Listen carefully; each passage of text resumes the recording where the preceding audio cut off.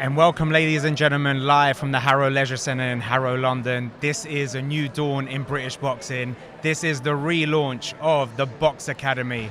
And it's my pleasure to be your host tonight alongside Jermaine Bryan. I'm Nando Agazino, and we're already kicking off the show with our first guest, promoter and manager, Mr. Sonny Warren. How are you, Sonny? All good, Nando. Yourself? All good, all good. Jermaine, you good? Yeah, I'm very good.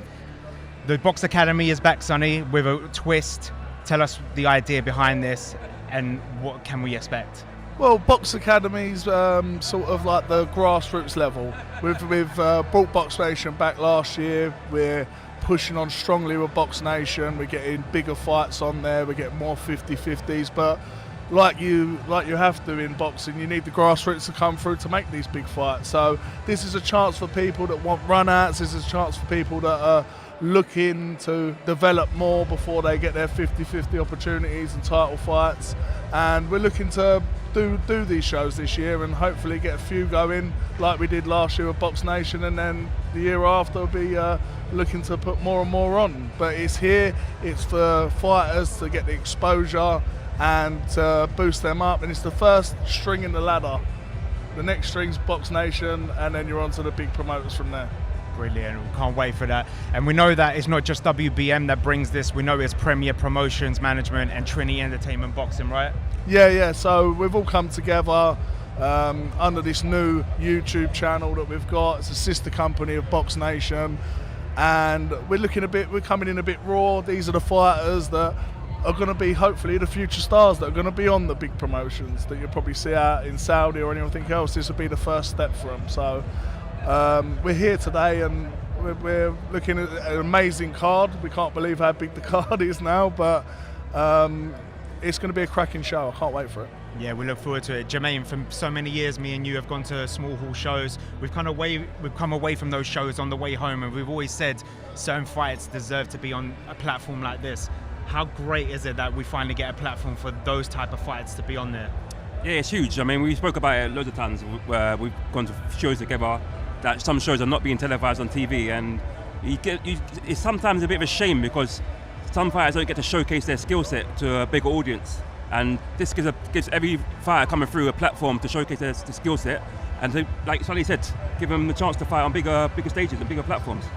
Now, Sonny, you mentioned the big card that we got tonight. Does it get bigger than the main event? Nelson Hysa, he's back. He was meant to be on the last dance, or the Chisora, but you managed to turn it around. And he wasn't meant to be the main event tonight, but now he's here. He's defended the WBO European heavyweight title. Does it get bigger than that, right? No, it's a big card to launch Box Academy with. Weren't supposed to be Hysa on here, weren't supposed to have Bametta on here. Bametta was supposed to fight on 11th of Jan. They both had similar problems with visa issues with their opponents, but everything's sorted now. They're here tonight and they're ready to go, and you're just going to see fireworks for both of them. Now, we saw in November when they both fought on the same cards, they brought their army of fans down to York Hall. What can we expect tonight? I think you're going to expect a massive noise like you did at York Hall. It's just going to go crazy. I believe when you see these two fight, Bametta for me had a great fight last time at York Hall. It was fight of the night. We had it as fight of the year for WBM, and it was just electrifying. And then as soon as Hysa's ring walk come on, everyone was on their feet. Everyone was clapping, and the knockout was unbelievable against Bracamonte. And you just see the place erupt, and I'm expecting the same here tonight. Now, a fight that me and Jermaine have both been looking forward to. Now, you know I love the Southern Area title. Now, that's on the line tonight. The vacant super featherweight Southern Area title was on the line. Newman Hussein coming from a dominating performance against FIKTAR, against Frank Arnold. Frank Arnold has fought for this title already. This is his second chance. How do you see you looking forward to this fight? I'm looking forward to this fight. I really am looking forward. When we made this fight after Newman fought FIKTAR, this fight was done straight away. We had Frank Arnold there. Newman won the final eliminator for it, and for me, this is a crossroads fight. I think this is Frank Arnold grabbing his opportunity here to finally grab the title and then go on to bigger fights. This is Newman who wanted these big fights. He went, I've done it against FIKTAR and now I'm ready for the title, and he wants to push on as well. So both of them eager to get this fight on. Both of them are going to be looking to showcase themselves, and everyone tonight is going to be in for a treat. Jermaine, off camera, Sonny has described the Southern Area title as kind of like the British title for small hall shows. How important is this title at the beginning of a fighter's career? Well, me and you spoke about this title and domestic level in terms of going down domestic route, winning in the Southern Area, winning in English, winning a British title, then moving on to a European title and world honours.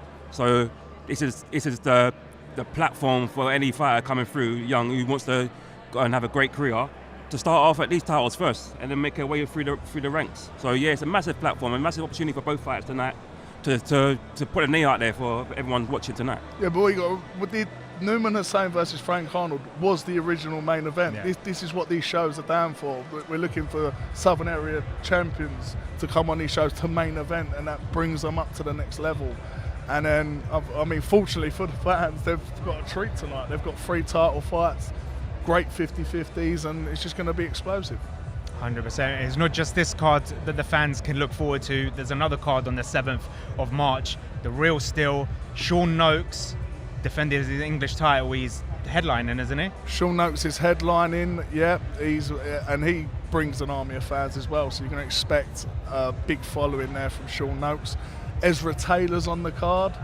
Elliot Elamassi's on the card, Sam King, a Queensbury card near enough we've got on there, and then we've also got the likes of our prospects coming through. Great 50-50s, can't wait for this one. We love York Hall, we love the Box Nation shows at York Hall, and for me this is a cracking card. This is going to be an absolute sellout. I imagine every single person is going to be there. We see it January the 11th, you see how busy that was. I think this is going to be twice the size. I'm hearing your call still shaking with that knockout from Elliot Elamassi. How special is this fighter? Listen, he's a great fighter. I spotted him when he was in the amateurs. I thought he's going to be an excellent pro. He can talk the talk. He walked the walk. Let's see how he gets on. I think under Dan Fitzgerald, he's going to be an animal. So I can't wait for him to progress, and I think he's going to be sort of a Queensbury prospect that they're going to be pushing in, sort of like how they've done with Anthony Yard and many other light heavyweights, and Ezra Taylor's there as well. It's like light heavyweight bonanza on that card at the moment. He's just been announced to go on to May the 10th, so he's going to be on a cracking undercard of Kakachi and Wood, which can't wait to see that. So listen, we've got these fighters here, they're progressing well, they're getting on these big cards, and like the Box Nation, that's what we wanted for it. Box Nation is come on here, get in front of all these promoters, get in front of the platform, show yourself, show your ability, and we've seen it already. We've seen the people come on the Box Nation shows that have been signed up. The likes of Lloyd Farrington, he's come on the show, he's been signed up. And it's there for them to get out. I mean, obviously you know that it's very busy at the moment with these cards. And when these are on these Box Nation cards, they're up on the card. So they're up in prime time. They're getting full exposure. We like having them there. It's a great working relationship at the moment. I want to ask you a question as well, because the Box Academy isn't just about talking about fights. We like to strip back the backgrounds of the fighters to find out what the preparation is like. You as a promoter, I would like to know. Now, you've come from humble beginnings where a little birdie told me that as a young kid you were selling programs at Queensbury shows for your uncle. And from going from the transition to that, to following in the footsteps of your Uncle Frank, to now being a promoter, tell us about that transition and how, because you know, it seemed like you were just there to earn some money, but really you was a student absorbing everything in, and now you've followed in his footsteps. When I was in secondary school, I had actually the pleasure of doing work experience at Queensbury, which was actually Sports Network at the time. And I actually had the pleasure to go to a show in Cardiff, which Joe Kawasaki was supposed to headline, pulled out for an injury, and I was 14, 15 at the time, and it was a great experience. I was working with Ernie, who was a ring whip back then, showed me a lot of people, and then you sort of talk to a lot of people in the industry, and it's like I kind of fell in love with boxing, the fighting, everything like that. I was a big fan of Prince Naseem when I was growing up, then sort of followed Ricky Hatton, Manny Pacquiao, all of them. And then that's when I started looking at it, and then you started speaking to people in the industry, you made relationships, you made friends, and all of a sudden Alfie started managing fighters, Then sort of me and my brothers and my old man sort of got involved, and we started obviously looking after fighters under the WBM brand, and then we helped promoters put on shows, and now we're at the stage where we're putting on shows. So it's sort of like it's been a long, arduous journey for us, and we have like spent a lot of money, and it took a lot of time to get where we are, but it's been worth it. I've really enjoyed the journey coming in. What's the difference between a managing fighter and a promoter? How do you mix both? Because your schedule must be so busy, and doing shows like this at the same time. I think what we need is, I think the main thing is where it comes to managing and managing the fighters is because we've got a group of people, we've got a network of people, it's easy for everyone to do their jobs and everything else. And as for the shows, when we started doing the shows, it was to actually get the fighters out, because we manage a load of fighters to onto the show, so they get their run out, so they can get onto the big platforms and everything else. Well, our fighters are ready for the first fight. Over to our MC, Mr. Mark Burdis.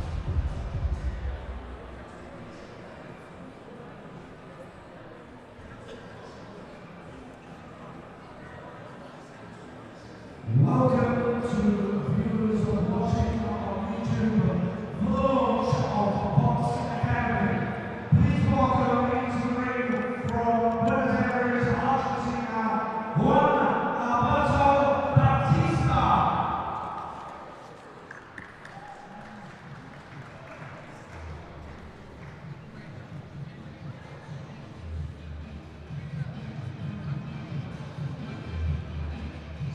So Juan Alberto Batista coming from Buenos Aires, Argentina, with a record of 1 win, 15 defeats, and 0 draws. It's a super bantamweight fight.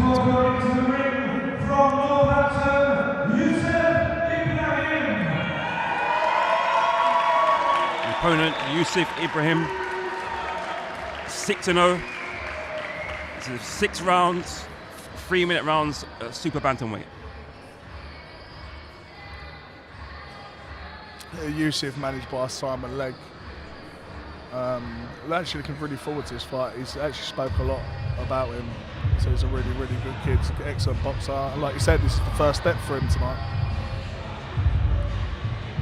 I spoke to YOUSUF off camera during the week, and he's looked up to Prince Nassim throughout his childhood, and he tries to mix his style with Prince, but I look forward to this fight.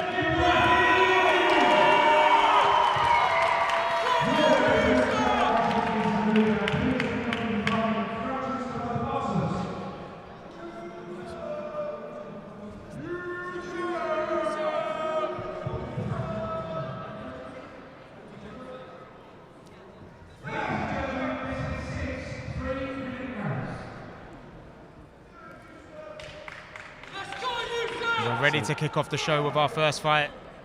YOUSUF Ibrahim versus Juan Alberto Batista. Ibrahim in the yellow, black, white and black trunks.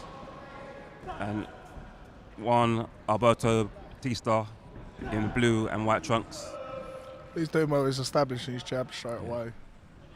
It's at the centre of the ring. Two nice jabs there, snapped his head back there, and the third jab there. Good start off for Ibrahim. Both fighters just seem to be feeling each other out. It's like seeing him just carry on after the jab, see him get a couple of shots in, double him up like that. Yeah, very good shot there. Seems very relaxed already in there. Yeah, he seems very confident, takes the centre of the ring straight away.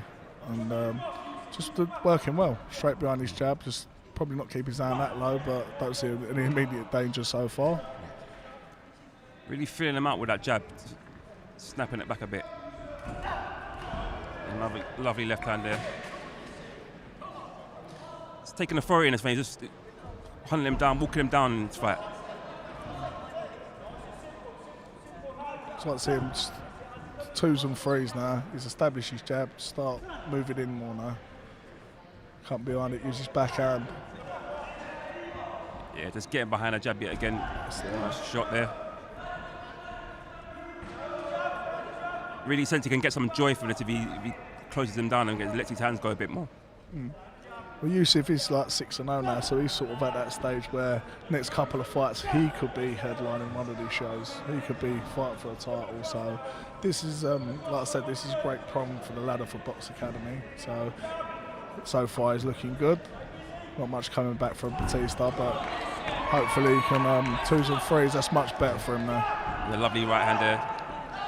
Lovely shot downstairs as well, body. It's very, very relaxing there, very comfortable. Not trying to overexert himself. Yeah, I mean, look, he's got 6 rounds. He's done the first round right. He's established his jab. He's moving it around the ring. He's taking centre of the ring.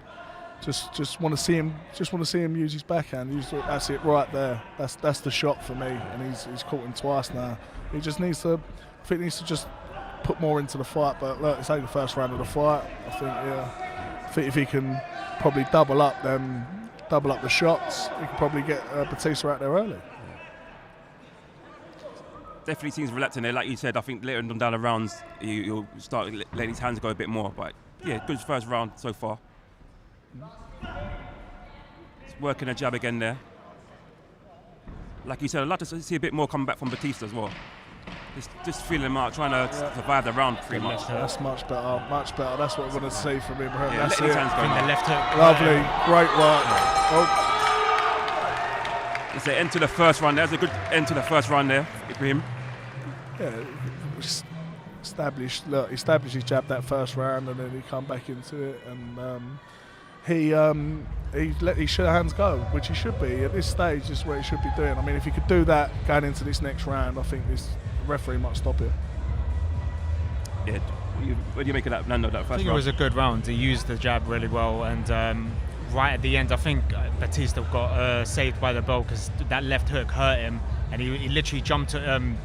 He jumped on him. He could have finished him there, but saved by the bell. I'm sure his coaches in the corner will probably be saying him to let his hands go a bit more in there in that second round. I don't think he needs to go as wild as he did at the end, but I think if he starts putting 2s and 3s together, he can get him out there quite quick. Just cut the ring off. Look, he's established his centre of the ring. It's there. I think it's just a matter of time till he catches him. Second round kicks off. Touch of the glass for 2 fighters.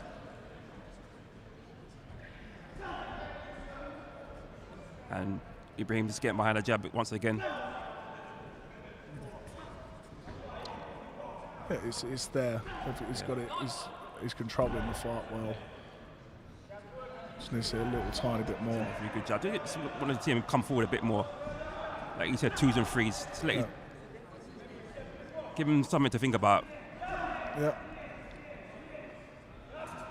Yes, he's controlling the fight well though, Ibrahim. He's doing well.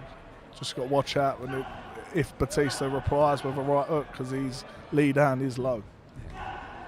Bit of showboat in there. Oh, here he goes. Yeah, I think he felt that one. He could definitely get some success in this fight. Lovely jab there again. That seems to be the key in this fight, the jab. Yeah, it's perfect jab. He's catching him well. He's got to be a bit cautious there. Don't want to get caught. He's breezing this fight so far. Bit of showboat in there as well. Just want to see if he can let that backhand go. He's just lining it up. You sense it's coming. It's there. It's there. I think he's just waiting. Batista is tight on his guard at the moment, but that shot is a great jab. That was a good stiff jab there. Sonny, for a young fighter to be on a platform like this and knowing that there are people watching, how much of an impact fire does that give them to go out and make an impact? Great shot, great hook, great. Oh, he's wobbled. If he can tighten up here, you can get rid of him now. Yeah, good flurry there. Shots. Oh. I think Batista definitely felt those two there. Yeah. Legs are going a bit now.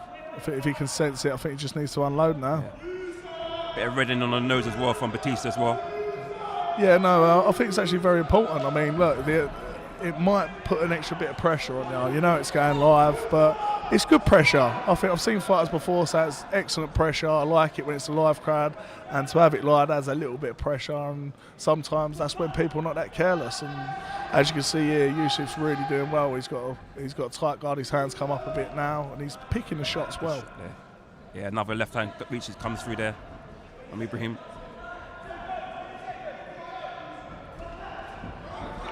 That's it. That's it. Down Put it now. down. That's the one. That's what he needs to do. Oh, great shot. Great hand. Lovely right hand there. Great hand. Ibrahim really turning it on now, coming forward, really letting his hands go. Just don't want to overcrowd his work. And again, very strong on the last round there. He could have stopped. So he could have got stopped there again. So maybe just a bit before the bell. Yeah, he sensed it. If you really just let his hands go, yeah, he can. Probably last minute of the fight instead of waiting for the last 20 seconds. I mean, that could just be probably the decision for the ref actually stepping in and doing that. But when he lets his hands go, it's very exciting, and you can see something's going to happen soon. Yeah, it was just like the last round, as Sonny said. You know, it's the last 20 seconds of the round. You know, if he lets his hands go a bit earlier, then you know he might be able to stop him as well. It's that left hook again to the chin. I think that Batista couldn't handle the power, wobbled him again, and if he does this early again, he has the chance to stop him. He has the chance to jump on him, and as Sonny said, the referee to stop the fight. Seemed to hurt him downstairs as well. Yeah. I think he's going to go out this round. I think he's just seen. It's round 3, touch of the gloves again, 2 fighters. I think sometimes in these fights, though, it's nice for the fighters to get the rounds in, especially at this stage of their career. I see we had Emmanuel Ashong on before. I do talk about him a lot, but he'd done a fantastic 4-round and got the stoppage, which I think is like the perfect debut. Great shot there. Left hand there. And I think sometimes when you do go through the rounds, it just shows you that you can go on rounds fully from that. Another right hand over the top there for Ibrahim as well. Just got a line. He's lining it up perfectly. He's just waiting for that hand to come over the top. Good shot. Good shot there to the body again. Let's get him behind the jab again. Switching a lot. Yeah. Switching a lot. There's a right hand from Batista there. Also a lovely shot to the body from Ibrahim there. Let's get behind the jab. Just trying to line that up there. Sense the big shots coming. It's good to see Batista firing shots back though. I don't really like what negative people in there when they cover up and just go down. At least he's having a go. But I don't think he's any match for YOUSUF at this point. He's just too well in front for me. Yeah, another jab there, and Batista comes back with a right hand there. You just got to make sure that you don't have that backhand too low, because that's what you get. Just get him behind the jab again. That's a lovely return from Batista there. And that's what we're starting to see a bit more from both fighters now, just letting their hands go a bit more that we didn't see in the first round. It's coming up. It's coming up 2 minutes in the fight. I think now is when he got caught flush there by right hand. Now this is where you want to see him go to work. Yeah, you mentioned that about having his hand down low there. He seemed to get caught there. That's a good right hand there. Lands. It's another one that lands. 1 minute left of this fight. This is where you want to go. This is it now. Start letting your hands go. Don't wait for the last fight. That's a good shot. It's another good shot. You sense him now. If he comes forward a bit more, you might be able to get him out this round. That's a lovely shot there. It's very, very tough in there, Batista at the moment. He took a lot of shots. He's sensing it now. He's really jab's really landing at will. Just feeling him out there. Comes Batista. There's a good shot from Batista there. That was. This is where you don't want to get your emotions running too high. I know a lot of boxers, when they do get hit, they want to hit straight back. You need to keep some composure and do it how he started off, back behind the jab, and then 2s and 3s from there. Yeah, it's really an open round, this one is, I think. Both fighters landed some good shots in this round. A little coming together there between both fighters. Very close round for me, that round. I think Batista actually... I think he nicked it in that one. Yeah. Mayer nicked it. Nicked it, could have been a draw. Yeah, just make sure you're not too careless in there, YOUSUF. Do you know what I mean? It's just relax, get back to what you was doing at the beginning, but just come in with your shots. Work the body, move up. That's what he needs to do for this round. Like to see him how he finished the second round. I'd like to see him get to that point a bit earlier on in the fight, earlier on in the round. What I'm impressed with is what you said, Sonny, is that Batista's not there to survive. He's actually there to fight as well, and you know he caught him twice. So it was a close round, but I'll give that to Batista, that round. Yeah, I've seen it before. I've seen it with fighters, especially with opponents, obviously, that are not here to win. I've seen it when they take the damage in. They want to give it back, and now this is where you need to learn your composure. It's where you need to learn to bring yourself back to your boxing, back to the game plan, and then try and just execute that game plan. We're into round 4 now. Touch of the gloves between both fighters again. You can hear YOUSUF supporters in the back chanting his name. Yeah, Batista looks a bit more relaxed. All great jab, good follow up. Like you mentioned, where you was going to see a bit more 1-2s. You just saw one there. He's getting back behind the jab again. That's the one. Yeah. That's better. That's a lovely shot to the body. Better. Great body shot. You sense he can get some joy from that down to the body. I think the body's really underestimated in boxing. I think where it comes to fighters, I think they like to continuously headhunt. They like the knockout punches, but for me, body work's essential. I think if you can really batter someone to the body, you really get their hands low. That leads to the big knockouts. Breaking them down, basically. Exactly. I mean, when you've got someone that's moving back, you smash them to the body. Their legs don't like moving back that often. They're sort of there for you. Great uppercut there. He's looking for it now. You see Batista wince a bit there. Yeah. That's a lovely right hand there. He's really stepping up now. This is the time he needs to step it up in the round. This could be his round. This could be the one that goes. Great body shot. That's fantastic. A bit low.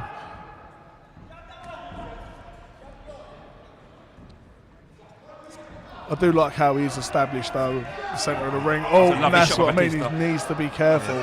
He's open to that overhand right. You don't want to sense him getting a bit too greedy in this fight and getting caught with a shot there. I think that's it for some fighters as well. When you're too confident, you sort of. But remember that person is in there to hit you, so you need to cover up. You need to start moving forward. But Batista willing him on there, saying, "Come forward, let's go."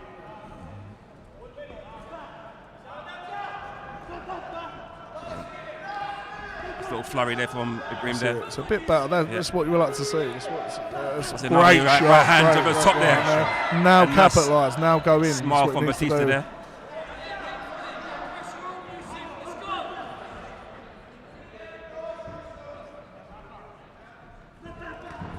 Flurry there. Just be careful. There. Oh, wild swing from Batista there. Great head movement there, YOUSUF. That's it. Back to it. Just go back to your jab. Really sizing him up now. I feel he's getting stronger as the round goes on now. Seems to be some swelling on the left eye of Batista as well. A lot of covering up from Batista as well. A lovely flurry there from Ibrahim there. Really filling him out with that jab. Just touching him there with that jab. That's all he needs to do. Just touch it, get a strong jab going, and let your other hand go. I mean, he's doing it now. Just want to see him. Like the way he keeps turning him as well. Just keeps turning Batista. Yeah, really good. It's a great round for YOUSUF there. I think he established it better that round, especially coming out in the last round. It was a bit even for me the last round, but he's well out in front. Look, there's 2 rounds left. Unless he lets his hands go on a big knockout, I think he's got his safe in the bag. Yeah, for sure. There was another part of the round where he got a little bit greedy. He got caught, but he recovered easily from that, and he was confident in this, comfortable in this round as well. So another round in the bank for him. And it's, like Sonny said, it's important to have these rounds as well. It's great to make that impact live on Box Academy and get a knockout, but at the same time, it's good for his career to get these kind of fights in the these kind of rounds in the bank as well. 100%. Look, he's 6-0. 6-0. He ain't got no knockouts, so it's not even nice to get a knockout. But these are the rounds you need. I mean, he's been going on to 8 rounds, 10 rounds soon enough. He wants to have these rounds. He wants to have the ability to go on to these 10 rounds next and possibly get a title. But he's doing well at the moment. Batista still looks a bit relaxed in this for me, so he don't look too in trouble. But this is, so far, it's YOUSUF's fight all the way. Just one round in the third where he just looks a bit uneasy. Other than that, he's doing what he needs to do. Yeah, I agree. It seems quite comfortable in there so far, but you'd just like to see him just step up a bit more, let his hands go, and maybe look to try to get him out there if he can, just top off the night. Yeah, I think not to look for it. I think he just needs to sort of establish his shots here. His jab's there. It's a great hook, great time hook there, caught him flush. Back comes Batista there. Just misses there, right hand right. Doubled up there as well from Ibrahim.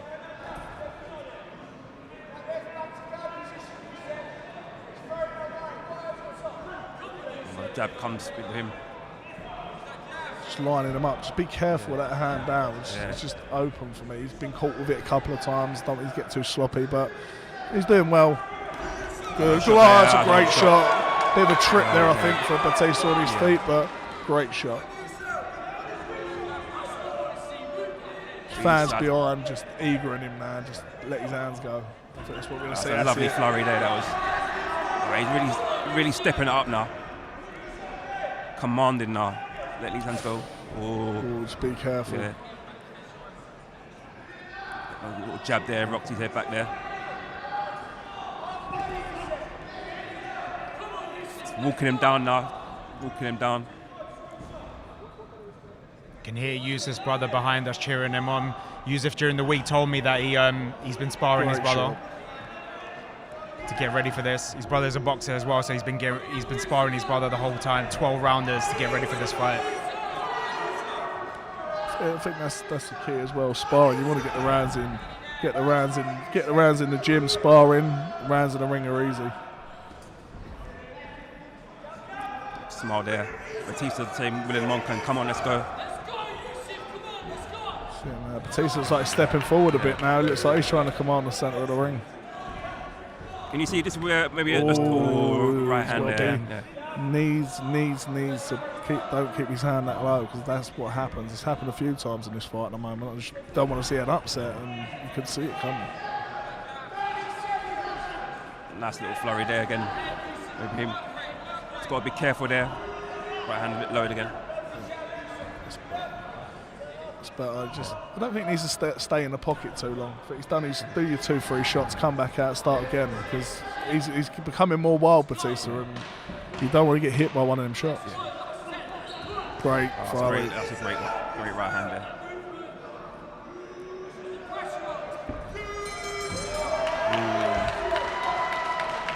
Say another Ibrahim round, would you say, guys? I think it's a strong round for YOUSUF there. Yeah. He's done what he had to do again, but again, Batista's getting wild.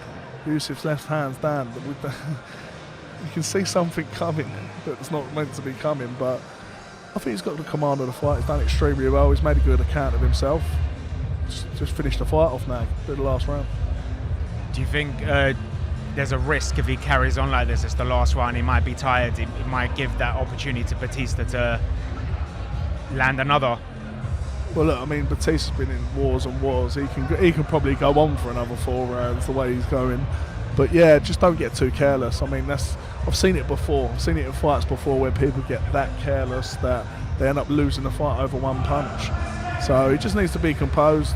Just go back to your jab. Let's see a bit of a work rate from you in the middle of the round. Show your shots, show your skills, and then put another win to your name. 7-0 at the end of this.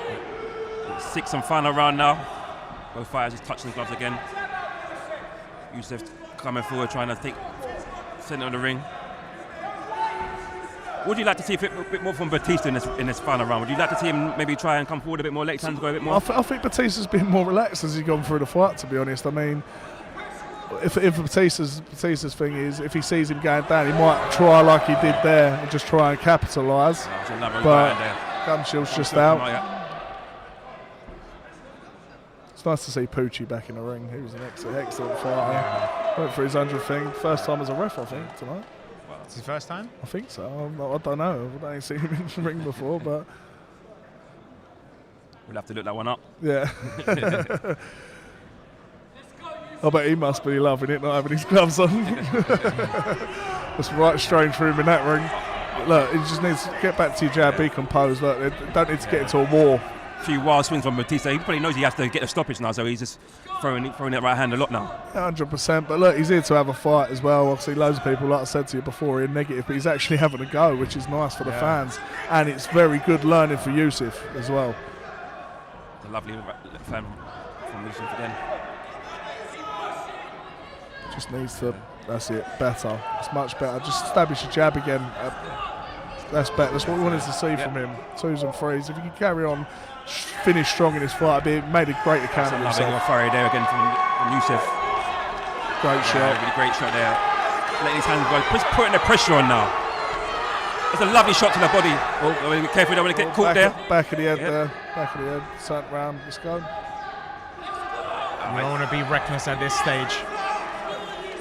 This is actually a great fight to start off with so far. I mean, it's coming backwards and forwards. Great Final last minute. round of this fight. Both Final fighters, minute as well. both fighters landed some good shots there. They're really just pushing it hell to leather now. Oh, that's a good big shot, right man. hand with the top there. Just to tell him, look, I'm still here. Don't worry about it.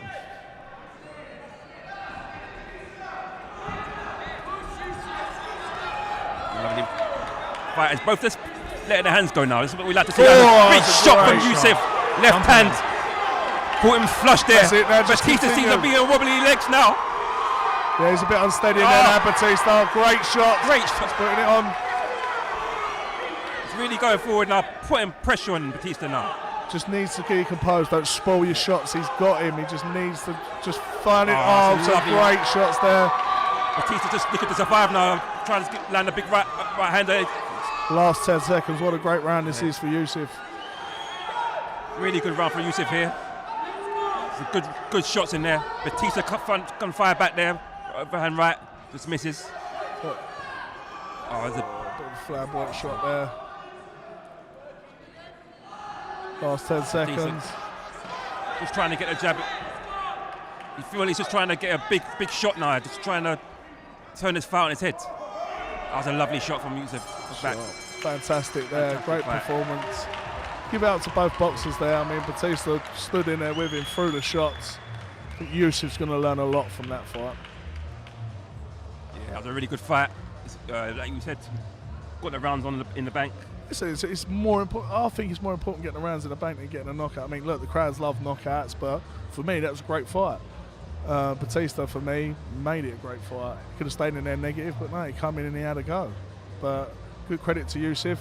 He was very composed at the start and was very composed at the end. He was unlucky not to get the stoppage. What's the aim from YOUSUF now for the rest of the year? Well, that'd be up to his manager, Simon Legg, but I'm guessing he want to get him out as much as possible. Try and get the title on the way. I mean, he's 7-0 now. I mean, well, after this decision here, can't see it being more than a point.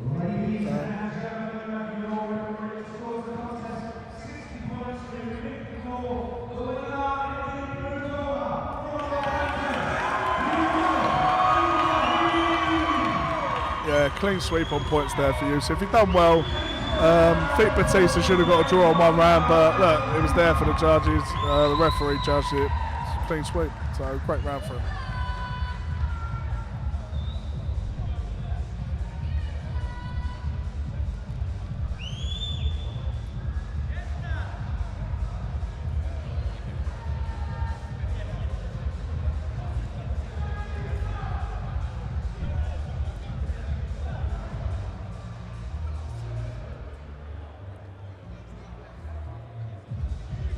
We're just going to an advert now. So I was shopping around a bit for different gyms. I tried a few, but there was nowhere quite like Rivals where I felt as welcomed. Sometimes when you walk into a gym, it can be quite intimidating, but here it's very open. It's very like, people are very welcoming. I think he's going to have a name, you know, in the international scene, not just in England. So it's pretty awesome. I think the difference between this gym and other gym is the coaches. We've got high-level coaches that are here and, you know, are willing to work with you. They've got the best top coaches there, great boxing coaches, top fighters, and then they've got good Muay Thai coaches, myself. Like expert coaching, and you're learning so much and you get really fit. They are the best coaches. As I said, I've tried a few other gyms, but here they just have so much knowledge and they're so willing to share. So if you're ready to learn, then this is the place to be.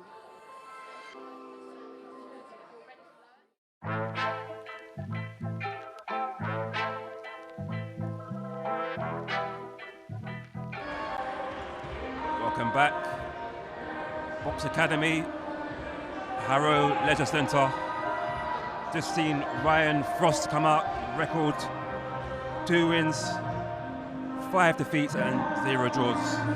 This welterweight clash. At the moment now we got coming Robert Lloyd-Taylor Jr. from Northport, London.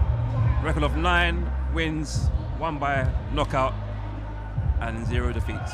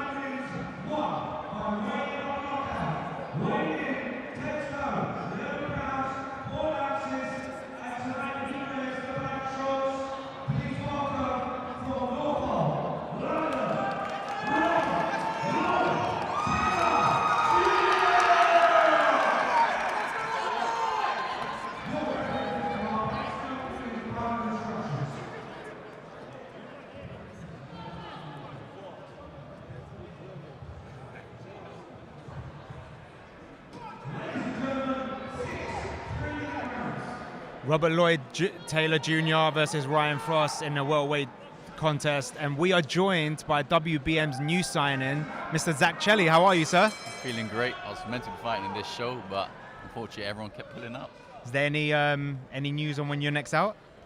I'm still trying to get a fight for February, hopefully, you know, before Ramadan, because I'll be off all March. But I'm still training, so maybe even after that in April, we'll see. I'm sure when you come back, it'll be an explosive one as always. Yeah, I'm looking for title fights, but hopefully a warm-up fight before it. But if not, straight into a title fight. I want my British and Commonwealth title back. Even at light heavyweight, I go for that one. You know, Luce Edmondson has it at the moment, and I'll be happy to fight him too. That'll be a brilliant fight. What do you think about that fight, Jermaine? Oh, it'll be a great fight. I mean, you know what Zack Chelly brings every time he steps in the ring, so I'm sure if he gets in there with anyone, he's not going to get fireworks. It's back to the fight.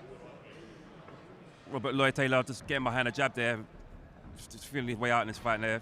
Really good start here. It's against the southpaw, so yeah, he's got to try different tricks.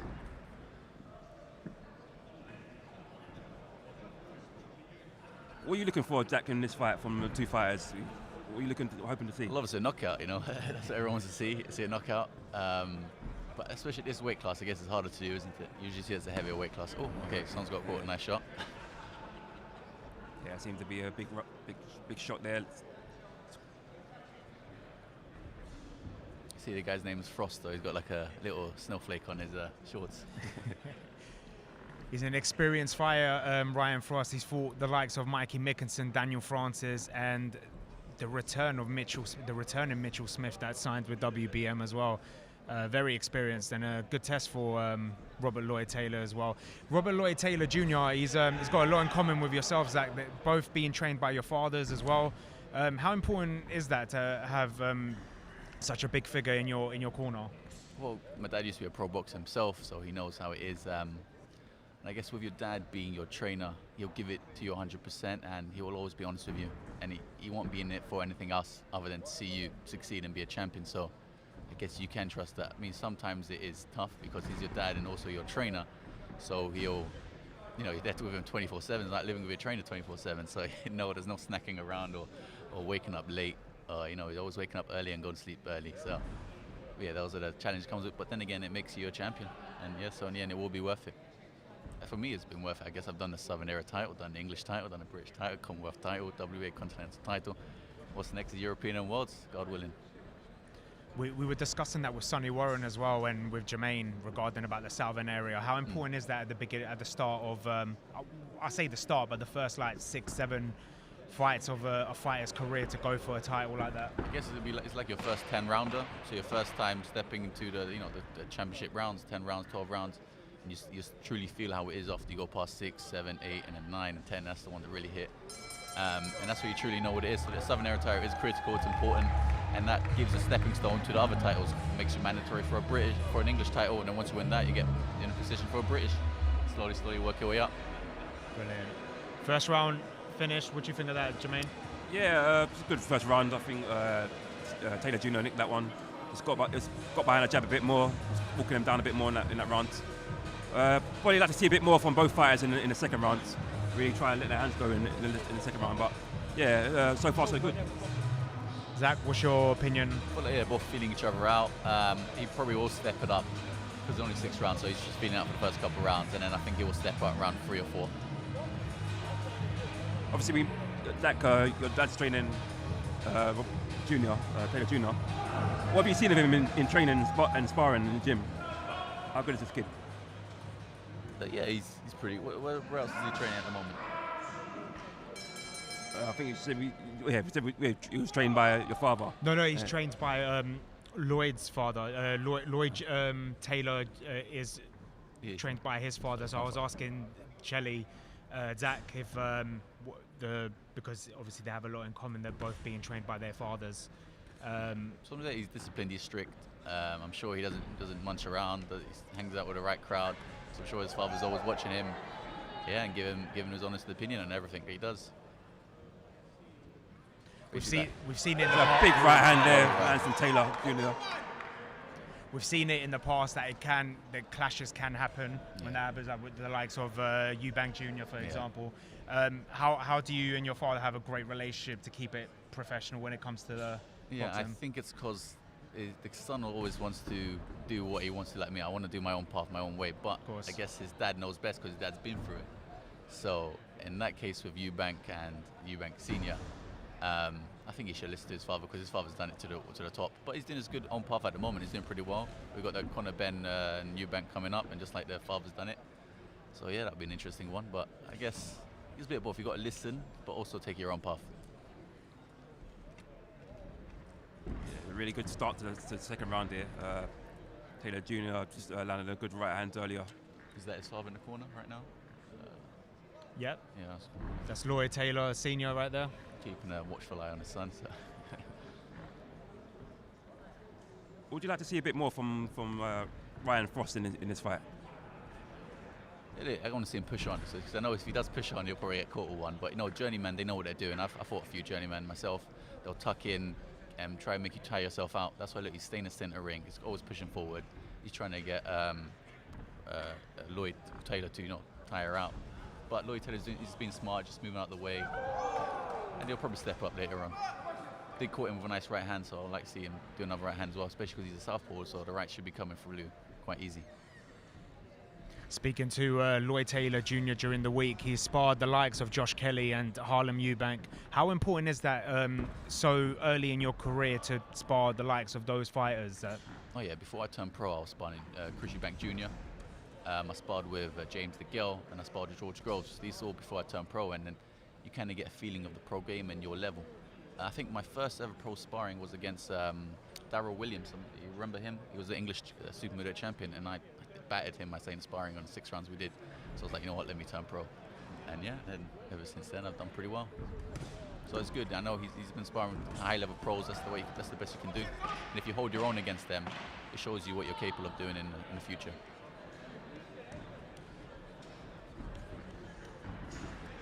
Obviously, Zach, you mentioned earlier that you want to get back your titles back. Yeah.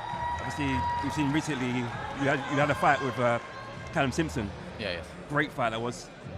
Obviously, seeing his recent success, how much does that make you want to maybe one day have that rematch with him and bigger titles? I wanted it straight away. I was the champion. It should have been in London, but I understand logistics and boxing is a business, so they did it up in Barnsley. I do feel a bit cheated that way. How there should have been a rematch clause at least, but there wasn't that. I was blindsided. Now, But it's in the past, and we're looking for the future. And I know with Raw and Boxing Management, they'll bring it back to me. And no matter what, if I want the British Commonwealth title back, it could be at light heavyweight, it could be at super middleweight, whoever comes first. I wanted to ask you as well, Zach. Like you said, soon Ramadan starts, and you're going to be waiting after Ramadan to get back into it. How much of a dream is it for you to go fight in Saudi as well? Oh, that'd be great. That's the plan. That's the plan. Hopefully, you know, we can have a rematch at Saudi. You know, because David Adelaide done it with Fabio Wardley. I think it was a great fight. So why not a British title at Saudi? Would be great. That'd be great. Unbelievable fight. Start speaking Arabic on the ring. Round 3, this 6th rounder. He's trying to. He's staying in the centre now. He's stepping up a bit. Yeah, we seem to notice that from Taylor Jr. now, just coming in the centre of the ring now, just trying to let his hands go there. Nice little jab. What do you think his cornerman will be telling him during that little break there? I think tell him step it up, because you don't want to stay in the ropes too much. It looks bad for the judges, it looks bad for the scorecard. So you should step up, stay in the centre, show that you got control, and at least you win a fight that way. But fair play to Frost. He's bringing it on. He's not been a normal journeyman who just wants to back off and get a payday. He's actually trying to give it. Make an entertaining fight. Good right hand. He's got to throw more of those right hands because they're going through. Yeah, you can see that could be the key to in this fight with the right hand. And should continue off it, right hand straight into the body or left. Yeah, it's not a right hander, so you can see it's pushing him back now. I think Frost kind of felt that. Yeah, he should play off it. He should carry on after the right. Yeah, you probably want to see a bit more from Taylor Jr. there, not just watch his fight, watch the right hand and then just sit back on it. You really kind of want to see him go forward and just put the pressure on.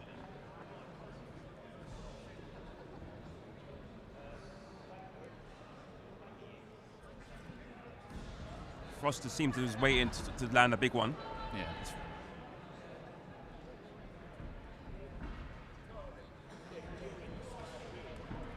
A flurry there from Taylor Jr. See, Frost is coming a bit more forward now, just trying to walk him down a bit more. This probably makes it a bit more of a better fight now. Yeah, getting his money's worth. Yeah. I feel like Taylor should, step up a bit now. It's the 3rd round, throw a bit more combinations, show that you've hurt your opponent. Yeah, you can see he's got the heavier hands out of the 2. You'd have to see him probably come back forward a bit more, like you said, and just really let his hands go and let him have something to think about there.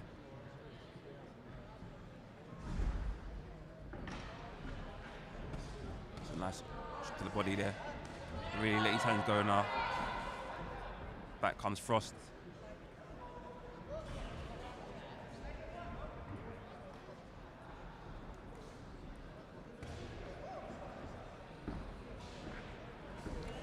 Back on Frost again now. It's a bit of reddening around the Frost's left eye there now. You can see probably some of the shots are coming through now from Taylor Jr. Right hands, yeah.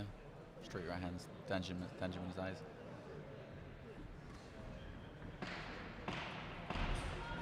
Come to the last 10 seconds of this 3rd round. Taylor Jr. really just trying to step it up now. Enter the 3rd round. Nando, what would you like to see a bit more from both fighters in the 4th round? I like to see Robert Lloyd-Taylor let his hands go a little bit more. I think there's been a few opportunities for him to do that, and I think he's held back a bit. And I want to see him let loose, because he's had the opportunities to hurt him more. And you see, like you mentioned, around Ryan Frost's eyes, he's caught him with some good shots, as Zach said, through the middle as well. So I like to see more of that. You say the same, Zach? I say after the right hand, you should do like a combination, because he's catching the right hand, his head's flying back. A beautiful left hook should finish it, or one to the left to the body. We'll see, maybe his father's telling him now in the corner to step it up a bit, because 3 rounds have gone, he's halfway there, he should show something. As we head into the 4th round here.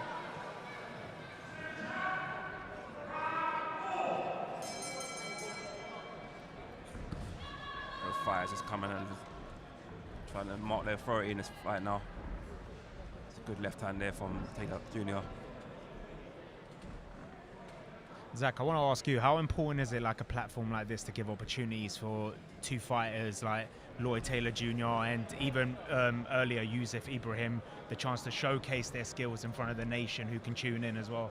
Okay, it's great. It's free. It's on YouTube. Anyone can access it. Yeah, and people even around the world could actually watch it. So that puts you on a big platform, I guess. And yeah, if you show anything spectacular, it could, you know, now with social media, little clips, they could go like viral, get millions of views. So if you do something spectacular, nice big knockout, it's everywhere for everyone to get on YouTube. Put on, you know, Instagram, TikTok, and all that stuff. It blows up, and there you go. You get a nice promoter contract, big fights TV like The Zone or Sky Sports. See, Taylor Jr. really just landing some good shots there. Yeah, he's stepping up a bit now, staying center in the ring. Yeah, he's really letting his hands go a bit more now. Maybe he's been told that in the corner now. Having some success there as well.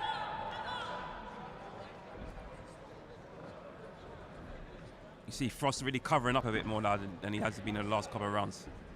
It's a journeyman tactic, you know, stay covered and, you know, live to fight another week, innit? They fight every week, don't they? They don't want to get stopped. If they get stopped, there's 28 days, no pay.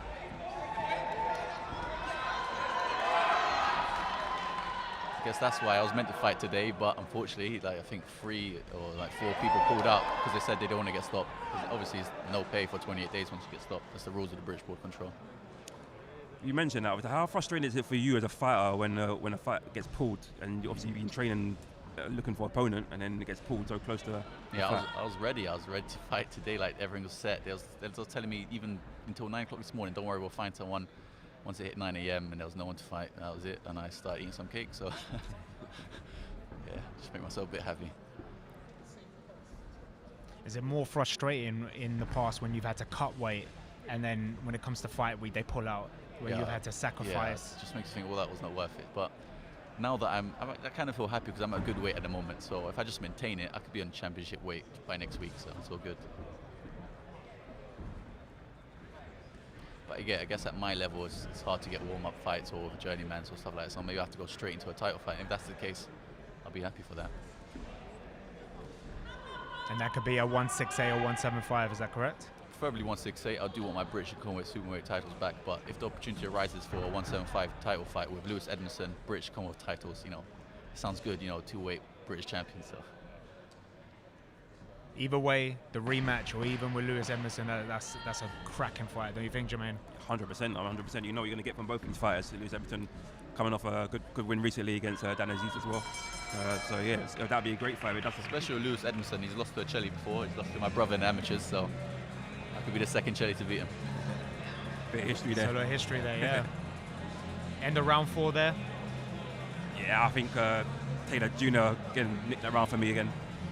You see a lot of covering up from Frost there, a lot of reddening around the face as well. So I think he's starting to feel it now as the fight gets further on down the stretch. He's left eye swelling up. Yeah, like I said, his eyes swelling up now. Like I said, I just want to see a bit more from Taylor Jr. Let his hands go a bit more in this next round. You can see he's got the hurting of him there. So let's see him just let his hands go a bit more in this round.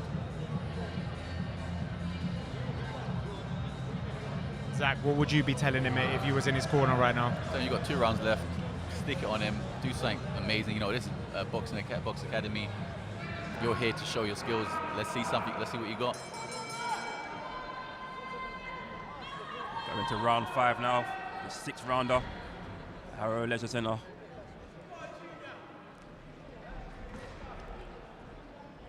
Ryan Frost is coming forward now. He's trying to take the center of the ring now to let his hands go. Maybe he's being told he needs to be a bit more aggressive in this fight.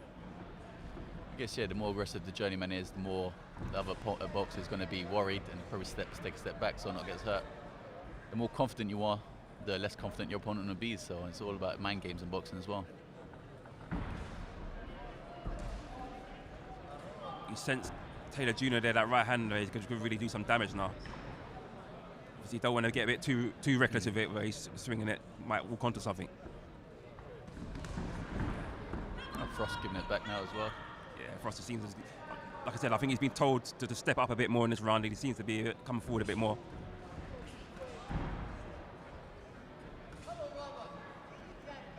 You sense that there could be a big shot in this fight, guys. What do you say? There's something that he does have a strong Taylor. He's got a strong right hand. If just pulls it through, gets him right in the chin, it could go down. But then again, Frost, he seems like a tough man. He's still pushing forward. It's a good journey, man. How important is to have an opponent like this at this stage of your career? Yeah, I remember my third fight. I had a really tough journey, man. He's fought everyone, never been stopped. And for 6 rounds, I just battered him non-stop, and he's still standing. So yeah, and you learn a lot from it. You learn that boxing is not like the amateur games where you just attack, attack, attack. You got to pick your shots, find the right shots, and find the right moment to throw the burst of shots. And yeah, and I think that's what Tyler's learning right now. If you're not disciplined, can it cause a fighter to be reckless if you get to that stage? If your fitness is not good enough, lucky my fitness was good enough, so I could do it for 6 rounds. But if your fitness ain't good, slowly, journeyman will wear you out. You will get tired, and you might start winning some of the rounds. I see Tyler's played it safe. He's doing well, and now he's picking his shots. Catches them clean shots, body shots, uppercuts, and he's tucking on himself. Frost landing a few shots there now. It seems like he's coming forward a bit more now. This is where openings could happen in this fight now. Yeah, both of them catching some good shots, but obviously Taylor has the more powerful ones. He's really letting his hands go now. Frost coming back there, but Taylor really just letting his hands go there, just letting him know he's there. Just walking down. You just want him to be a bit more busy now. Just let his hands go there. Just really force him back.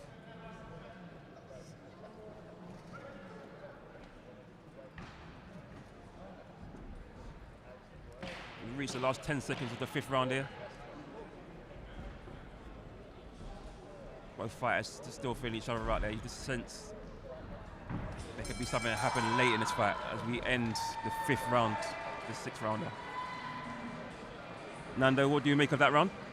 It's a good round for Taylor. It's like Zac said, you know, he's letting his hands go, he's working the body as well as hitting Frost with good shots. I think 6th round, just not risk it. You know, you've bagged it and you've got it in the bag now. If Frost gives you the opportunity, you know, to stop him, to hurt him, and to, you know, end the fight in good fashion, then so be it. But he's got to box smart now. He can't give the opportunity to Frost because he's getting tired. Taylor as well, LLOYD-TAYLOR. So, you know, you can't risk it. Zac, what would you be thinking if you was Taylor Jr. in this last round of this fight? I'd be like, I want to knock you out, mate. I'm going to go for it. But obviously, your trainer was saying don't risk it, as you said. It depends. We'll see what he's got. If he's going to throw a nice right hand and see them wobble, we should go for it. Last round, show what you're made of. 6th and final round now.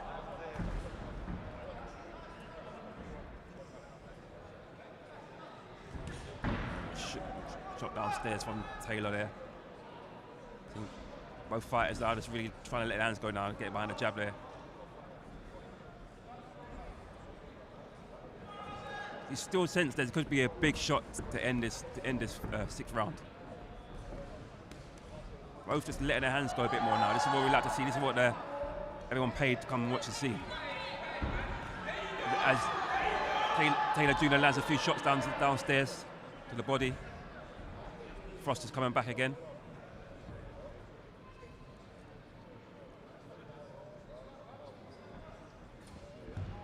Both just trying to walk someone onto a big shot here.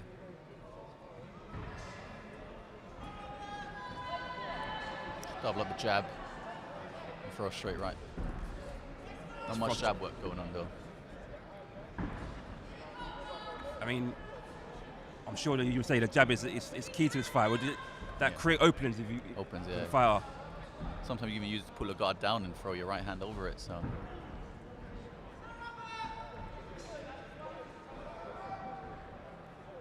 Would you say Frost is just happy to survive this round now and just get through the fight here? He knows it's nearly finished. You know, 2 minutes left, 1.5 minutes left. Yeah, he's just going to stand there. He's going to keep his hand high guard and just walk around with it. Maybe even wrestle a bit.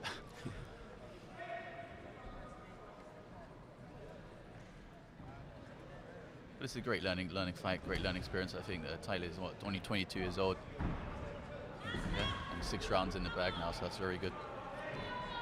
I mean, we say in boxing, would you say getting the rounds in is just as important as even getting a knockout?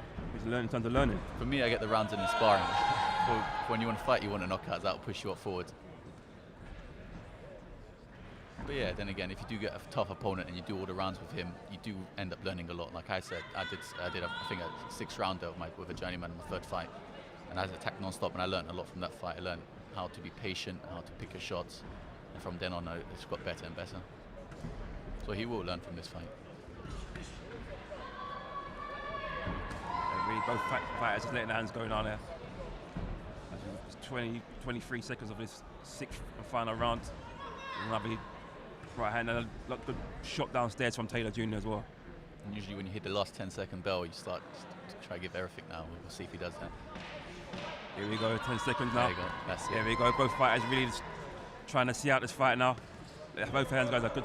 Frost is going for it as well. Frost is just swinging as well. So wait. A little embrace from the 2 fighters as we end this fight, 6th final round. Guys, what do you make of that fight? It was good, very learning fight for Taylor. Frost, yeah, I give it to him. He's a great journeyman, great. He knows what to do, keeps hands up, he even attacks at right times as well. So he disturbs his opponent. When's the opponent about to throw a great shot, just goes in and attacks. So, you know, Taylor didn't really know what to do with that, but he did manage off well, stepped back well, good right hands, good body shots, and yeah, nice win for Taylor. Yeah, really impressed with Taylor's performance today. Like Zac said regarding Frost, he wasn't there just to survive. You know, there was certain parts of the fights where he came forward and, you know, picked his shot and tried to go for it, but there was levels, and Taylor got the win. Now 10 and going 10-0.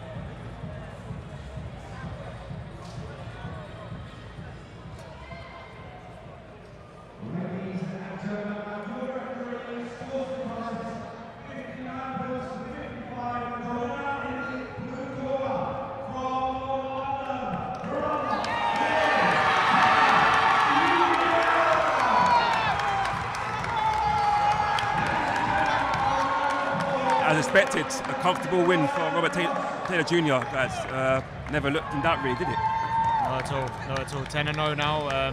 He's in a tough division, the welterweight division, one of the most exciting divisions in boxing right now. It'll be interesting to see 10-0. Would he go for a title next? What do you think, Zac? Yeah, I think it's a good time. He's 22, he's young. Southern Era title. Yeah, should worth it. Who's got the Southern Era at the moment? Do we know? I think it's Yassi Boy. Is it Yassi Boy? I believe so. Yeah, Yasser Al-Gair. So that'll be a good fight.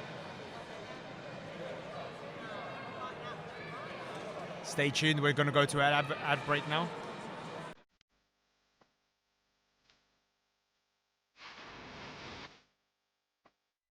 Muay Thai is the art of 8 limbs, so you can use your fists, your elbows, your knees, and your kicks, your legs. So I started about 17 years ago. First I just did it for self-defense and just learning.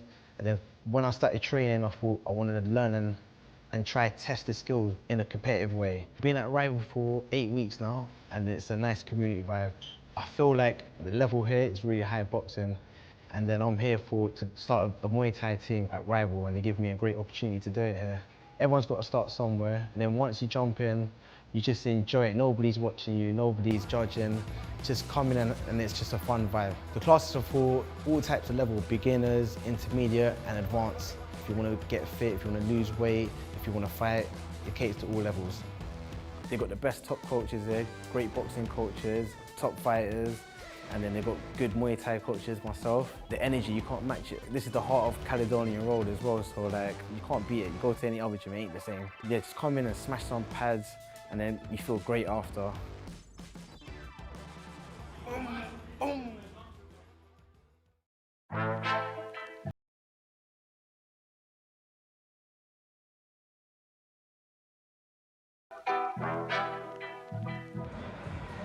And welcome back, ladies and gentlemen. We're still here at the Harrow Leisure Centre, Harrow, London, and we're joined by Mr. Masood Abdulah. Masood, how you doing, man? I'm good, mate. I'm good. How are you guys? We're good, we're good. Obviously, you're here to support Newman Hussein. Opportunity to get his first belt tonight. You predicted what the fight outcome was to me for the fight at Kadini. So what's your prediction for tonight for this one? For this fight, honest to God, I see Newman stopping him late. Okay. Frank Arnold is a very good boxer. He's a heavy hitter, but I do think he is very static. and Newman has been putting in some serious work at the gym. So I'm excited to see what he does. He's been a little bit more aggressive, and he's started coming on the front foot and really fighting people. So if he displays that, I think he'll be great. And he hits hard. He hits harder than I do. He just needs to now stick on Frank. I know it's been a frustrating week for yourself. You fought at the last dance, it didn't go your way. Reflecting on it, I don't know if you watched the fight back. Some people believe that you nicked it in the last round. How do you feel? I've watched the fight back 2-3 times. I'm very hard on myself. I don't even think I was at 20% for that fight. It's my fault. I made some crucial mistakes. I let some outside circumstances get into my head, but regardless, I did think I won the fight by a small margin. I gave myself a 115-113. However, the end result is I lost, and I'm angry. I'm fuming.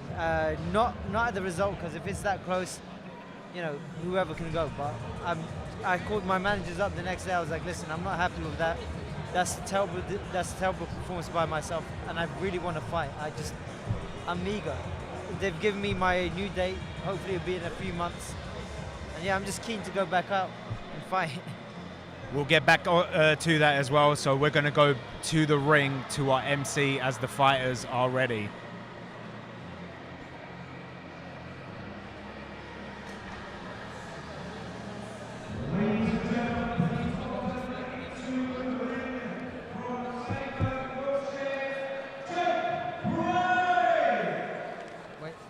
Trying to give you things ticket.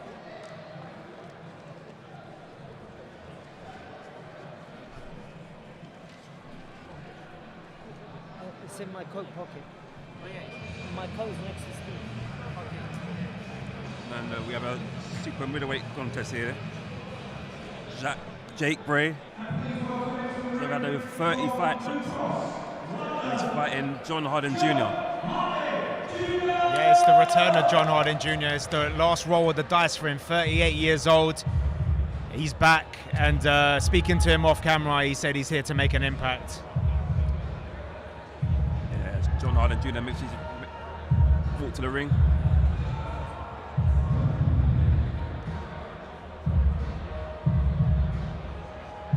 He's a new signing for Warren Boxing Management as well. John Harden Jr. He was under the influence of Dean White. Now he's here for the last roll of the dice.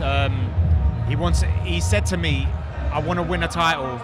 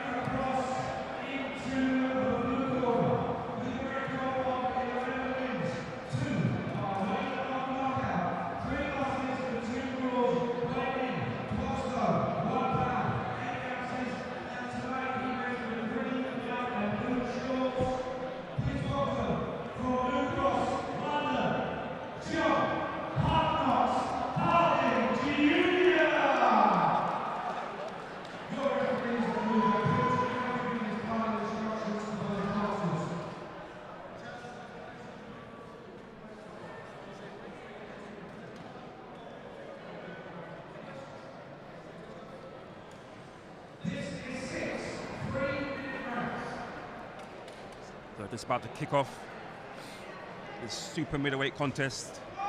6-minute rounds with John Harden Jr. versus Jake Bray. And it's John Harden Jr. just getting behind a jab straight away, trying to meet him in the center of the ring now, really trying to... He usually campaigns at middleweight, John Harden Jr., but he's come up at super middleweight for this one. I'm not sure if he will feel comfortable here, but he does look bigger than usual, and it suits him. So let's see if it brings extra power to him. Really coming forward and being aggressive and showing, walking his opponent down in this fight so far.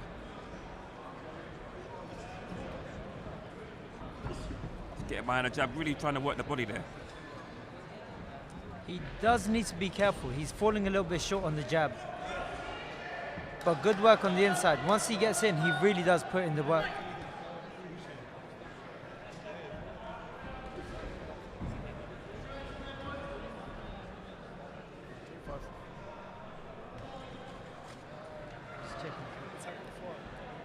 He's fought twice for the English title, once against Jack Callan and the other one against Linus Udofia. He wasn't successful, but he said to me off camera, I want to win a title this year. All this talking, I want to back it up now. We were speaking to Sonny Warren earlier, Masood, and we were talking about that the Southern Area title is kind of like the British title of small hall shows. At this stage of his career, 38, he hasn't won no titles. Would the Southern Area be perfect for him for now, just to start from there? I think that's a perfect title. I remember I was speaking to Tom Little. Tom Little, this was near the end of his career. He was speaking to me, he goes, I've never won a title. I don't care what title I win. If I win Southern Area, he goes, I'll be happy. Because as long as you can, you know, say you've won something, put something on the records, and, you know, you can look back and say, I've accomplished something. I think that's what John Harden Jr. needs. Who knows, he could go further on, win the English, maybe even contest for the British as well. How much would a learning curve would it be for, obviously he's been in there for 2 title fights already and he's come up short, but how much would that be of a learning curve going forward? Oh, it's massive. It's massive. I mean, he's had very good fights. I do think his first title fight was a little bit too early for him, but again, it's gonna pay dividends when he actually goes in there in the big lights, fights for the bigger titles. Good uppercut.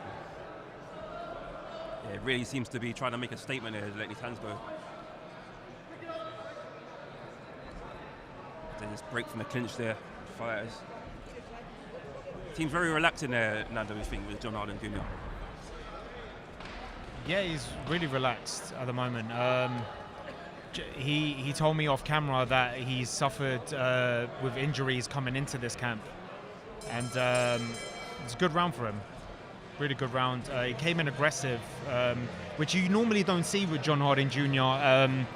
Until like the 4th or 5th round in these fights. But like you said, I think he's in there to try and make a statement. I think he's a new signing for Warren Boxing Management. He's, you know, on the platform of Box Academy. There's people watching. He's got fans here as well. How much of an impact is that for him, Masood, to have that pressure on him? The pressure can either make you or break you. I think for him, it'll probably make him. Every single time he lands a shot, you can see there's cheers going on. And the more you hear that, the more you get geared on to go and fight a little bit more, and fight a little bit harder. Because you're no longer fighting for yourself. You're fighting for people that support you.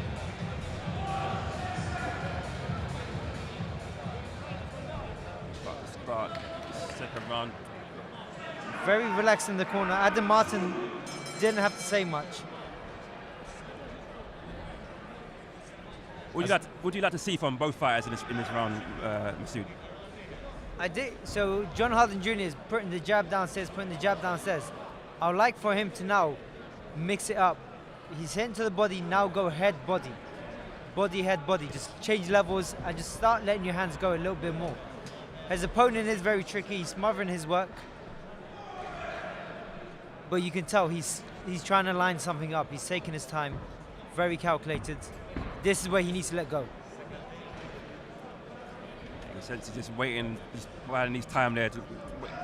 Hopefully, he's going to land a big shot where could change the course of this fight. Masood, speaking to John Harden during the week, he told me that this was his toughest camp in his whole career. He's had injuries in his Achilles that kept swelling up. The whole camp he couldn't run.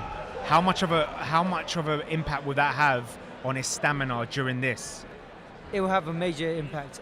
More than that, it's just his confidence to actually push the fight. Because I know what it's like training with injuries and trying to compete, trying to perform to your best. It will have an impact, but again, to the outside world, no one cares. Just get on with it. It's that type of mentality. And more importantly, if he comes out and says, "Oh, I couldn't do this because of this injury," it's not going to look good on him. So he should just bite down and fight as hard as he can. Rach was trying to land a round right there. Seems to be coming forward a bit more in this round. Oh. Punch to the back of the head there. The ref breaks up between two fighters. John Harden working the body downstairs there with that shot. A lot of smothering their work, would you say, so far in this fight, Mas? It is, yeah. He's overreaching, getting caught into a hug. But yeah, his opponent's playing a very smart game. Back up, and then as soon as he comes in close, dive in, make him smother his own work.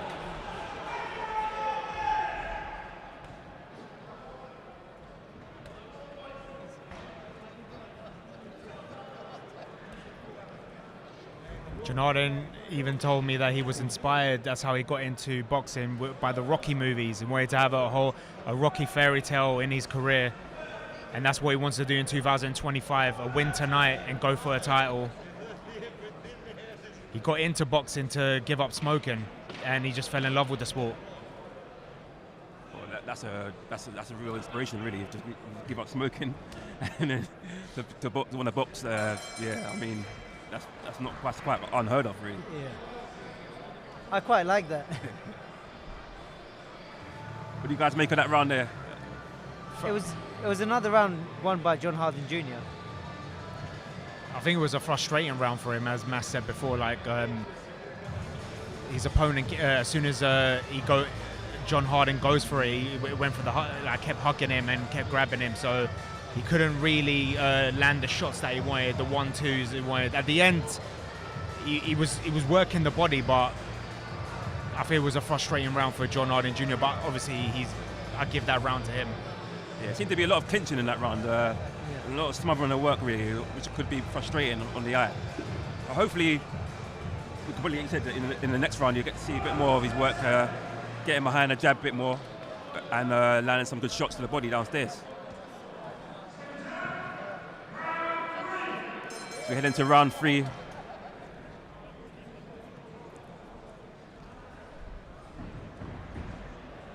Both fighters meet each other in the centre of the ring here. You'd like to see a bit more of the jab coming from both of the fighters, really. John Harden Jr. just throwing it back there a few times. Just touching him there. So Mas, earlier you were talking about that you got a date for your next fight. I don't know if you're allowed to reveal that, but this year, do you want that rematch? I would love that rematch. I was saying it earlier on. The fight didn't go my way, but I would love to have a rematch, and if it happens in London, I would like that even more. But beggars can't be choosers. I'll take that rematch in a heartbeat, on my good day or on my bad day. I need redemption. What was it like being in the Lions then? Because you were the away fighter, he was there with his home crowd. Did that have any effect on you? No, I think it was just frustrating because I did what John Harden Jr. is doing right now. Overreach with the jab, end up getting tied up. And it's a very good learning experience, but also I'm fired up to go again. And I hope John Harden Jr. doesn't continue making the same mistakes that I've made. Because he's doing some good work, but he's allowing his opponent to smother his work.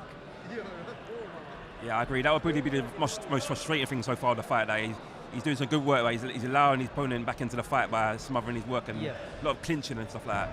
Although, once his opponent actually comes in, he is making him a smother, but John Harden Jr. is still working. He just needs to put in a little bit more effort. That's when he has to start putting in the punches together. Yeah, you don't want to see him just sit there on a punch and admire it. You want to see him actually let his hands go there and just give him something to think about here. He's done a good job backing him up. Now is when you put your punches together and then really go for the kill. Just want to see him be a bit more busy in between the rounds. He does really well on stalking his opponent. Beautiful shot there. Why back up? He seems to just step back every time he throws a shot there. The right hand there, he steps back again. See. Good shot again. And then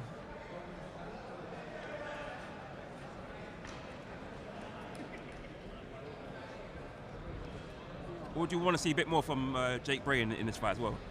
Or is he just about surviving and getting through the rounds? It looks like he's just trying to survive. However, when he does come in for clinches, I would like for him to break and then start throwing shots. So like here. Exactly that. You get in for a clinch, quickly break, land your shots, and then move.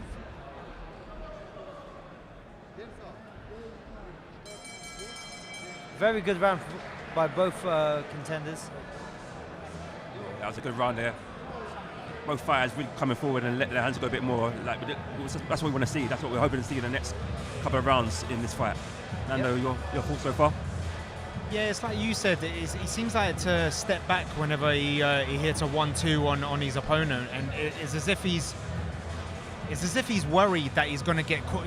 I don't know if you get that sense as well, Mas, that he's scared to get caught by something, that he could jump on him. He could jump on him and try and you know, go for the body, go for the overhand right like you, and work the head like you said. But it's like he's hesitating.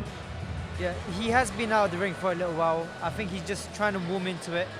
Yeah, he does land very good shots. It's the second phase that he needs to go for now.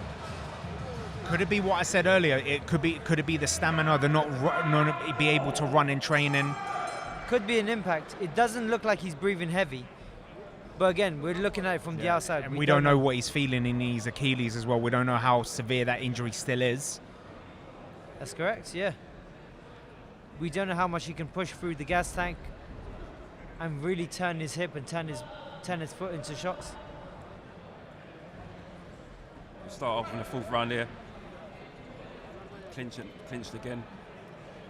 I'd like to see him like he is, just get behind the jab there and really just push forward there and let his hands go a bit more. You can sense that he has the power to really hurt Jake Bray in this fight.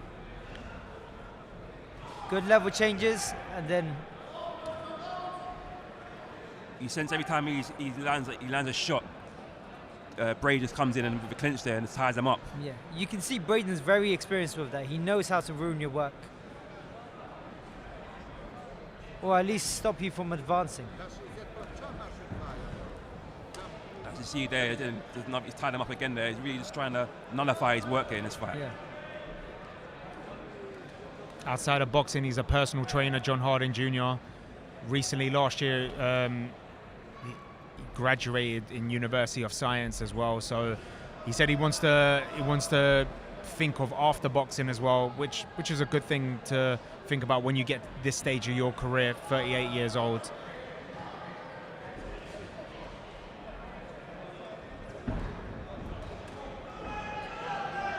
Bray's starting to let his hands go a bit more. Quick flurries in between rounds. But again, he just seems to be tying up John Harding Jr. quite a lot in this fight. It's frustrating, really. He's done a good job. It looks like his ambition for today is survival. He's felt John Harding Jr.'s power, and he went, nope, I don't want none of that. I'm gonna get him to back me up to the ropes. Then I'm gonna close down the range and tie him up. Good shot. Good shot there. Good shot. Right there. He's just Jake Bray just backing up there again, and he tried to come forward there. You sense, like he said, just coming forward there, just keep him off him now, because he felt that power there. Good shot again. You want to see a bit more of that. That's a good shot for John Harding there. That's what you want to see. You want to see a bit more of him. You want to see him let his hands go a bit more. Be a bit more busy in this round.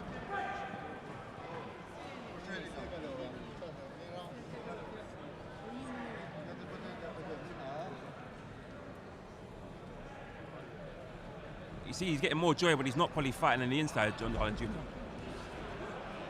Good shots there, then last right hand there catches Jack Bray. So we reach the last 10 seconds of this fourth round here.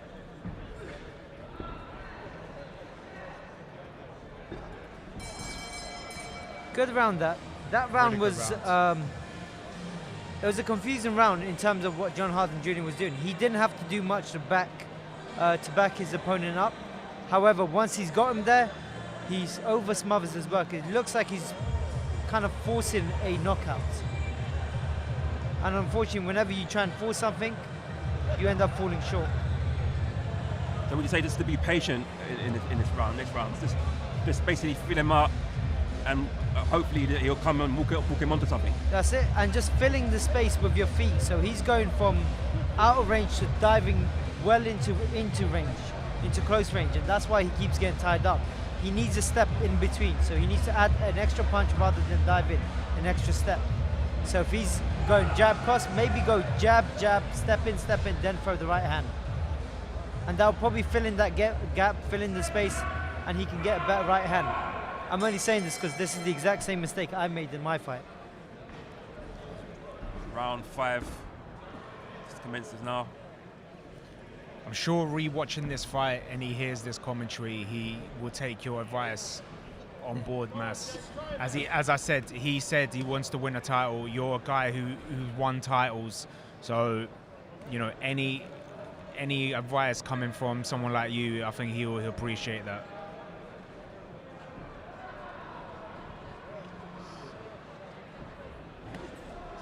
Right hand just misses there from Bray. Again, just tying him up again, just making it his sort of fight. I mean, as a fighter, how frustrating can that be when a fighter just trying to make it their sort of fight? It's frustrating, but it's part of the fight game. I mean, he's very good at tying him up. He's very good at frustrating him, and it's a very good game plan. John Harden Jr. just needs to find a way around it. If you're not disciplined enough, can it make a fighter reckless? It can, yes. And when a fighter is reckless, that's when they're most in danger. They leave themselves open. That's it, just like now. Yeah. He was too relaxed. That's it.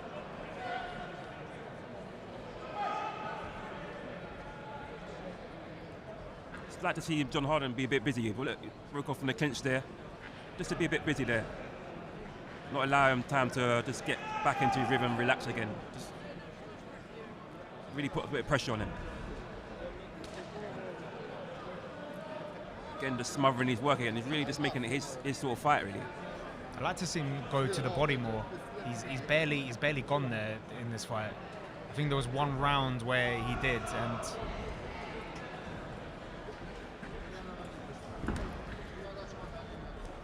I mean, he's really making it at his pace, and he's making John Harden Jr. fight at his pace. I just want to see him get him out of his comfort zone a bit more in this fight. Push him back here, a jab. You can tell John Harden Jr. is a counter boxer. However, in this fight, he needs to really find the openings and really go for the kill. Rather than waiting for his opponent to make an attack, he needs to look for it. And if he can't look for it, create an opening. Throw a few jabs, throw a few feints, and then throw your shots after.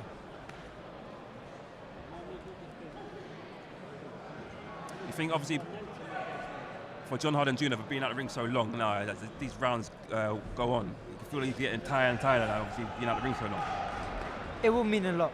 But again, he's very experienced. He's fought at high levels, fought in big stages. The experience will carry him through. And he will know when to change the pace.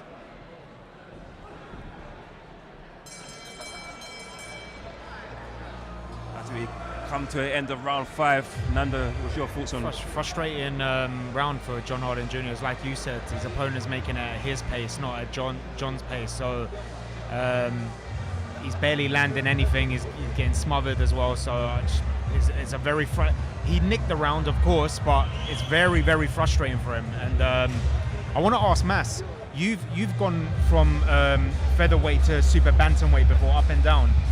Him going from middleweight to super middleweight and being out of the ring so long, can that extra weight have an effect on him or slow him down a bit? Yes and no. He is getting older, so you can see like he's really filled out. So him going up in weight, I don't think makes too much of an impact. He is definitely the aggressor in this fight, and he's definitely the guy with the power. So I don't think that weight difference makes too much of a difference, especially because it's 8 pounds.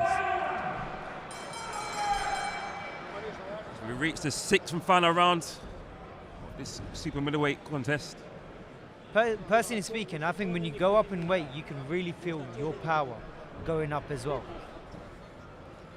So you mentioned obviously really feeling your power. So would you say he needs to really push on and try and make Bray feel his power? He does, yeah. He does really well with throwing a single shot, landing a big shot, but he kind of admires his work a little too much after that.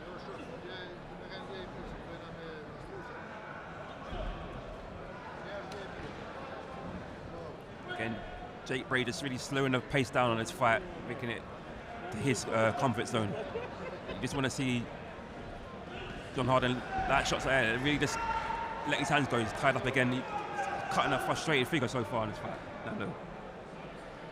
Yeah, for sure. What I want to know is, if you was in his corner, Mass, as well, what would you be saying to him right now? Is it a case of, you know, put it on him, or at least survive this round because you got it in the bag already? Like a fighter in the final rounds that he may believe that he's had not a great fight. Do you think he could become reckless as well and maybe try and take him out? Yes and no. I mean, I would ask him to definitely up the pace. I would ask him to, you know, fill in the space with his jabs a little bit more and really go for the kill.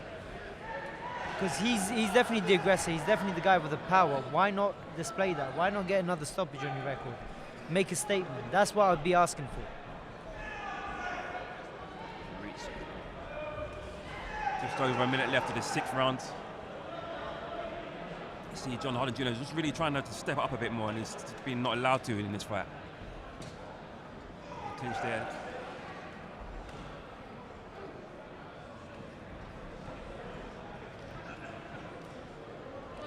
Good work on the inside there. Yeah, a lot of inside work in this fight, in this round, which is good. Stepping back there. You wanted to see him really let his hands go though. He can maybe get behind a jab there. He's been not allowed to. Look, just the clinch in there. The referee breaks it apart. 2 fighters here.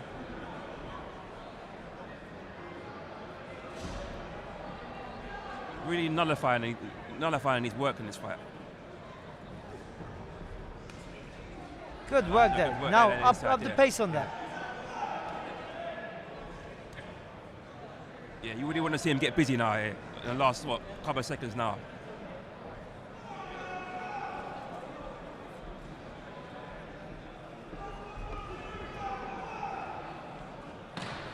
Last 10 seconds of his 6th round, that super middleweight there. It's a big right hand shot from, there. a really good shot there from John Harden Jr. there. It's the end to this contest here. Good fight there. Maybe not the way John Harden Jr. probably wanted to end this fight, but good fight there. Got the rounds in there. I'm sure he's happy with that. He got the rounds. It was a very frustrating fight for him, but like Massa said, he's been out of the ring for a while. I don't know if you have to ask him if he will be happy with that performance, but I think it's safe to say he got the win, so that's the important thing for now, Mass. Yeah, I agree. I mean, he won every single round. The question is that if I was in his position, could have I done more? I've been out of the ring for so long. Did I give it everything I had in there? And personally speaking, by the looks of it, I don't think he did. I think he could have upped the pace by a couple of gears quite easily. That was a very comfortable win for him, but I think he could have done more.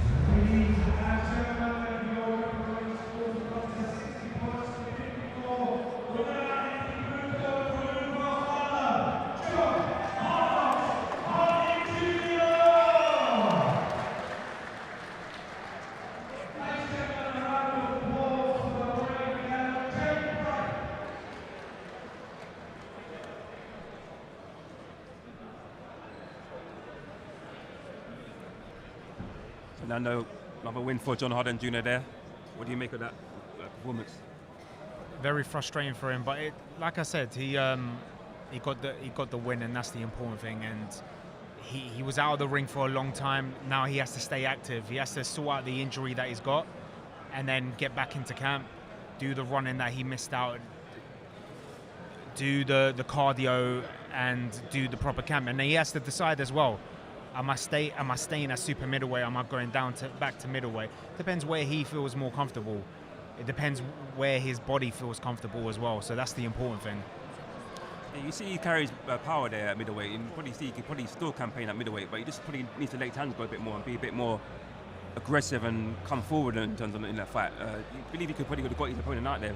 So I think he looked quite good in there at super middleweight, but like I said again, just some few things he needs to look at going forward in the next fight. I think it's all about the options that he's got, because he wants to go for a title. Let's say, for example, the Southern area. Who can he go for?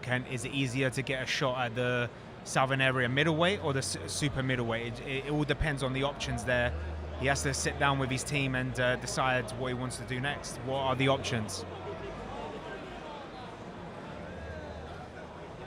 We'll just cut into an ad now.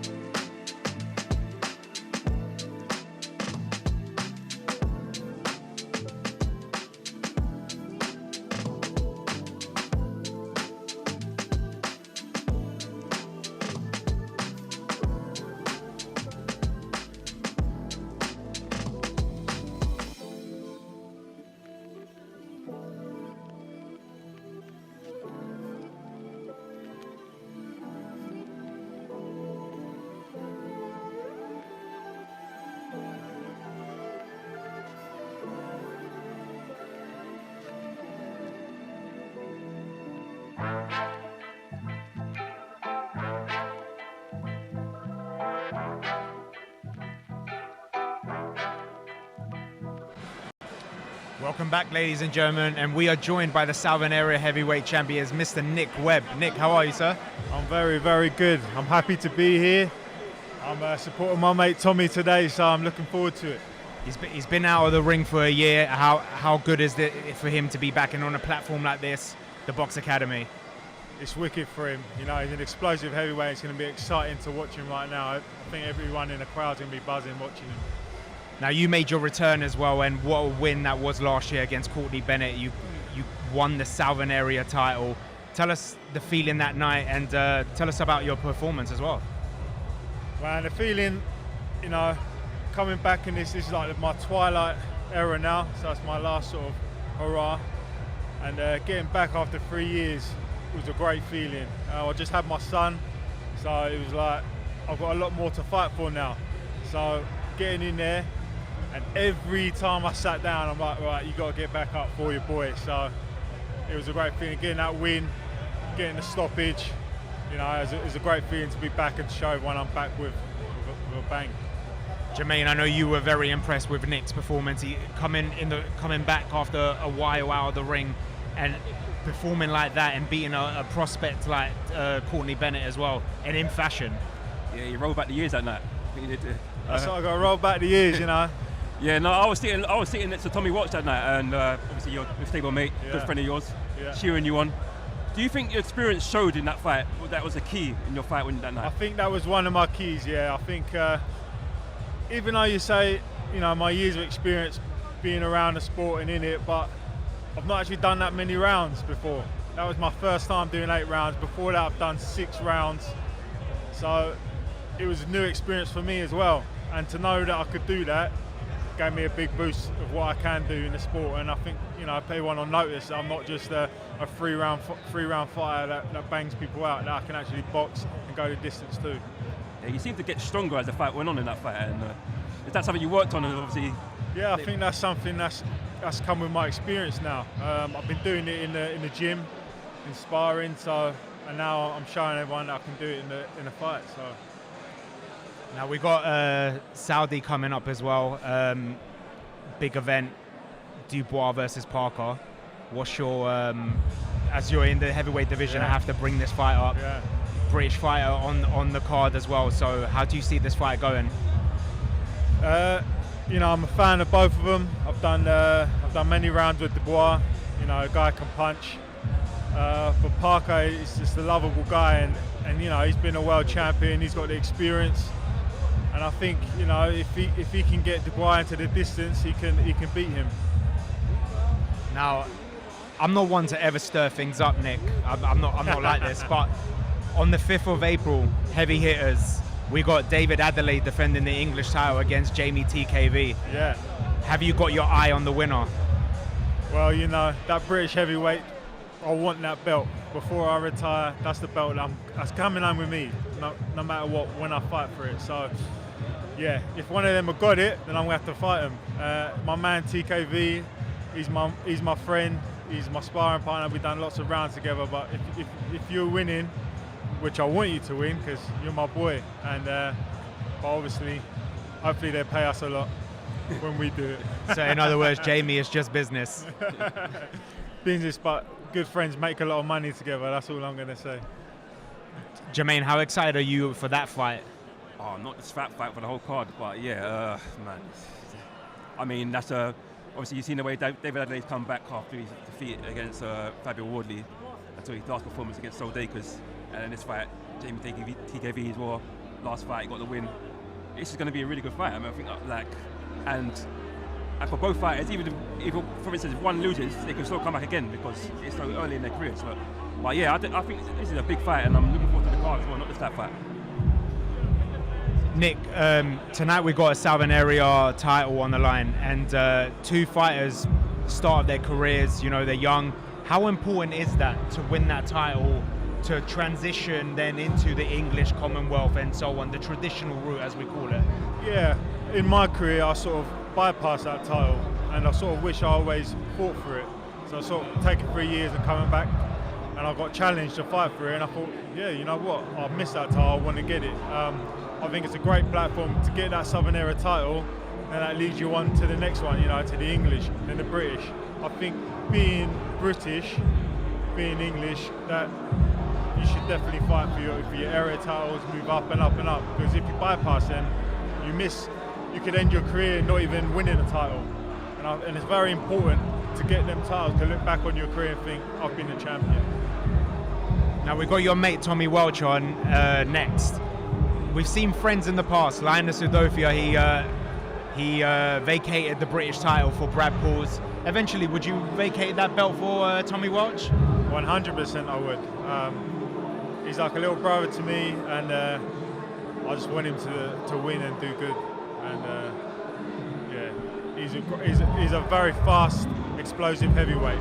So he's a very exciting. So yeah. We saw last year that he was calling out Alan Babic. Would you still want to see that fight? Yeah, I would love to see that fight with Tommy. I don't know what Babic is doing right now. It's gone quiet ever since. So if Tommy could get that fight, that'd be exciting for him. Now the main event, is a heavyweight, Nelson Hysa. Have you seen much of him? What's your thoughts on him? I've seen a little bit of him. You know, I looked at him, I thought, you know what, I'd fancy that fight. I wouldn't mind that belt he's got. So, yeah, good luck to him. But I would definitely fight him, and I would definitely like to take that belt from him. Well, you heard it here first. The thing is, if you don't make noise, you're not going to get opportunities. You heard him in his last fight. He called out Derek Chisora. Instead of that, he got put on the card. It didn't work out for him due to issues with his opponent. Could we see Nick Webb versus Nelson Hysa on maybe the Box Academy, maybe Box Nation? I think that's definitely something we could definitely make. If I want to fight, and if he wants to fight, you know, let's make it happen. Brilliant. How important is it when it comes to small hall shows like this to have a platform like this for fighters, young fighters, or anyone later on, like we saw John Harding Jr. is on the last roll of the dice of his career. How important is it to showcase your skills to people at home that can't make the shows and they never had the opportunity to watch small hall shows before? Listen, these small hall shows, the atmosphere in them are, you know, sometimes better than the bigger shows because everyone's a lot closer. You can see these guys fighting, see up close. You can see the sweat spray. It's a thing that you need to do before you get to the big one, and that is showcased on TV and things like that. It's what we need. It's what we need more of it. Sure. Jermaine, I know you're a really big fan of Tommy Welch. What can you expect from him tonight? He's got a very tough and a very experienced opponent with a good resume. Tommy's a really good fighter. I've seen a lot of him.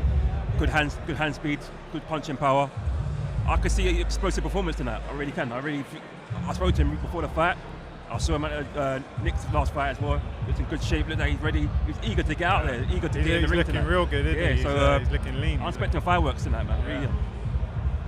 Do you know how camp has gone for him? Has he been sparring anyone that you know? His champ's gone really well from him. Yeah, I do know who he has been sparring, but I can't remember the name. You know, being a boxer and all that, we forget names. But he's had a very good camp, and let's watch him put on an explosive performance. Perfect. Our fighters are ready. Our MC is ready. Over to him.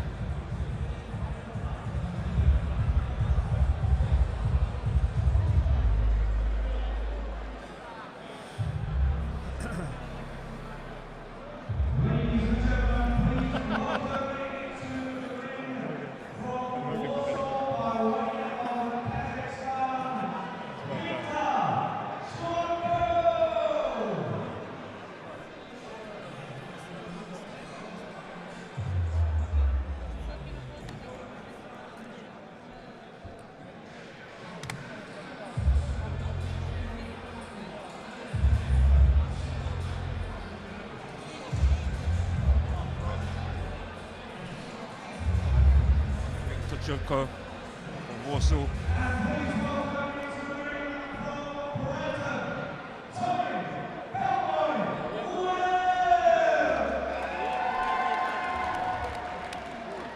So he makes his way to the ring. Tommy Welch, 14-0, 9 knockouts.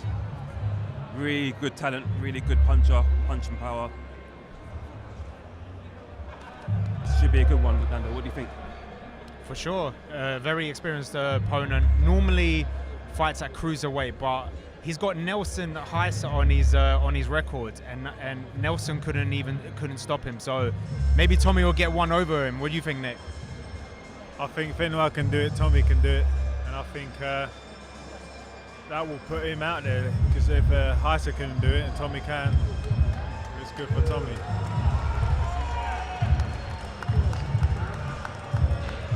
You mentioned he's been in there with Hysa as well, but he's also been in there with Callum Johnson, Tommy Fletcher. So opponents like that, it shows that he's a very experienced fighter. So how big a win would this be for Tommy Welch if he wants to get the win tonight?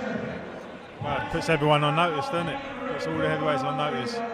What he can do with him, depending on how he can win, will make him stand out.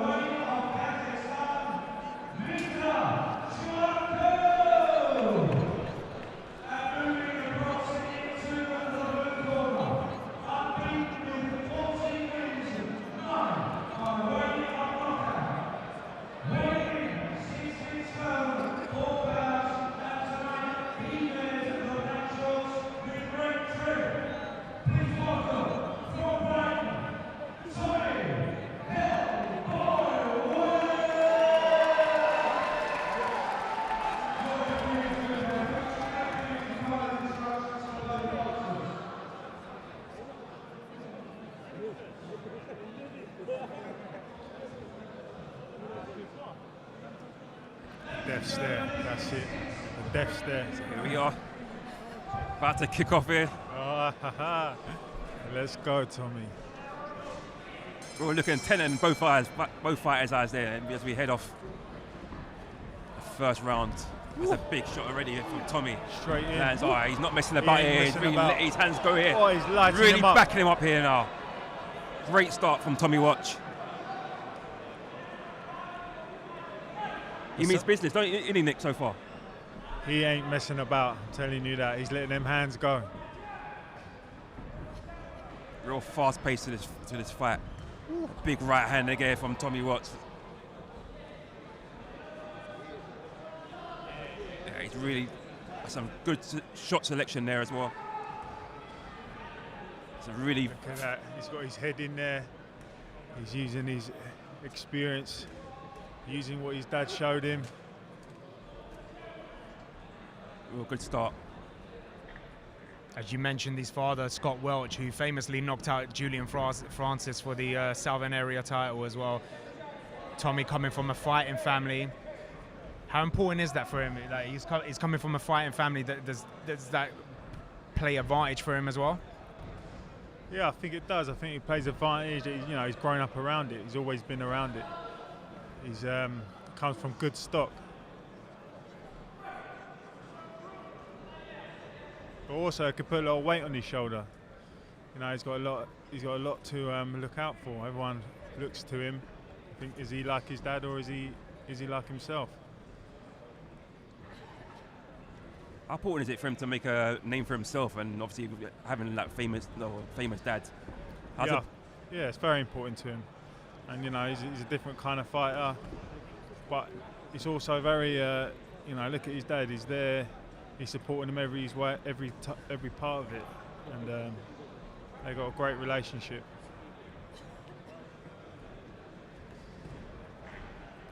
Real good start there in this fight for this Tommy. Would you like to see a bit more from him in this fight, Nick? Would like him to use his distance a bit more, closing up his space a little bit too much. So he's not being able to let his hands go. He's a bit too close. He's doing really well. Get that jab going. See that big right hand capable of doing damage there. Comes through, works the body. You sense that with a jab, he can walk him onto something. Yeah, jab sets it all up. Nice defense. Nothing getting caught clean with. It's a nice flurry there. Give him something to think about, that was. Nice, taking his time.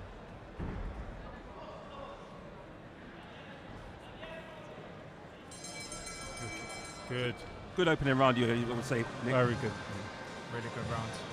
He come out, he's put him straight in his place. And now he's settling into the fight.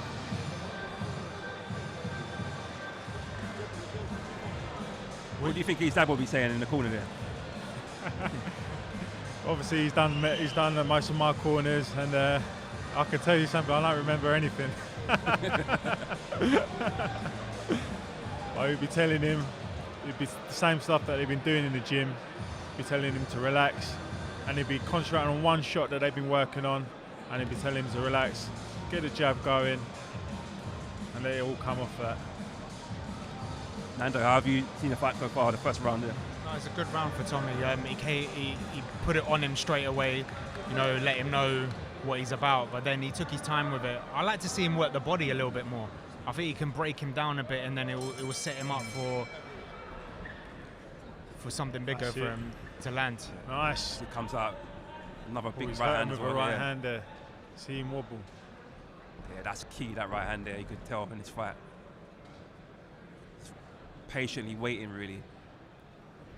Very good, hands in a good place. Both fighters just waiting for opening it. Yeah. He's taking his time, I like it, he's not rushing his work. You think this is a good thing when the fighter's coming forward as well, Tommy, that he could land that shot? Yeah, walk him onto something. Like you see there, big right hand there. He acknowledges that there, smiled, but he really felt that one. He's holding on for dear life right now.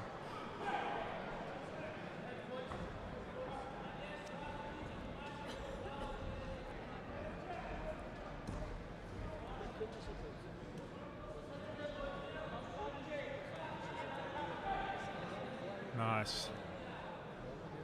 It's really roughing him up as well in there. He's letting him know he can't just lay there and relax.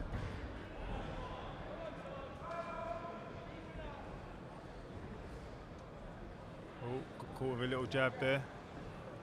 Switched off for a moment. He's in there with a tough opponent though. CHVARKOU, he's only been dropped once at cruiserweight. He's campaigned at heavyweight in the past and never been dropped. Okay. Maybe until tonight, we'll never know. You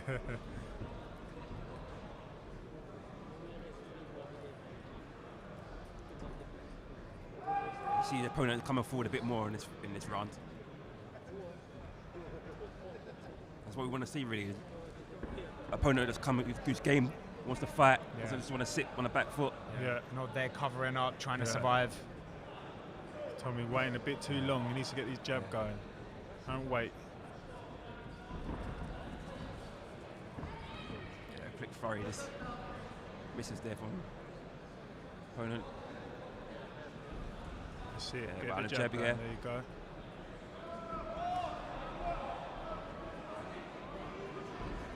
There we go. Again, good jab from Tommy.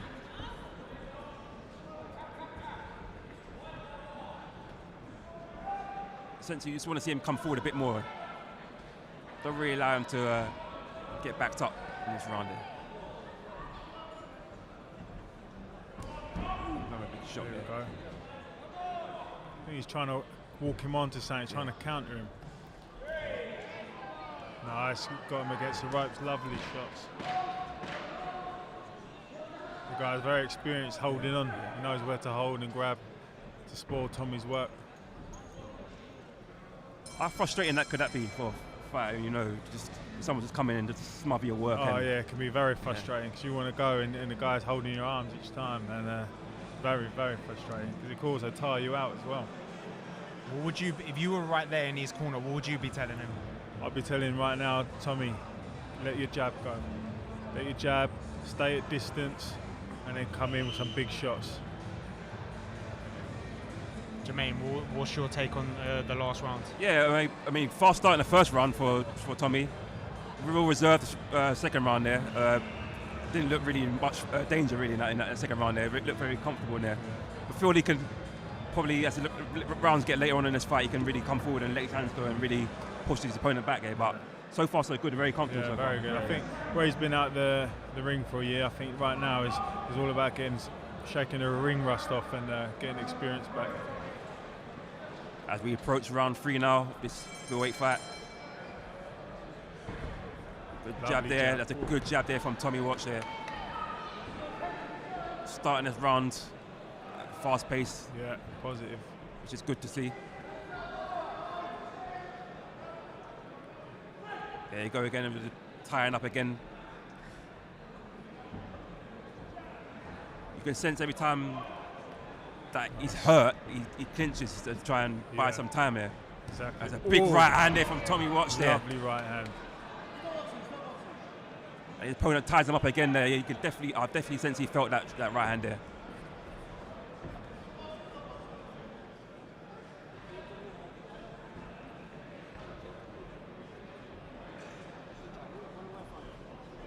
What are you saying to him now? Would you say just get behind the jab now here? Yeah, let him a few more power jabs go. Break through right through his guard. And then let the right straight come after it.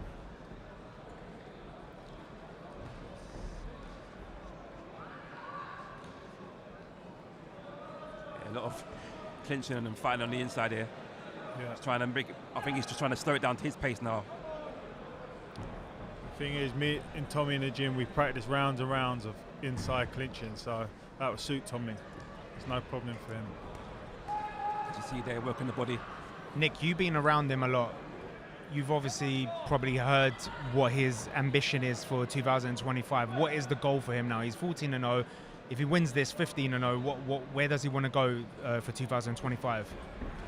I think now it's for titles for him. I think we talked about where he's getting lighter and lighter, he could do something at bridgerweight. So yeah, I think that might be the next step. So we know the WBC belt is there, so that's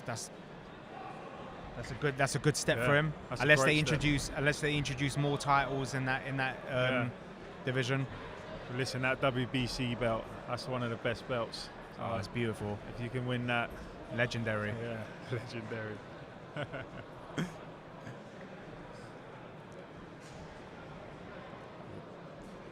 Ref. Having a bit of a talking to there. Former fighter Pucci as well. Yeah, Pucci there. Less of that, he's saying. Fighters come together again. Oh, lovely. Yeah, that's a good combination. Shot that was lovely. Yeah, that was a good shot. That was from Tommy Watch. And again, getting tied up again. Yeah. Shake of the head there. Yeah, Tommy getting frustrated with getting tied up now. Just wants to let his hands go. How important is it just to be a bit patient though, and obviously getting a bit frustrated. How important is it just to be patient there? Yeah. And wait for your opening. It's very, because obviously otherwise you're going to tire yourself out trying to get yourself out of that clinch. So it's important to be patient, just wait for your time and let him get told off by the ref. And let him get points taken away from it.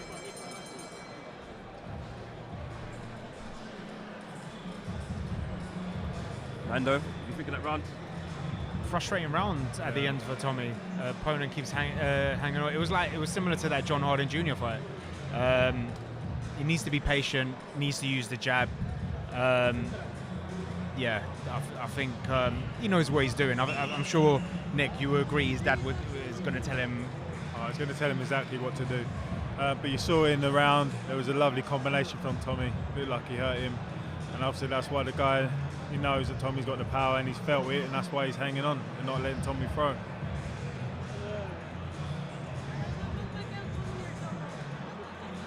He says there's still a few big rounds in this fight. There's still something to happen in this fight. Who knows, maybe a knockdown or something like that. It's just about, obviously, the patience and the timing. Obviously, hopefully, as the round goes on, you won't probably see too much of the clinching. You'll see both fighters getting their hands going a bit more.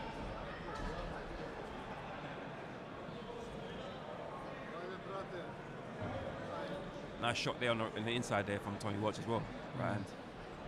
You can see the guy is very smart of how he's clinging his arm up. He wraps his left arm straight around his right arm to stop him from throwing. Good shot downstairs. Lovely. That's a lovely shot. That's nice. A good selection. No, really variety of shots there coming in from Tommy Watch. Yeah, head and body there. Head and body, lovely. Again, I think his opponent felt it. That's why he's clinching again, tying him up there. Look for a bit of frustration there from Tommy at the ref. Give yourself distance.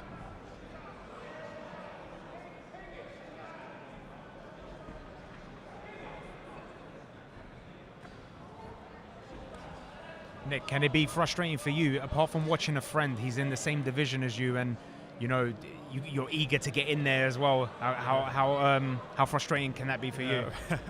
Right now, I'm commentating on here with you guys. I'm trying to keep very cool, but inside, yeah, I'm fuming. I want to be shouting, you know, trying to tell Tommy what he can do to help.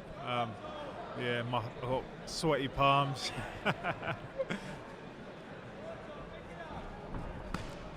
Right hand there. Lovely. I feel like just clip the glove maybe.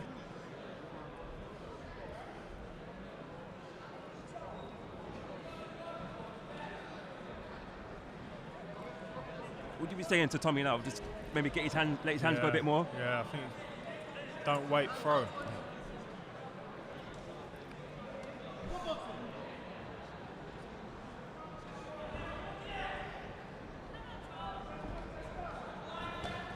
Shot downstairs again. I think this guy's very experienced, and you're not going to get him with one shot. It's going to come with a combination. Yeah, I sense that too. Definitely has to give him something to think about. Yeah. Work him a bit more. I mean, he lands a good shot and then he ties him up again, so he doesn't really allow him to let his hands go a bit more and respond for more shots. Yeah, very experienced customer, definitely.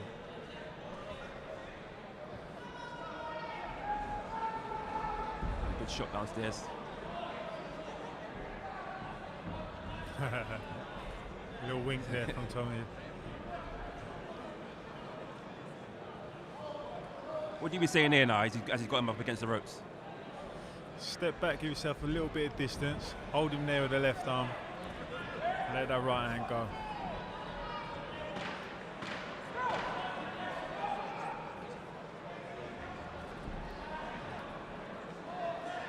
Again, I think it's one of them frustrating fights for him. I think I'll be telling him in the corner now, listen, let's just have some fun, come on.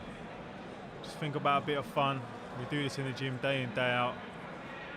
Let him try and enjoy it, and from that he might come off with something. He's hit him a few times in the body. Do you think you should start doing that more now as the later rounds to break him down a bit? He's getting tired, his opponent. It might affect him. Oh yeah, body shots will always work. I think if you're throwing the head shots and the guy's not going anywhere, then the body shots are going to work. It's very rare that someone's a full package where they can take body and head.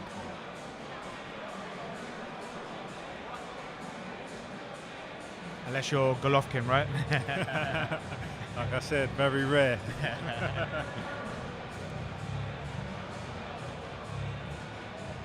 A lot of fanning down in the corner there for Cvetkov.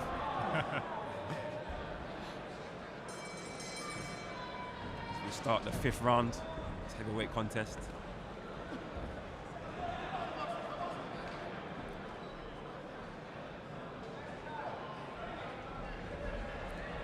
Good shot downstairs from Tommy. Tommy watched there. Straight to the body, that was nice.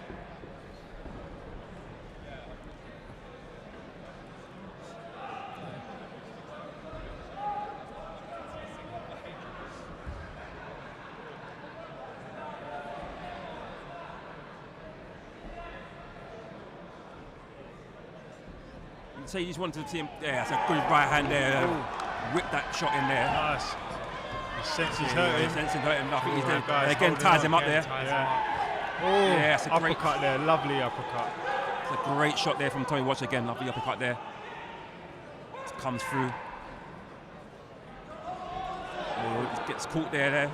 Got to be careful there when you get caught there. A shoulder and right. Referee breaks him apart here. That's a good couple of shots he got in there, Nick.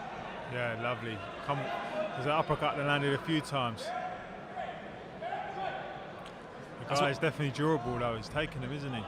Is that what you want to see a bit more from Tommy? Just a bit more shot selection, let his hands go a bit more. Yeah, more explosions. That's what he's all about.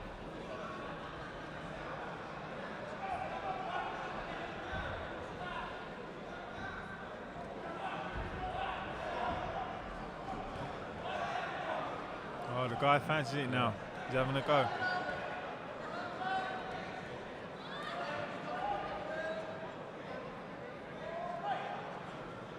Breaks these up again.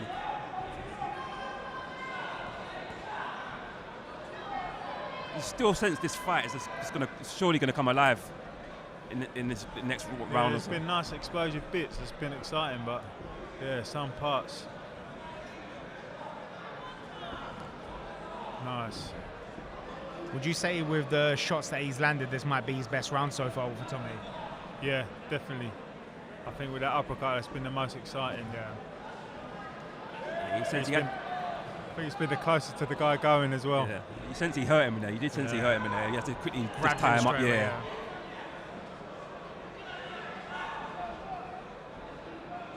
I'm sure Tommy can take some positives from that as well. I'm sure as in the next round, hopefully he knows he's there. He can be hurting that right, as he lands one there. Just after the referee breaks him apart. Yeah, so he's looking for the uppercut now. I can see it. But the guy is throwing some nice shots back. Yeah, it's giving something for Tom to think about.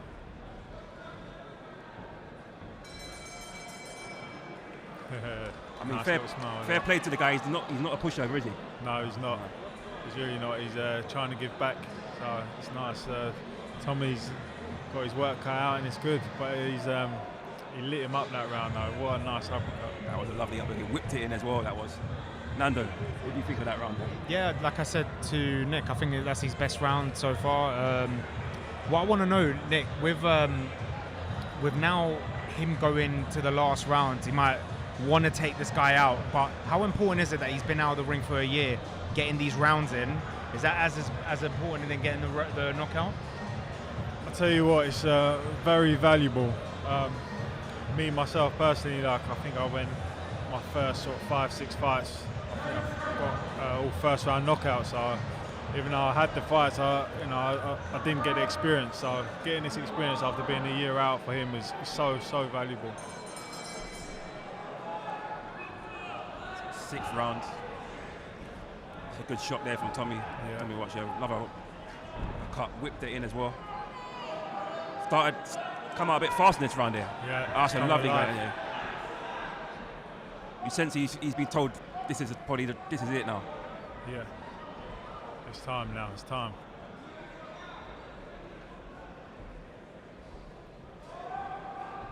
He's bouncing on his toes there. I think he's waiting for him to walk onto something.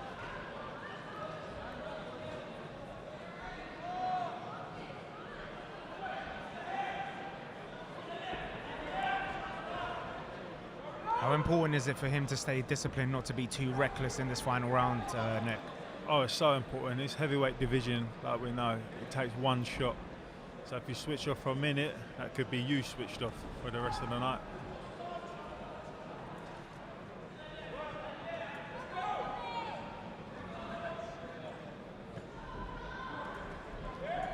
You sense his opponent's probably just trying to see out this round now.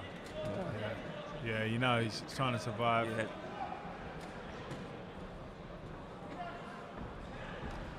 This is where Tommy's got to be quick, get him into the corners, and let some combinations go.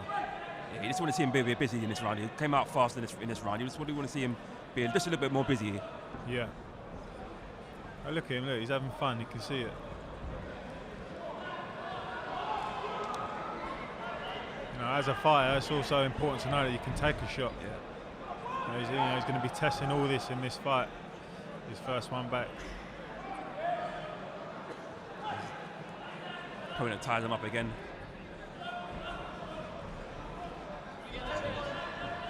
Lovely. Clash of heads there, I think it was.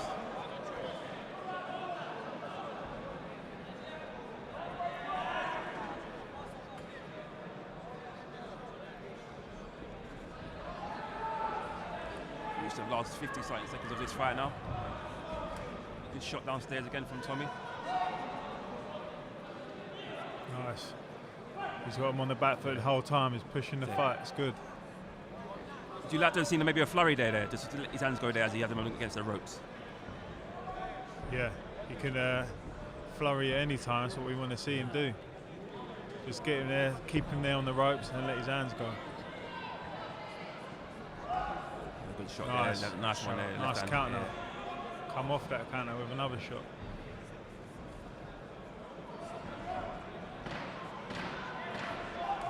Reached the last 10 seconds now. Where he Oh, he wants went to to wind one up there. Yeah, he wants a big one to finish. Good fight. I mean, you know, he's come out, he's let his hands go. He's defended some great shots. He's took a shot or two. You know, he shook off the rust, and that's what he needed to do. And what do you say? Yeah, it was a good performance. Frustrating for him at times. You know, his opponent kept grabbing him whenever, Tommy let his hands go or hit him in the body or landed a good shot. But he's been out of the ring for a while. Like Nick said, he got the rust off. So now on to the next fight, which I believe is in March. Yeah, I think it's only a few weeks, and he'll be back out straight again. So yeah. He'll be on the Harlem Eubank undercard as well in Brighton. So home crowd for him as well. Yeah, definitely. I was there, I think it was a few years ago now. We had the Brighton show. The place was screaming for him. So yeah.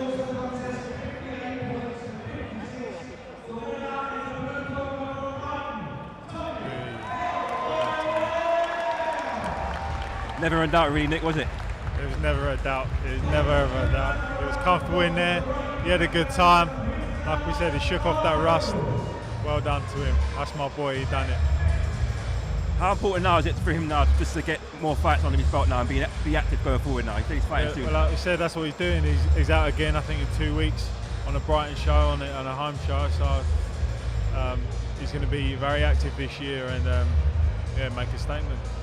After the next fight, how important is it for him to level up the caliber of opponents that he's going to be fighting as well? That's what he's going to be doing now, leveling them up, and he's going to be looking for, like we said, that WBC belt. And yeah, that's what he's going to bring home to his family. If the big opportunity comes at heavyweight, would he stay at heavyweight? For example, Alan Fisher too? Yeah, I think if he had the right fight, you know, the right things around him, of course, we're going to take that fight, definitely. How's that sound to you, Jermaine, if he gets the win of Fisher and Allen? Yeah, that would be a good fight. I mean, that's a good fight. The first fight between the two was good. I'm sure they're going to be fighting each other soon. I think it's going to be announced soon that they'll be fighting each other again. Yeah, he'll be looking at those fights. Like you said, cruiserweight as well. Yeah. I mean, that's a division that he probably can do well in as well. Maybe hopefully win a world title future as well. So options, there's so many options there for him. Yeah, I think so. No, he's got such fast hands. You know, he's a nasty heavyweight when he wants to be. So yeah, it's all good, sun shining for him. It's the dream to be on the same card as him as well. Yeah, definitely. Yeah, I don't think we have been on the same card, so that would be amazing. Yeah. Well, our MC is ready, so we go over to our MC in the ring as the fighters are ready to come out.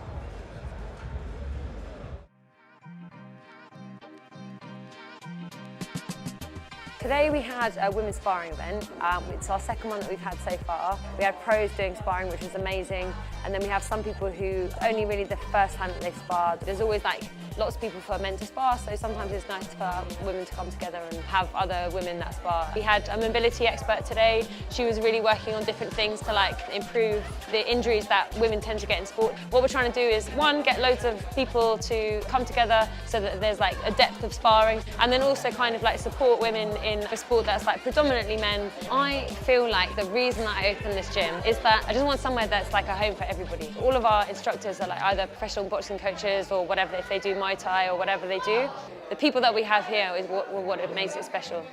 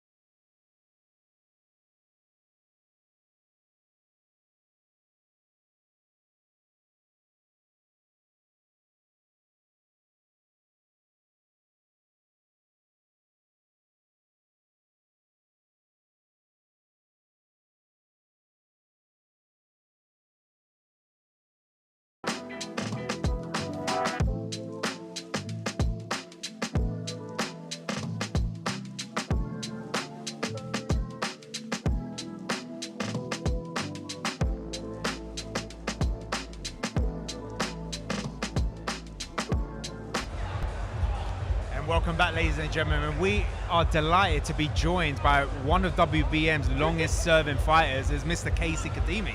How are you, sir? Yeah, I'm great. You know, it's great to be in a home show and commentating with you guys.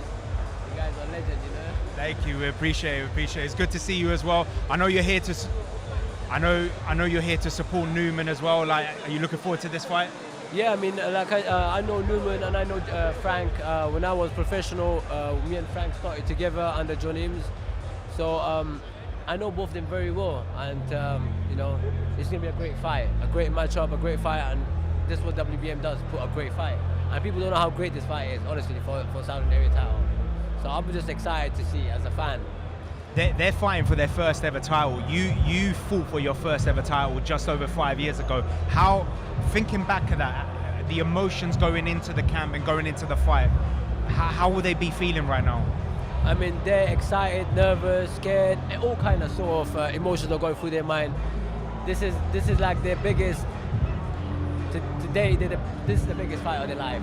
So they both want to put their hands on the title, because this title opens opportunity to them, opens bigger opportunity for them, and they both need this. They really both need this very badly. Otherwise, it's going to set them back for 4, 5, 6 hour fight back. So I'm just excited, you know. Two great, one southpaw, one orthodox. it'll be a great fight, man. Just this time last year, you almost made history by becoming Afghanistan's first ever world champion. But fighting in a world title fight, getting that opportunity, looking back at it, what can you reflect on? You know, it was one of the biggest opportunities that was given to me by WBM. You know, they've worked so hard behind the scenes to make that happen, and I truly believed I was ready for it. I stepped up, and they were just level. There was a lot of learning for me to do. But I was the first, you know, I'm the first ever Afghan to take a world title fight, and you know, all my 14 fights. So it was a massive fight for me. It was the biggest opportunity of my lifetime, and it's coming again because WBM is working very hard behind the backstage to make sure I put my hand on that title, and I'm going to get my opportunity again. And but it was the biggest night of my life. That was world title. Well, I said to you that after the fight, the story is not over. You will continue that story and achieve that goal as well. But there was a controversial decision against Ryan Faraj last year for the Commonwealth as well. What's next for you? Where would you want to go? What route? I mean, we against Ryan Faraj, we wanted the rematch. We couldn't get it, but you know, my team's got a massive fight for me set up. Will be announced sometime very soon. I can't say nothing, but it's gonna be a massive fight, and I'm just glad that I'm with WBM. I mean, they've done everything for me, so you know, they're like, you know, they're opening doors for every fighter that are coming to them. So they're the biggest, you know, management in the game right now, to be honest. And they're the management that are opening many doors for fighters. I brought along Mani Safari. He's a 9-time national champion. He coming tonight. You know, his father's a great friend of mine. He's coming. I told him, listen, war management. This is the kind of show they put on. They give their fighters the opportunity, and you know, he's still in the GB #1 amateur fight, and he's so excited to be here and to meet you know, Sonny, Alfie, Bob. He's very excited. So hopefully, in the future we have him, and you know, it's going to be the biggest chapter. You know, it'll be the biggest chapter for him. Jermaine, we were there last year. That night, Casey fought for the world title. You saw the atmosphere. How great would it be when he finishes that story, becomes Afghanistan's first world champion, and makes that history as well? Like he said, how big it was, one of the biggest fight of his career, and to be there was a special moment for us as boxing fans, but also as friends. And like he said, WBM puts on these fantastic shows that we're watching right here, right now, and it gives opportunities for fighters like Khaisy and other fighters like fighting Newman fighting tonight. Yeah. So hopefully we do get to see Khaisy in the future, what type of fights going on, and yeah, and it's a fantastic night. Hopefully you can still make history. Yeah, 100%. I mean, as long as I got WBM by my side, I will make it. I'll get there. Eventually, I'll get there. But yeah, we have higher hopes, and yeah, and I've got great people around me to make that hope come to reality. Well, stay tuned. We're just going to an advert, and we'll be back with Casey Kadini.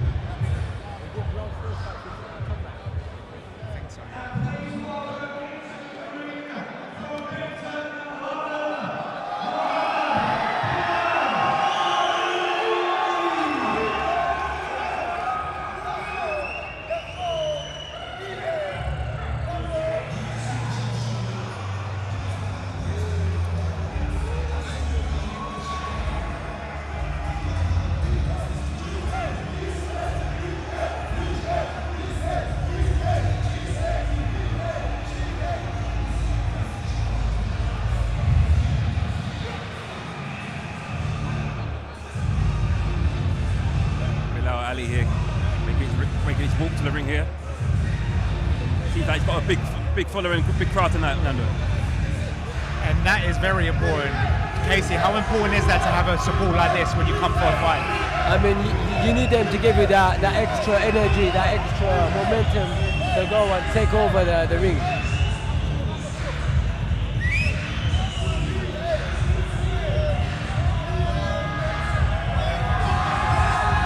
Unbelievable reception for Bilal Ali as well.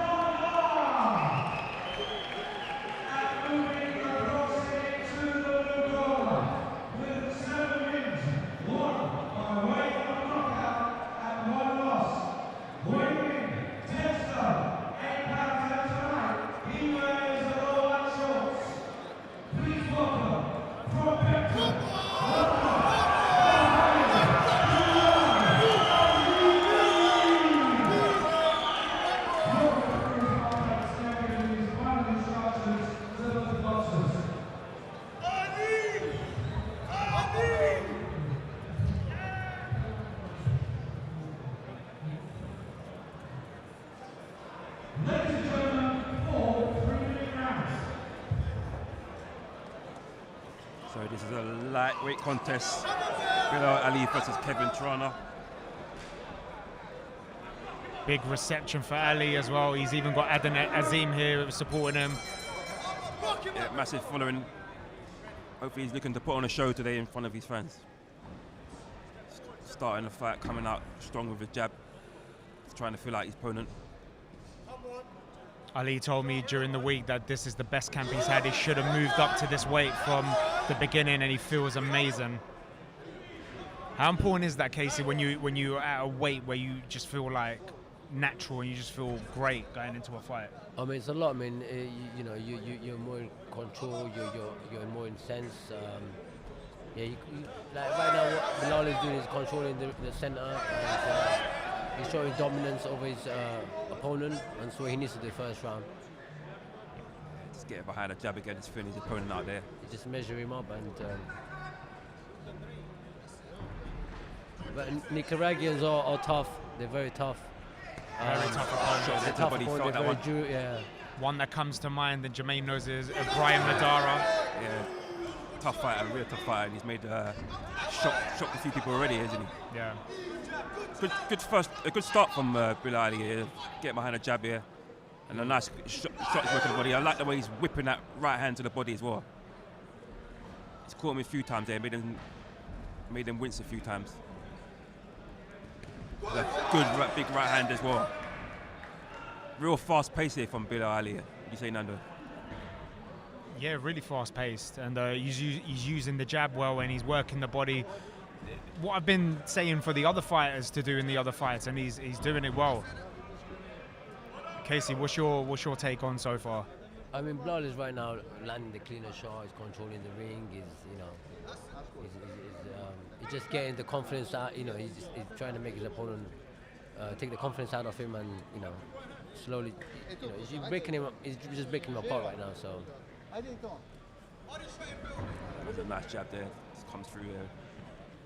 Bilal is a counter puncher, and he's good at it. Really good at it. That's what he wants to do. He wants to lead with a jab and make sure he's a nice shot downstairs again. Shot. I mean, we talked about it earlier, Khaisy, but how important is it, just as much as it is to the heads, the body shots? I mean, the body shot is what takes the takes the breath out of you. So you're gonna make your opponent tired faster. You hit the body, and they hurt a lot more. Continuously hitting it takes a lot out of the fighter, makes them tired faster, and it hurts him. And also, like me, I would throw a body shot, a few body shots just to make my opponent focus on the body, then the head opens up. There's a lot of strategy in what a boxer would do, but Bilal is just creating an opening, and he's great at doing it. Good start to the first round there. You'd probably say from Ali nicked that one by far, really. Yeah, by far, yeah. I mean, he had the control throughout the round. Yeah, really good start from Bilal. Showing his opponent what he's about as well, and then straight away working the body like Casey said, and making him more tight, slowly breaking him down from the start already. So be interested to see how he comes out in the second round now. Yeah, I mean, Bilal is just, I think once he gets into his comfort zone, he's gonna have fun. I think he's come off a long layoff, so he needs this fight. He needs this kind of fight where to build his confidence up and get the rust off. So this is about round 2, just about to commence. Both fighters come to the center of the ring. What do you be looking for from his opponent here? Obviously, is it about surviving? Is it about looking to land that one shot? I mean, great shockwave in tonight. The opponent's aim is to shorten the distance and start throwing a lot of hands. But Bilal is great at holding his range and not letting him come in.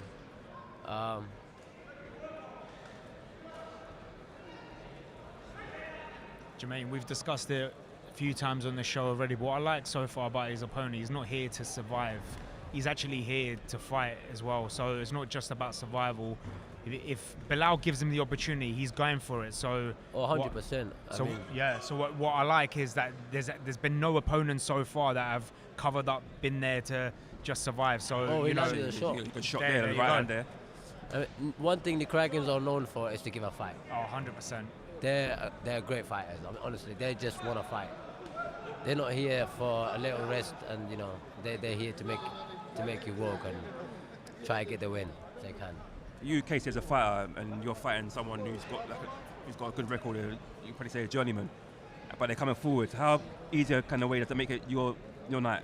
When the fighter's coming forward, not just sitting back and looking to just survive. So what I would do with someone like him, I would just make him miss as much as he can, because fighter like him, they want to be involved in a fight.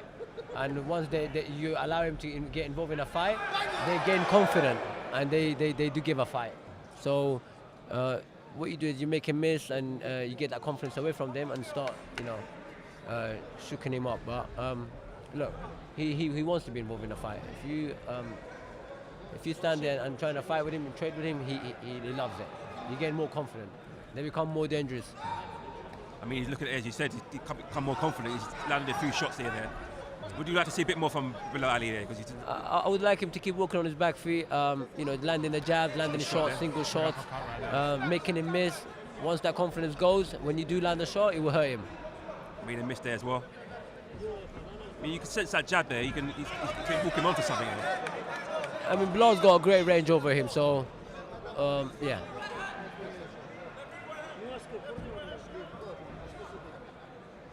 He's keeping his opponent moving, which is good. Keeping him turning, creating openings there.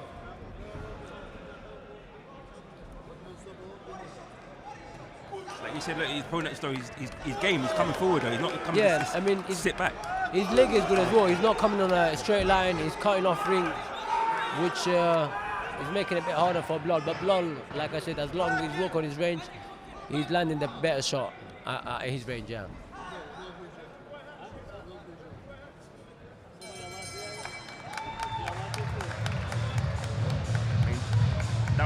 That's a good round. That was actually both fighters engaging instead of one that's maybe just coming forward, everyone sitting back.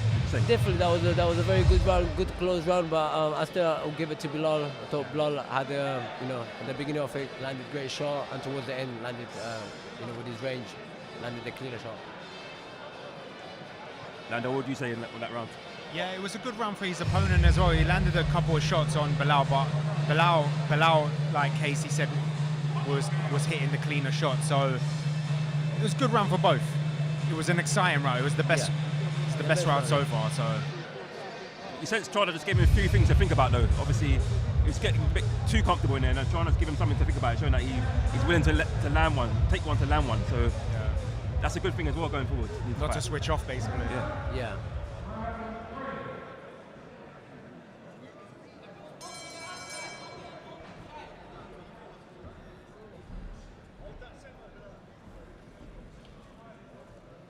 Again, it's very good working a jab there, snapping his head back a few times there.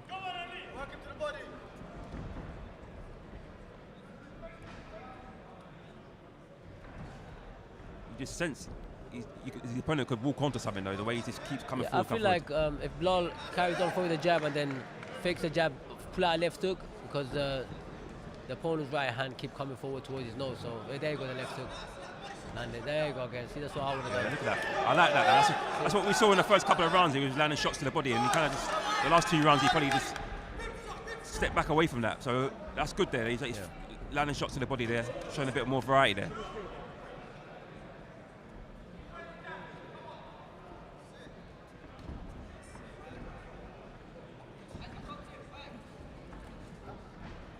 Good covering up there. His opponent is very squared on, but he's strong. Yeah. Strong. Keeps coming forward as well, making it harder for Bilal. Yeah, he's making it a really hard fight now. The last 2 rounds now, he's really coming forward now. It's not looking so as one-sided as it was in the first round. Yeah. He's giving a fight.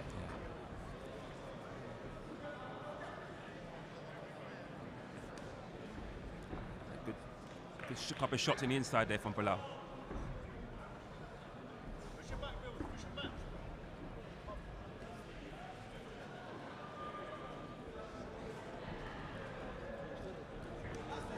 Good exchange there between the 2 fighters there.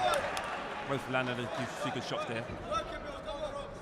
This fight is getting, it's hottening up now, lads. Yeah, like I said, once he gains the confidence where he knows he can land, they will land. You know, their hope becomes high and they start putting more work in.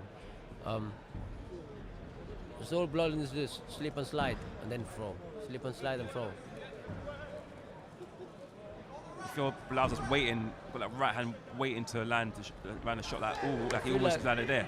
I feel like a left hook and a screw right would be a great shot for Bilal to throw, because yeah, I see. Last couple of exchanges there from TRANA. Landed. Really coming forward there. He's really game. Really game. He's just stalking. He's cutting off the ring very well. Good body shot.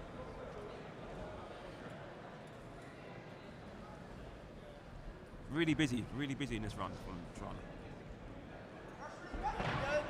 But Bilal's fighting good on the back foot. There's a good shot downstairs again.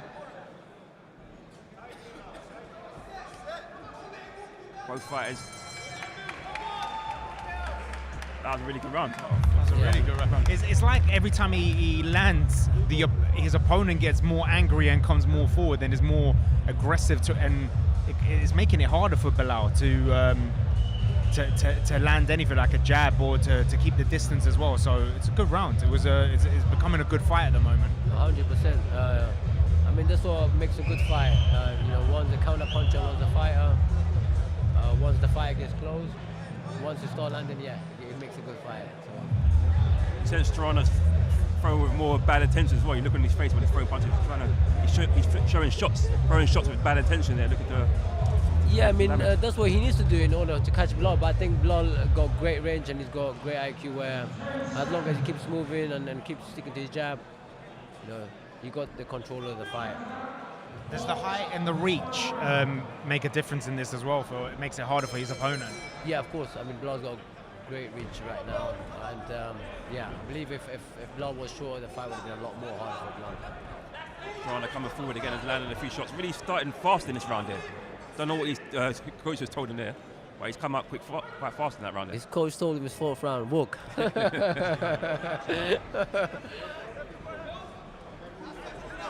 That's a great combination shot by Bilal. Beautiful.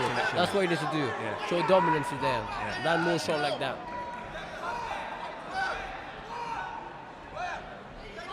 I mean, he's definitely, you can see he's got the hurt into the body when he whips a shot with his right hand to the body. Yeah. Just want to see him let his hands go a little bit more. Push him back a bit more. I believe it's the ring rust as well for Bilal because he's coming off that long layoff. but he's still not bad. Still has control of his opponent, and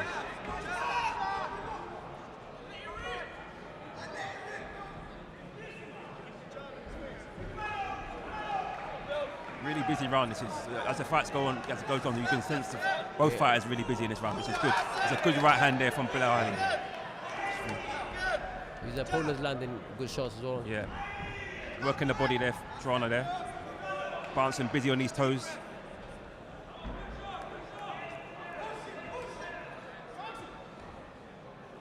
The referee breaks him apart, warns him about the punch to the back of the head.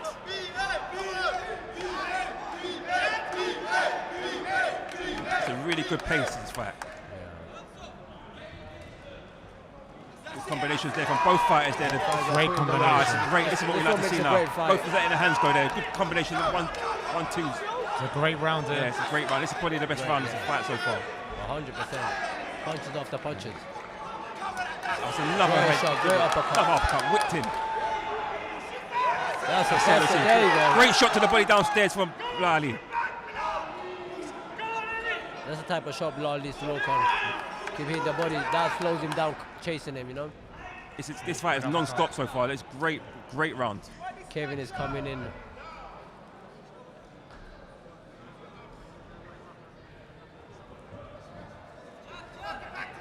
have to see him, like you said, get behind the jab there now. Just give him something to think about there. Yeah, and stay off rope. I believe he needs to stay off rope, and as soon as his back touches the rope, he needs to slip off, get back to the center. That's what BILAL needs to do. That's a great shot there.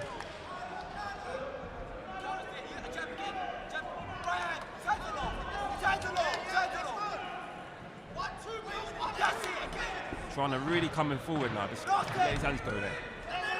Making this a closer fight. I think that's what I was saying. The more BILAL lands, the more his opponent is coming more forward. Yeah. Like I said, really good round. The more he engages into fighting, the more confidence he gets. Jermaine, round of the night? Yeah, so far, yeah. I mean, 100%. Yeah, action, all action pace that was. Both fighters coming out from early in the round as well, just letting the hands go. That's really a good round that was. Really enjoyed it.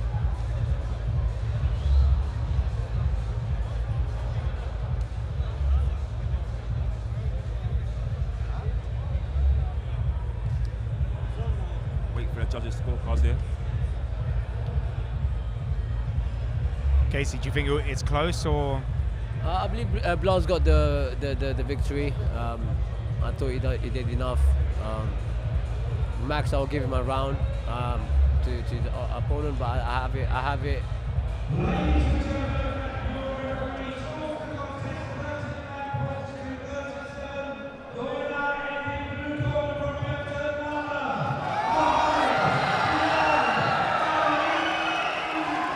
As I expected, BILAL gets the win there. Very, very, very entertaining fight though. 100%. A great fight. Great fight. Never any doubt, right? But do you know what? Hats off to TRANA as well. Very tough opponent. Yeah, he came into it to get the win, and like I said, you know, having a win on this kind of platform opens many other doors for you. So everyone's want to take their chance to get a victory. You know? I've been very impressed with the opponents tonight. Do you agree, Jermaine? Yeah, definitely. I mean, like I said, we always talk about 50-50s in boxing, and it's always great fights when you know when the WBM put on shows here. So, yeah, you always want to get your money's worth here tonight, and so far we have. It's been great fights. Brilliant. Casey, you got any messages for your fans as well? Big news are dropping in by World Management. Make sure you tune in to WBM on Insta, on Facebook, on every social media, and you have a big update about my next fight, and you're gonna be surprised. It's gonna very exciting news. I'm excited already, you know.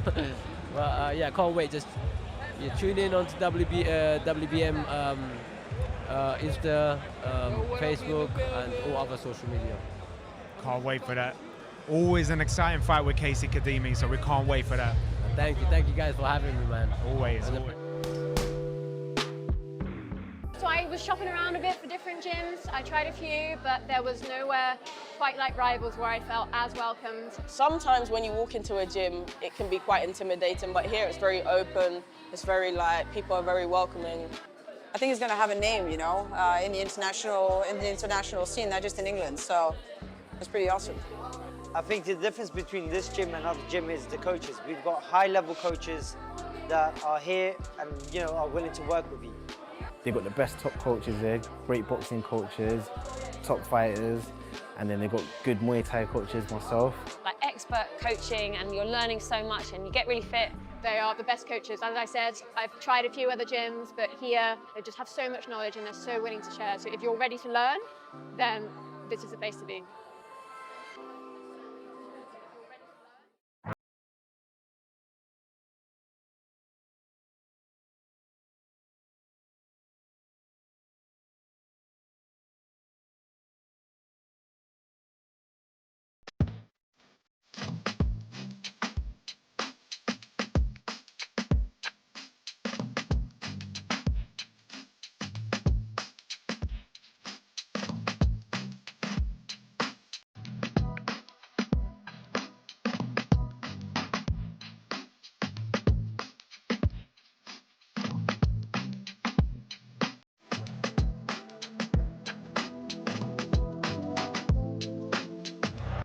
And ladies and gentlemen, we are back and we are delighted to be joined by Mr. John Harden Jr.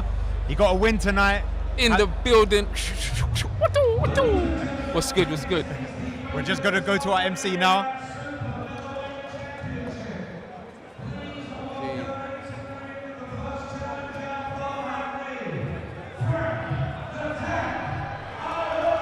Okay. So this is Frank Arnold. I think I remember him from, is it Peacock Gym? I think. Frank Arnold, he's got his second chance here, the Southern Area title. A very controversial draw against Webb last time out. He's looking for redemption to get this belt. Hold it, is that Giggs he's listening to coming into the ring? He must mean business now. He must mean some business. Yeah, super featherweight contest here for the Southern Area super featherweight title. Frank Arnold has made his way into the ring.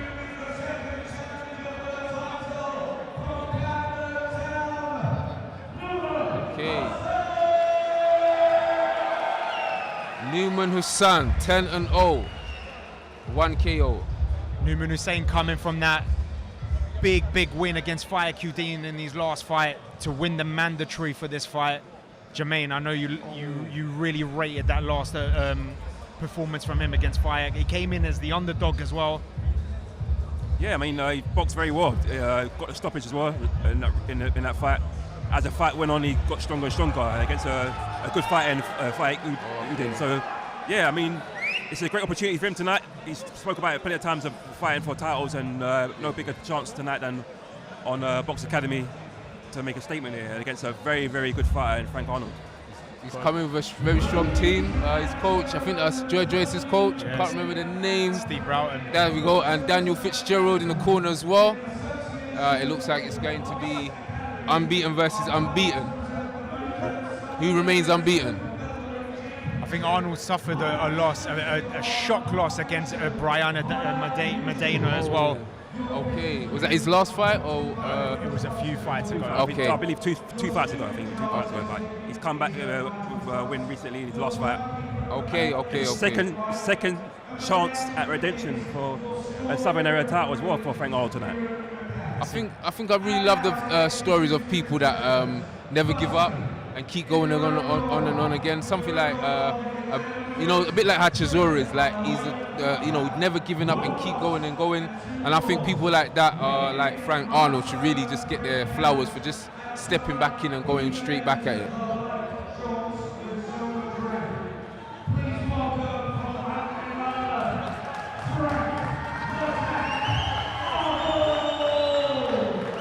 It's got a big crowd here as well.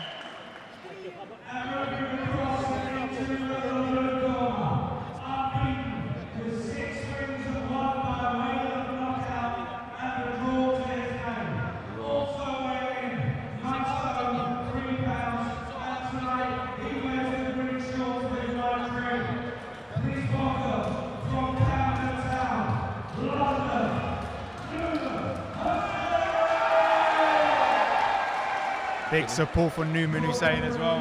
Big You can hear the crowd roaring. We are in for a fight tonight. John, you got a big following as well. You always bring a big a crowd and supporters with you. How important is that coming into the fight? Oh man, it's very important, man. Knowing that the crowd's with you, hearing their voices, but you know, you have to kind of tune in on the opponent, everything, and don't get lost with the crowd. But it's very important having the big crowd and the big following with you.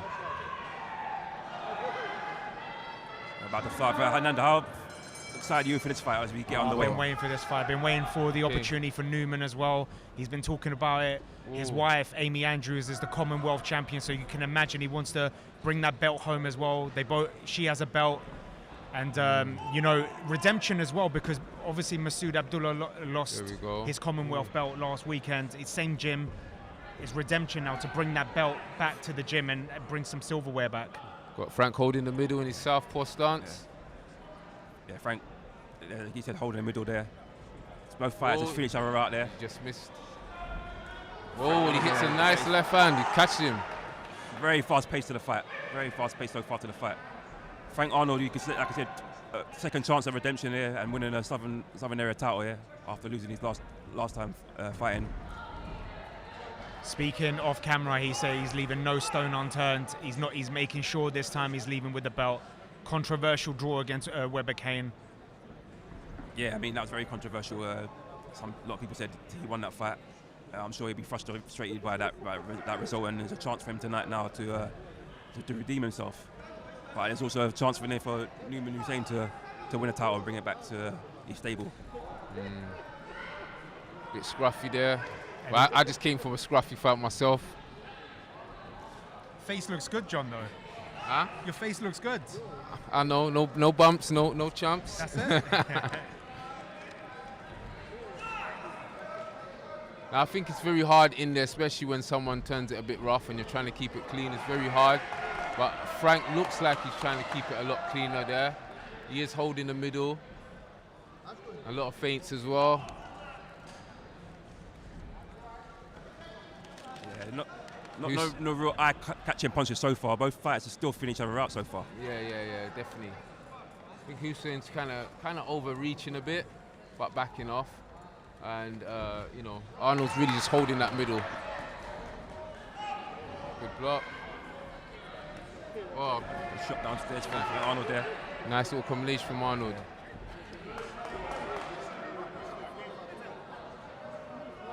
Real good pace about this fight. Real good pace about it. There's a few good shots there from Hussein there.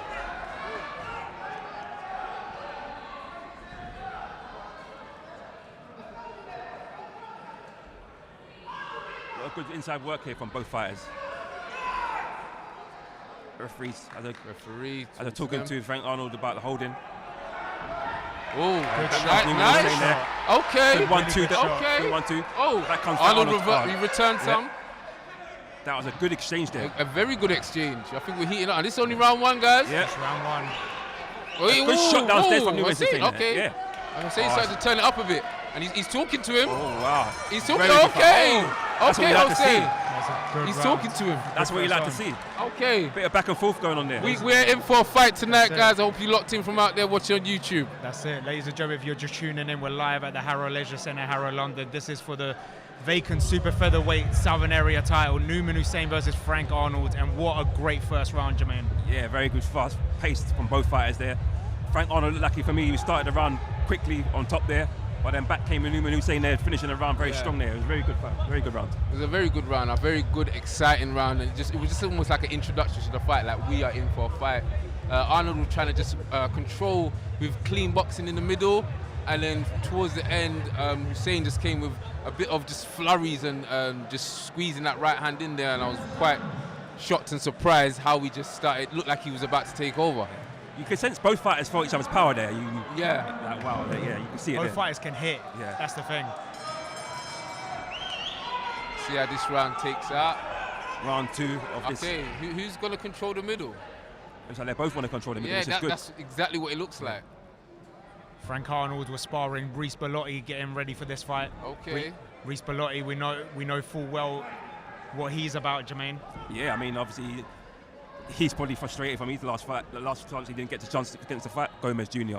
And I'm sure he's looking to make a statement, and that's a good sparring there. That's tonight. Prepare you for this fight, yeah. That's tonight as well. So can you imagine both fighters coming home with the belt as well? So yeah, I mean that's what they're looking to do. That's what they're looking to do. A good shot there from Newman Hussein there, and a good flurry there. Referee's telling him about the holding. Very good, fast pace again to the second round there. Oh, it's a great shot there from Newman Hussein. Left hand over the top there. Hussein just is backing up Frank Arnold. Really, Arnold felt that. They fight. Working the body there from Newman Hussein there. Good start from Newman Hussein in this fight. Hussein's come for it this round. Yeah. This round, he's saying it's my middle, it's my ring. Really good exchanges there. Back comes Frank Arnold there with shots downstairs. This is a brilliant start to this fight. I kind of like the boxing from Hussein right now.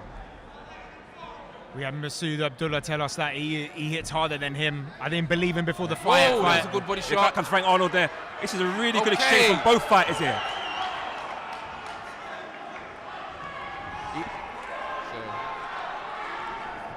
Back comes Newman Hussein. There's a good shot downstairs from Frank Arnold. He's not backing down though. Arnold's not backing down. He said, This is a fantastic round of boxing here from both fighters.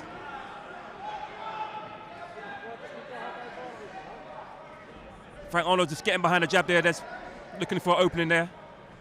Really, really good fast pace to this second round fight. A great shot downstairs from Newman Hussein. Some really good shot selections to the bodies, guys. Oh, for sure. Very good. I'm loving this. Good exchange as well. And we're only in round 2. You're hoping this pace stays like this? Yeah, please, I beg. Please, guys, please keep it going. We're loving this. Fantastic fight. Great fight. Ooh. Yeah, really good. Good shot there. Both fighters, it's fantastic. Hussein is really targeting downstairs. You can see why this fight was originally the main event. Yeah. I think Frankie's eyes are looking a little Good reddish. shot. Oh, okay. He felt that there. Ooh. He definitely felt that shot downstairs there. And the inside work from both fighters, very impressive. Just letting the hands go there. Working the body, just whipping in shots. Oh, it's a big right hand there from Newman Hussein there. Great shot. Lands straight down the middle. Last 10. Both holding the middle. Both fighting each other. Hey. Shot there. Okay. Fantastic round there. Beautiful fight. I'm loving this. Brilliant round of boxing there from both fighters. Frank Arnold landed some good shots there, but Newman Hussein landed. Who takes that round, guys? Probably the more eye-catching shots there. Who took the round? I'll give it to Frank Arnold that round. Think so? Yeah. I think I'm leaning a bit towards Hussein. I think he kind of just threw a bit more. You know what I mean? I think he was just a bit more aggressive in there. But I do like the fact that Frank, he didn't back down. He just stepped forward.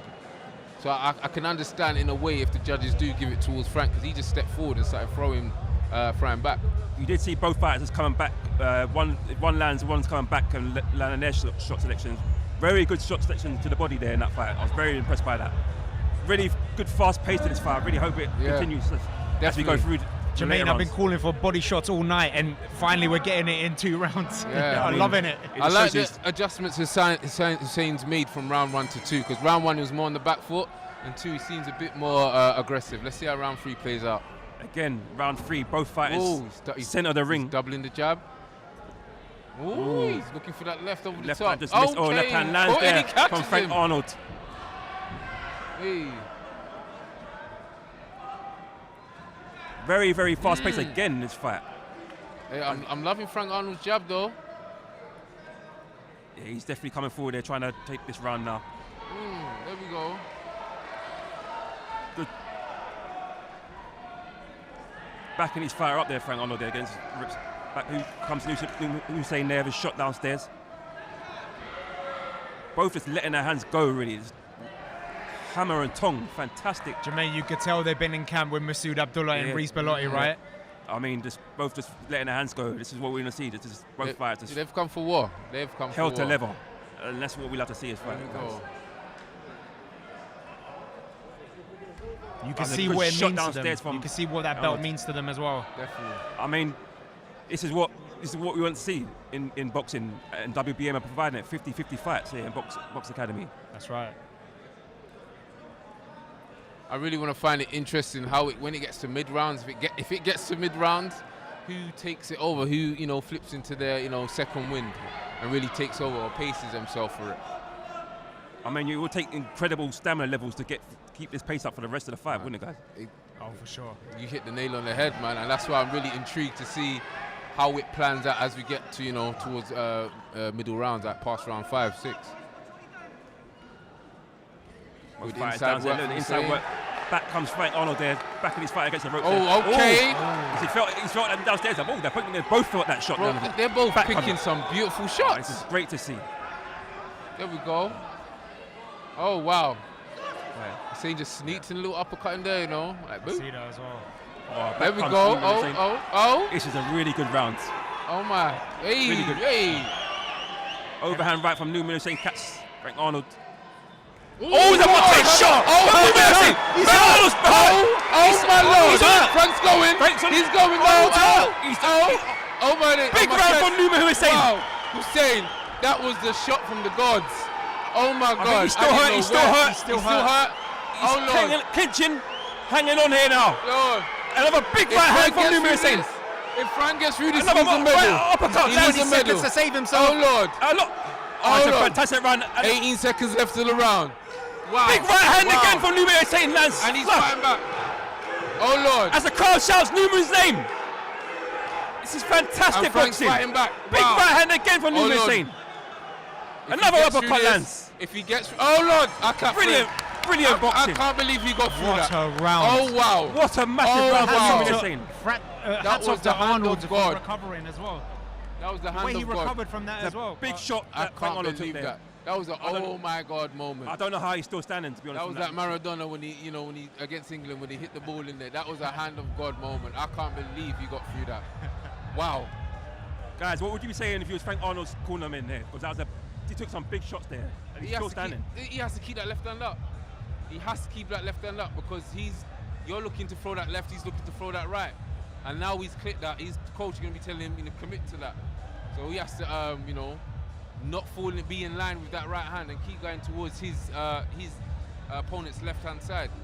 Nando, but you've used Newman Hussein thinking right now, you hurt your opponent there. Probably. I'd still go for the body, and then that will open up the opportunity to go for the right hook again.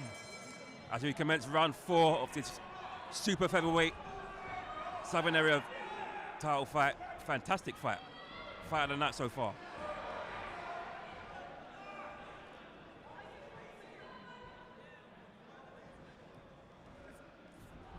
Frank Arnold just getting behind the jab here now. Just trying to... There we go. I really want to see how Arnold kind of gets back, like shakes it off and takes control. Has it affected him? Has that shot affected him? Or is he just shaking it off? I mean, that remains to be seen if he's still buzzed from that shot. I mean, he seems like there's a good flurry there. Another left hand comes in, catches Newman Hussein there. In the inside work again from both fighters there is really good. Beautiful work. Really good inside work. I'm absolutely loving this. I don't want this fight to end, I'll be honest. Fantastic pace. Unbelievable fight so far. Definitely unbelievable, man.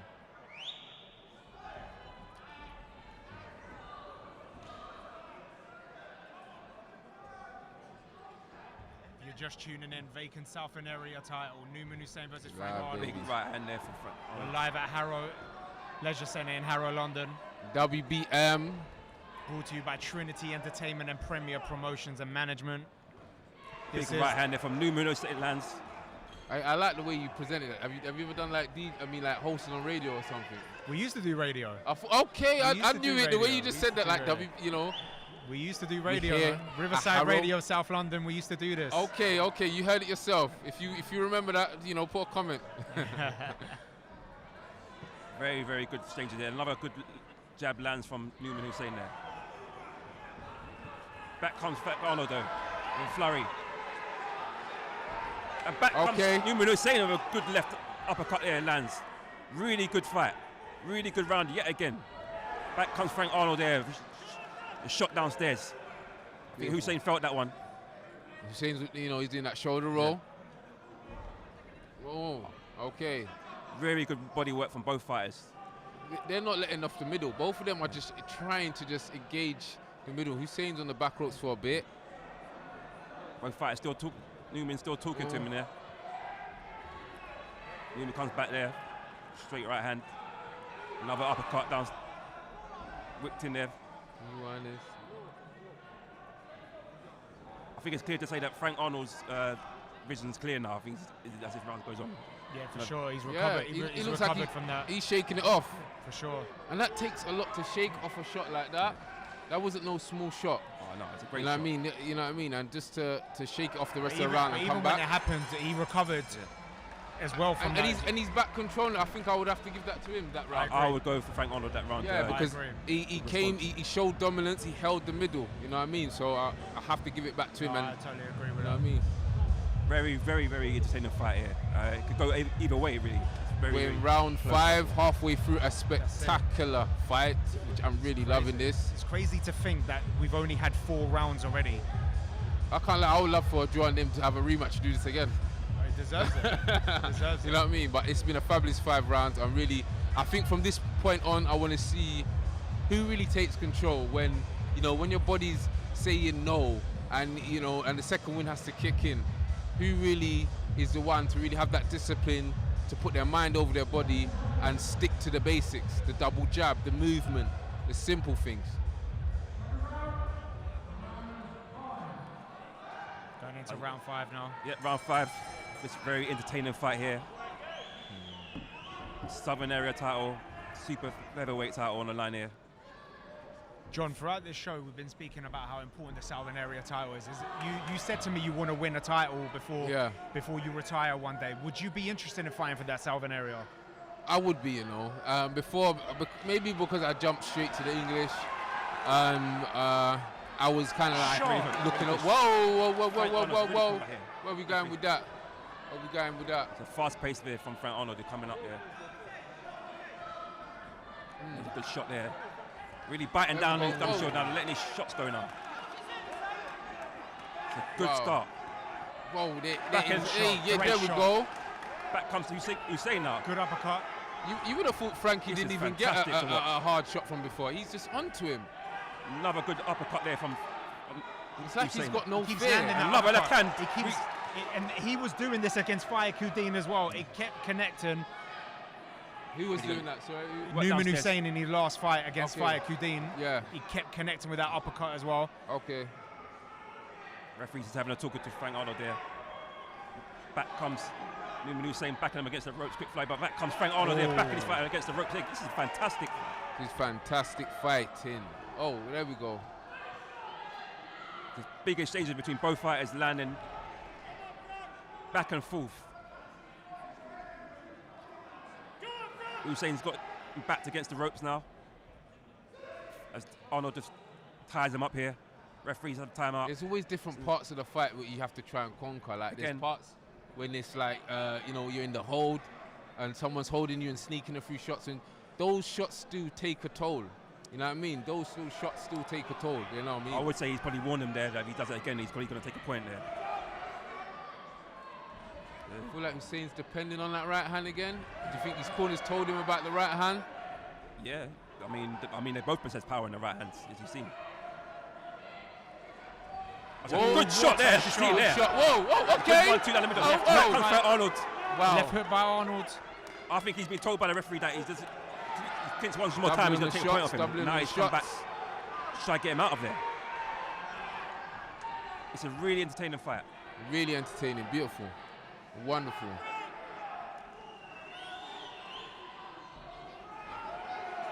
Good shot from Hussein. Uppercut lands. That's been the key so far, hasn't it? Yeah.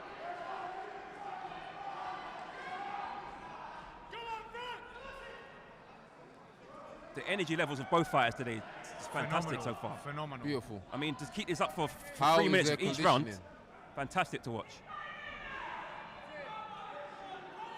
We know what Steve Broughton is about when it comes to conditioning, so I'm not surprised on Newman's part as well. Yeah, but Frank Arnold today has been very impressive as well. This has been a great fight to watch for the neutrals. I think you always have that. See, I'm not saying the little guys, with the super feathers, like they have that kind of, like you see them in the gym on the running machine, the sprints, they just go in, like even when I do the runs or something, it's always the little ones, they're just off like so I'm not really surprised in some of the stamina that they got. I believe some of them should have that stamina, because normally in the gyms, anytime I've been with super feathers, lightweights, they're the ones that are always doing, their work rate is so high. So is that because they're carrying less weight? Could Definitely. So we ended round 5 there. Fantastic round there. So far, how would you guys have it so far? I mean, this has been such an entertaining fight. How would you score it so far? It's too hard to call right now. You know what? I have to lean a bit towards Frank Arnold, yeah? My only reason is the way he's come back from that shot. And it feels like he's starting to take a bit of control now. And this is when it really matters. This is what I'm talking about. Midway through the fight, who's going to take control? Whose second win? Whose discipline stays on top? Who can shut down the noise of their body and stick to the disciplines of keeping their hand up, throwing the shot? Look at him, he's just doubling that jab. Another fast start from Arnold there. He's come out there, center of the ring again, letting his hands go again. Beautiful backhand from Arnold. It's a really good shot there. He's really inserting himself into this fight now.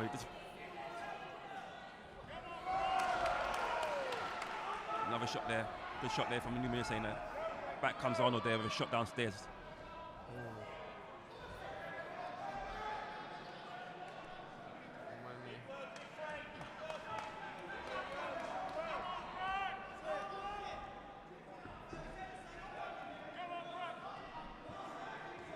He senses this is a big round in the fight now. This round. Arnold really letting his hands go back and against the ropes now. It's like he's got a second win, like you said earlier, John. He's coming forward now, letting his hands go now. And Holden gets in the way of Newman Hussein there. Who can grip down on their gum shield? That's the thing. Who can grip down when it's really getting hard, when it gets tough, when your body says no, there's another human being that is coming at you. Can you still continue? Can you grip down? Can you shut down the noise of your body? Can you resist the lactic acid that's building in your body that wants you to slow down? You know what I mean? And that's a true grip of a fighter, of a warrior. It's another big left hand there from Frank Arnold lands. Frank Arnold showing that. He's showing that right now. Wild swing there from Newman Hussein. Do you think maybe he's starting to tire in this fight now? Might be. This run he's been on the ropes a lot. It might be. Yeah, he's been the back foot. You kind of give it a lot to. For me, I think I always give it more to the person that's holding the center. I always feel like when I watch boxing, most of the champions, the greats, they always hold the center. Really letting his hands go down there, landing some big left-hand shots there now. Straight down the middle. And this is another part of the fight when you're in close, and Arnold's still staying in control, whether he's outside or whether he's inside. You sense now there has to be a stoppage here now for Arnold if he's probably going to go win this fight now. You think so? Well, he maybe senses, who knows, he maybe senses the stoppage is near. He seems to be coming forward there, letting his hands go really with real and bad intentions here.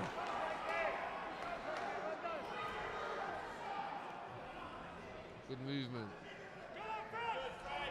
There's another good shot there from a big right hand, a big left hand. Okay. Oh, wow. Both landing big. Yep, Newman landed a big right hand there and a big left hand there also landed from Frank Arnold there. Beautiful. If you're watching from home on YouTube, lock in. It is a wonderful fight. It's absolutely beautiful. Okay, we're 6 rounds in. Let's talk. We're 6 rounds in. What can we? For me, I don't. The last couple, I'm giving it with Frank. I don't know if I could give like a 4-2, 4. I'm kind of leaning a bit towards Frank in these last couple rounds. Apart from that big round, how are you guys seeing it? I got a draw. I got 3-3. You got 3-3. What are you saying? I've got Frank just shading it so far. I mean, I think the last 2 rounds there now. Ever since he got buzzed in, I think it was the 3rd round. So was that 4-2? Yeah, I'll have him up by a round. Yeah, that's exactly what I was thinking. I think Frank, and this is when the discipline, like I said, just really steps in. And I look at Frank, the composure. Look at him and look at Hussein. Look at the Frank's composure. He's switched on. He's got that never say die look, and he's just switching on like as if it's round 1. He's back to his basics. Feel him out with a jab, double jab, beautiful double jab. This goes down to who really wants it now, and like you said, the conditioning now of both fighters as he gets to the, let's say, the championship rounds. Yeah, and it's different parts of the fight. What are you doing with big your inside? Look at good shot. Beautiful. I mean, that left hand is starting to land at will now from Frank Arnold.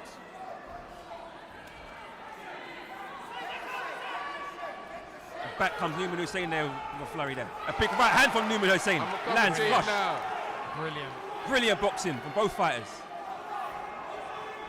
If you've just locked on, you've just missed a ward. Another good shot, right hand downstairs from Newman Hussein. Oh, okay. Newman's really pushing Hussein forward now. Big shot, okay. Big shot from Newman Hussein. Hussein's Pushing his going fighter for back the now. ribs. Barbecue them Good shot ribs. downstairs. Barbecue them ribs. Okay. Good response from Newman Hussein there. There we go. That's a big shot again. It's a big right hand again from Newman Hussein. This is a big round. It's a big that's comes Frank Arnold with an key. uppercut.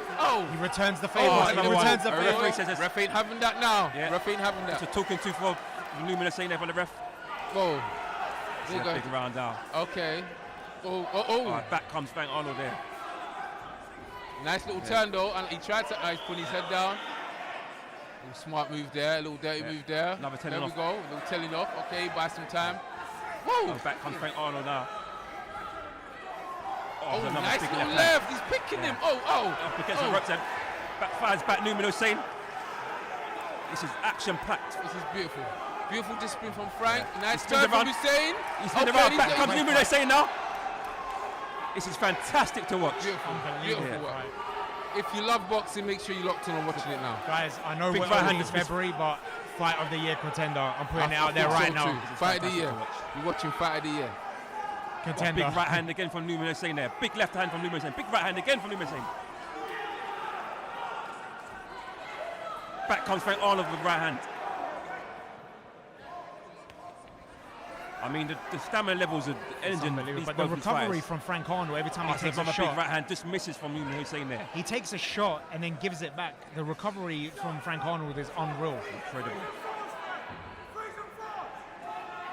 Yeah, I'm very shocked with that recovery because if you can actually rewind back that round when he got hit, it looked like it was a bit over.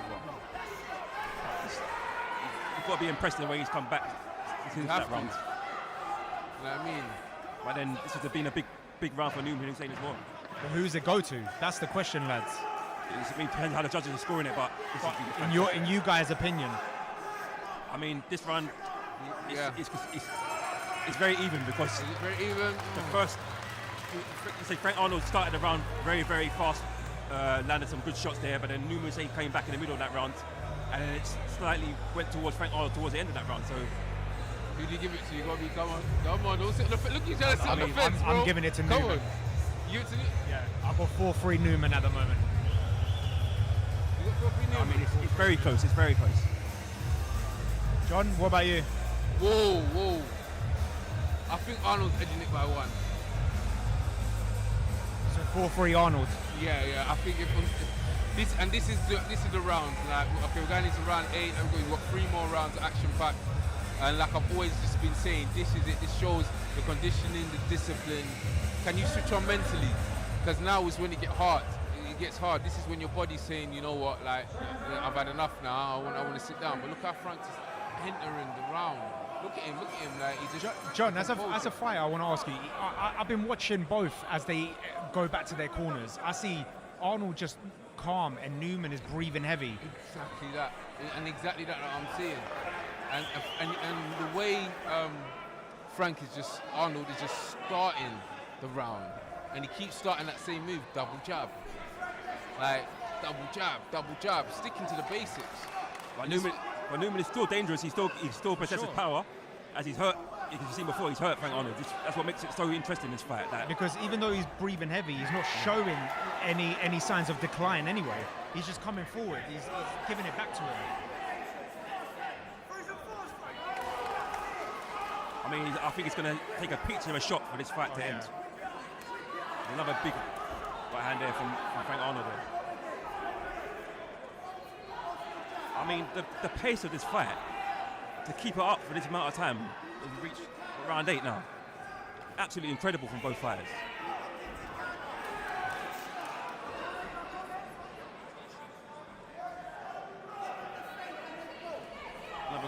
shot there. Lands. Like John said earlier, we're round 8. This already deserves a rematch because I just love it. Oh, I mean, this is just beautiful boxing. Can we get a draw and get a rematch, please? Oh, it's a great exchange. Whoa, they're exchanging. Both landed some big shots there now. And you know what's beautiful about it, yeah? Whoa. It's a southpaw and orthodox, and it just going at it. I think it's just blends, doesn't it? You know when you got a beautiful dance partner, these two guys deserve to have a trilogy. I mean, this is fantastic to watch. I think I've really always wanted that, just have a dance partner that I can just have a trilogy with, and I think these two are perfect dance partners. I can't disagree with that. Yeah, I mean, it's been fantastic fight. It really has. Back comes Arnold there, lands a big shot. Back comes Newman Hussein. I mean, one thing for sure, guys, is you can't question either chin really tonight. I mean, they both landed some big shots tonight. Whoa. Not even just the chin, even their body. Yeah. They've both gone to the body as well. I would love to see the amount of shots being landed to the body tonight. Okay. Hussein looking. I thought he was trying to take control. Like this little bits are tiring, bro. These little holding, it breaks your rhythm. Can you still work? But Frankie's keeping the whipping and shot. Arnold's keeping that discipline. There we go, ref's telling them off. Last 10 seconds. Who's going to hear that and turn it up? Nice. There's a big left hand there from Arnold lands. He backs his into the Beautiful. Great end to the round. Who did you give that round to, guys? I'm giving it to Arnold, so 4-4. I feel like it was a 50-50 round. I can't really give it to anyone on that one. Yeah, I mean, it's a great round of boxing there. Close fight. I mean, that was very close. I mean, I actually want a draw for this fight. So sorry, I actually want a draw. I think they both do. It's just excellent. The inside from the outside. You know what I mean? I feel like on the outside, Frankie's been very good, and on the inside, Hussein has been sneaking in a few shots in there as well. But sometimes Frank has been doing on the inside as well. So I think, like with Frank Arnold has been doing outside and inside work. One thing's for sure: if a winner is announced tonight, and we get this fight one day in the future, I hope it's for a bigger title. I hope it's for the British title. It deserves it. 100%. It deserves it. It's a classic fight here. British title this is worthy a classic. tonight. And what a way to kickstart the relaunch of Box Academy as well with this fight right here. I mean, look at this. This is great. This is a great fight.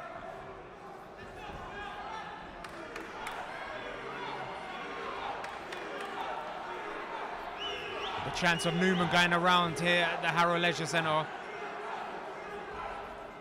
You sense he needs probably another couple of big rounds here in this fight now. I think the pendulum's probably swung towards Frank Arnold in this fight so far, but he still possesses power, as he's shown earlier in the fight, so he still has a punching chance.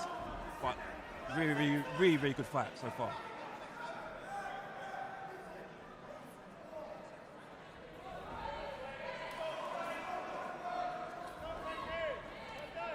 Another good shot downstairs from Frank Arnold.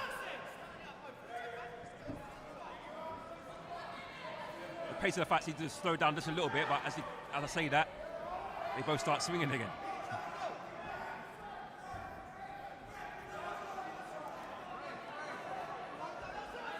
Referee. Championship rounds, man. Yeah, this is where it counts the most now. I look at the discipline of Frank Arnold. I'm very impressed with that double. He's been sticking to that double jab. Yeah. He's forcing him back. Yeah. He's forcing him back now. It's like not a throwaway shot, but just like keeping him there, keeping him off. His hands staying high. Would you say he's the busier of the fighters? Yeah, for sure, 100%. I think it was after the 4th round he became the busier fighter, and he turned it up a bit. It was as if like when he got hurt in that round, it gave him a new lease of life, and he's just got more energy. What a shot! Wow, another big left hand lands from Arnold there. And Newman Hussein just gets out of that corner there. Really good round. This is. As the uppercut lands from Newman Hussein, he lands 3 succession punches of Frank Arnold there. This is a really good round, this is. It's a real tear up right here. Yeah, this is fantastic to watch.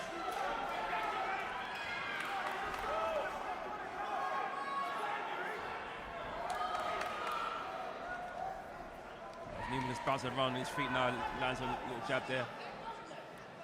Both fighters just tying each other up in against the ropes.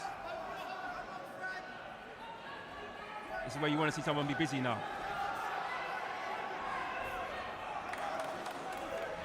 Back comes Frank Arnold now. He's letting his hands go a bit more in this round here now. We get to the last 10 seconds of round 9. Frank Arnold there, another left hand. Oh, he's really backing his fighter, backing him up against the ropes here now. I think Frankie's taking it. Frankie's taking it. About 5-4 to Frank at the moment. I mean, it's going to take a knockout for me from Newman Hussein to win this fight now. Yeah. I believe Frank Arnold's. So you think if Newman takes this round, what do you think? For me, if Newman wins this round, it'll be a draw, in my opinion. I was kind of thinking I won't argue if it gets a draw. If Newman has to take this round, that's all I'm putting. Sure, I believe a stoppage is needed from Newman. You think the stoppage? Yeah, I think he's. So if it all right. So if Newman takes this round, you still think Arnold? I still believe Arnold's one. Okay, all right. I believe he needs to stop him. He needs to stop him now. I believe it's a draw if Newman gets this one, but he has to have the best round of his life at the moment. I mean, it's been a fantastic fight.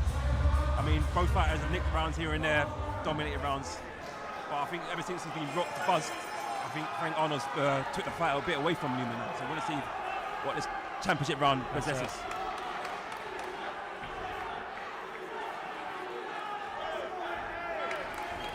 There's another shot from Newman Hussein. Well, Frank's just pressing forward. Yeah, they're both coming forward. The centre of the ring. Guns blazing. Is who holding the centre? Yeah, I think they both know this. But maybe Frank Arnold's not really budging from that centre. Look, he's not budging from it. Hussein's trying to. I don't know if Hussein's been told like he needs to take this round, but he is trying to push for it. Another big back, back. But if you can see it, look, Hussein's throwing with from the hands down. Frankie's always keeping them hands up.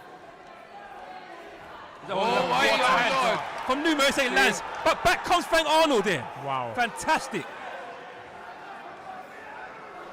He landed flush with that one. Yeah.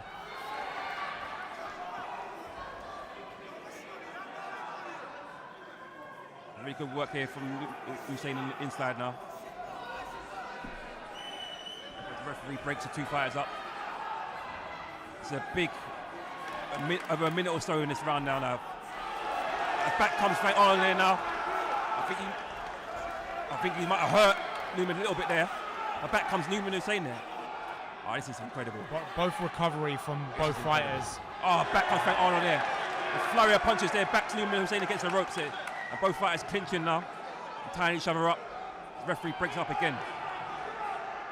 But Arnold just walking him down, coming forward.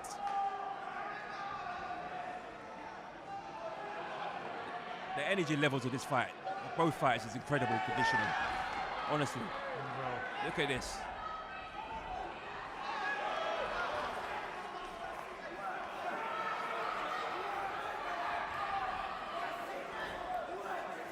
Uppercut lands from we were saying two there lands. Both tying each other up here now. I think they're both feeling it now as we get towards the end of this fight now.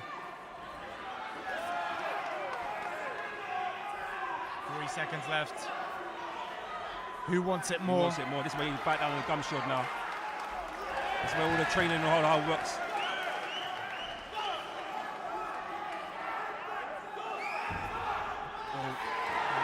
Almost looked into a big right hand there. I think Newman felt that. Yeah. Comes Newman saying 17 seconds left. Who will go home as the new Southern Area featherweight champion, super featherweight champion? Both just letting their hands go towards the end there.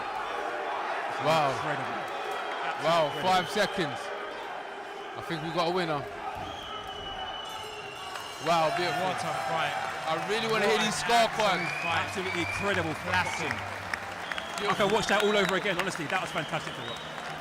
All hail WBM for putting on such a fantastic show. A fantastic show. barn burner. I mean, can we see that again? For the loser, I mean, they can come again after that display. Honestly, There's no discrimination to the loser. That was a wonderful fight. Fantastic to watch. Guys, who do you give it to? I think Frank Arnold nicked it. In my opinion, I think he nicked it. I believe Frank. I feel like Frank as well. Yeah, I've got him by 1 round, so 2 rounds, my mistake. Can't lie, I would love a draw just so I can have a rematch and hopefully WBA put it on again and I can watch it again. Or you could be on the card. yeah, I could be on the card. You could be on the card. I could be headlining the card. There you go. Southern area title, right? Yeah, exactly. There you go. You heard it here first. I mean, you heard it for it first, man. I wouldn't mind watching this for a British or Commonwealth title. 100%. I think it was too good. It's time to find out, ladies. That was definitely for TV.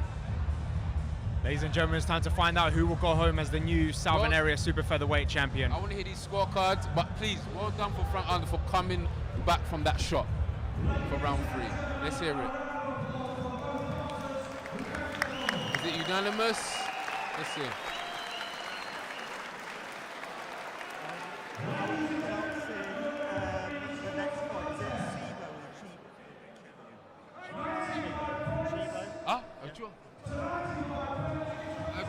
Oh Lord, I said it!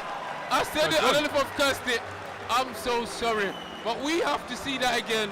Please, WBM. I mean, put this card on. I am requesting you, please flood in the comments. Please write on it. We need to have this fight again.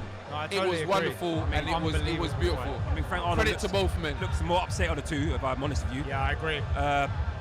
Newman looks relieved. I mean, that's a fantastic fight. I mean, that's worthy of doing it all over again. Frank looked a bit like as if he's been robbed. I think definitely Frank Arnold seems more disappointed of the two fighters. But I would love to see the scorecards. I would love to see that again, and hopefully we do see that again as a main event this time as well. Exactly that. And I don't know, I must have the magic words or something, but we have to. Listen, WBM, if you are watching, you are putting this fight on again. Please demand it from me. Myself, yeah. You heard it here first. Yes. I'm gonna march to the office and say we need this fight. Summertime showdown. We need it again. We need 2 Southern Area titles on the line that night. Beautiful. Right. John, one last question for you. You campaigned at super middleweight tonight. You look good at super middleweight, by the way. Yeah. Do you want to stay at this weight, or do you want to go back down to middleweight? Well, you know what? That's a very good discussion. I need to discuss with the team. Today was just seeing how I feel. Do I still carry the power at it? Can I hit it? Hit them hard enough? Am I looking sharp? That's what I have to rewatch and go over. Knowing from the opponent what he told me afterwards was like, damn, like listen, you hit very hard. I had to do certain maneuvers to not get hit again. I did feel comfortable. I did feel light, but I need to know if I'm going to go with the big boys, like the British champions, etc., who I'm aiming for. I need to kind of make my decision. Am I going to go the super middle or the middle? I'll be honest. So that's a discussion I need to have with my team and what I need to know, because it's a vital decision I need to make. Brilliant. When can we next see you out? We're talking about. I'm trying to push for April. I really want to have an April fight. I know they want May. I'm not really. I do a lot of work back home, charity back home. I'm building boxing back home. So there's a lot of things I've scheduled, and I'm shipping out a lot of gloves. And I'm going to be visiting boxing stables out there, and I'm trying to pioneer the actual boxing and get a license out there for boxing to happen. And I've scheduled that in May. So I'm hoping I can get April. If not, I'm going to be out June, but I really want April. That'd be brilliant. For the viewers that don't know, where is home? So you're trying to boxing? Yeah, home is Sierra Leone, from West Africa. Boxing is really non-existent. So a lot of them are tuned in, watching from back home. So that's why I love the platform that I had, and I was able to share the YouTube platform for them to hear. Brilliant. Could we maybe see John Harding Jr. headline a show out there if it gets done? Oh my God, you're talking, how can I say? My language. You're talking my language, you're talking things into existence. I've been inquiring about that, and I'm hopefully towards the end of the year we can let that happen. Shit, is my mic off? It feels like my mic's off. Excuse the language, ladies and gentlemen. Apologies for the language. So Sorry. Oh yeah, I'm back. It sounded like my mic went off for a bit. But we're hoping. But yeah, next we got 2 Albanians, and the roof is gonna explode. It's heavyweight. No, the next one is light heavyweight. Bermuda is next, and then we got Nelson Hysa. Oh, it's gonna be crazy. Jermaine, the last show when them 2 were together. Oh mate, I mean, we saw that show at York Hall. The atmosphere was electric that night, and I'm sure you see the place starting to fill up a bit more now here. As we get towards the nitty gritty, towards the end of these good co-main and the main event. I mean, these fighters, both of these guys, both these Albanian fighters, very good, tough fighters. Always pull a crowd here, always support their own. And did you say we got an Albanian fighter headlining the... Both. Yeah. Oh my. Wait. Did you say both of them are Albanian? No. Oh, So one's a light heavyweight, the other one's a heavyweight. 2 fights. Oh, okay. Both share the same fans. It's the roof is gonna explode when they come out. It's gonna be crazy. Because Jermaine, we've been to a Florian Marku fight before. The atmosphere is just unreal. Their support is absolutely phenomenal. And you got to admire that. You got to admire how they get behind their own people, because you see a lot of times in Britain when, you know, a British fighter's on top, the moment they lose, the fans turn on them. They stay loyal to their fighters, and I love it. No, definitely. I think there's something in the public we have to do is hold up our fighters. I think when you go all the way up north, like you have someone that is from Birmingham, Derby, Liverpool, those little places, they hold their fighters up. Yeah. I feel like when we're down in more London, it's more like, okay, that person's west, that person's north, and it's like it's so much divide. And I feel like as supporters ourselves as well, me coming away from actual boxing, just to hold up our own, you know what I mean? Like the way the Albanians hold up their fighters. No, it's true. And listen, the moment Bermuda comes out now, you're gonna hear it. And the thing about these 2 Albanians as well is they're both in the top 15 in the WBO. They're gonna be pushing for the top 10. That's the great thing about it. We're gonna see some big fights as well. But I'm sure the fighters are ready now, so we're gonna go to our MC in the ring.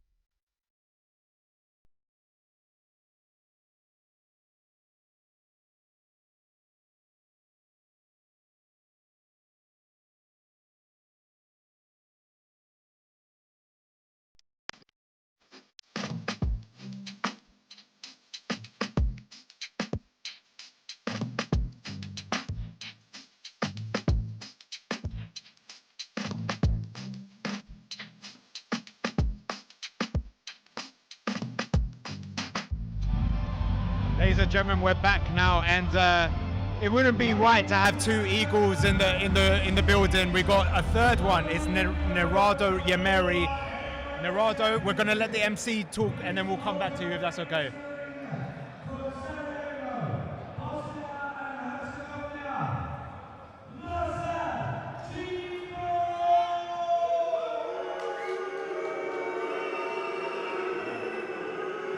You can hear the Albanian fans. They're here. They're ready. They're booing the opponent, and they're waiting for their man Alban Bermuda to come out. Yemeri, what is it about Albanian fans that they are so loyal to their fighters? They're feeling the fight. If you can see, they're feeling the fight coming up. And as you say, they are loyal to the craft. They are loyal to the family. They are there to support each other all the time. So they are here not as the fans, but as a family. You see, you can feel the vibe. Listen to this crowd. This is unreal. Absolutely fantastic. Deafening sound.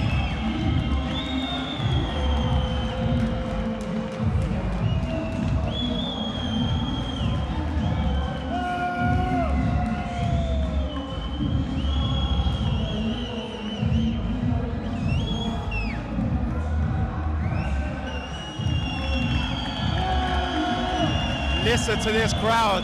ALBERTO, the WBO Global Light Heavyweight Champion. He takes on Masood Chibo.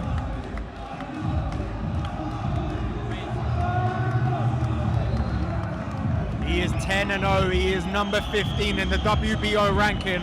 A win tonight is closer to the top 10 as well, and it can open up big fights for him. Yamiri, how much do you rate ALBERTO? 10 out of 10. 10 out of 10. Come on, I'm Albania. I'm always with my family. Fantastic. But for real, Albania is a really good fighter. He's a tough opponent, the toughest guy that I've ever seen on this weight division. One thing that he do very well is fighting. You know, he's always fighting.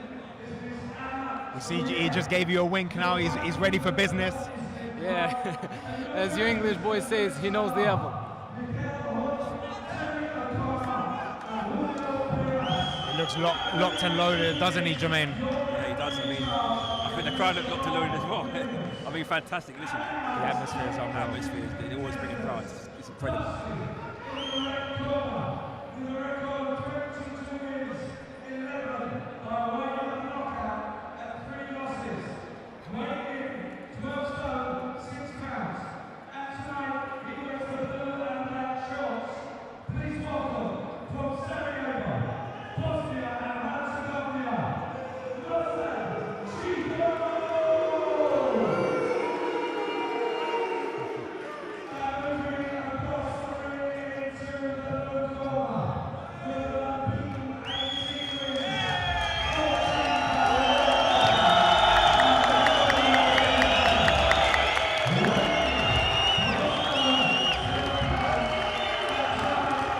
Listen to this atmosphere.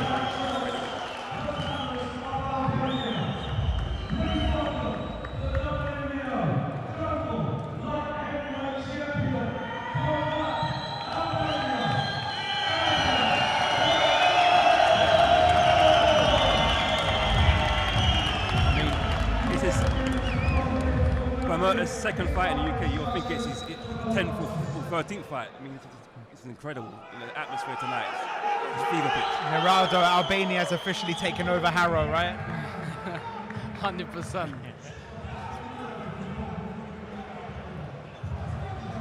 Geraldo, we didn't have time to talk before as the MC was talking. Welcome. And how much are you looking forward to Bermerta and Hysa as well tonight? First of all, thank you for the invitation. Appreciate you guys and all the organization you always do. Perfect. Box Nation is really good platform to be part of. And for Bermerta, I know that he was training for a long time for this fight in England. And as we are seeing now, this first round can tell for us more than I can tell for Bermerta. So you can see the difference.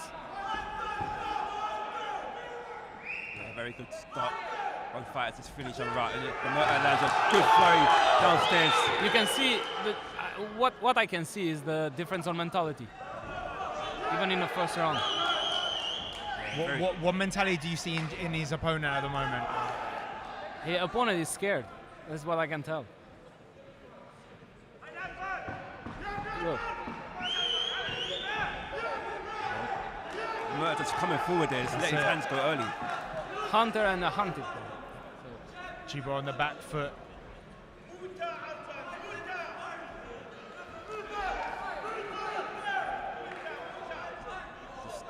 Establishing the jab there as well.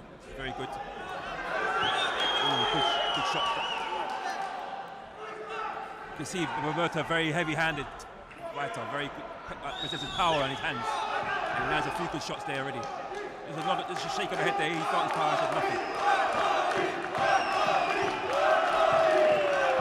It's a good exchange between fighters. Both of the fighters letting hands go there. It's really good to see.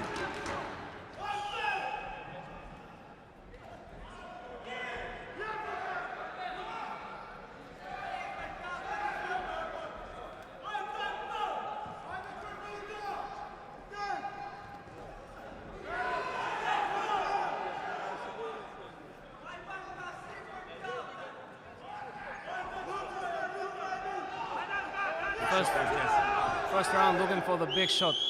I don't think it's a good strategy to follow, but I think he smelled the opponent fear and he's trying to take over. Narada, what strengths does Bamota have? What do you think is his most strongest assets in his locker? His hooks. He's a hooker, so you can see his style is coming forward and trying to hook. And that's how he won his last fight, didn't he? Yeah, with the left hook. It was a good knockout. Powerful.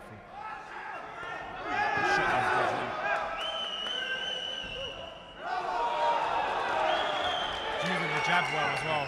And what I've seen of him is that he keeps coming forward. As the rounds get on later in the fight, he keeps coming forward. Looking to do damage. Very, very heavy-handed fighter. Very heavy-handed.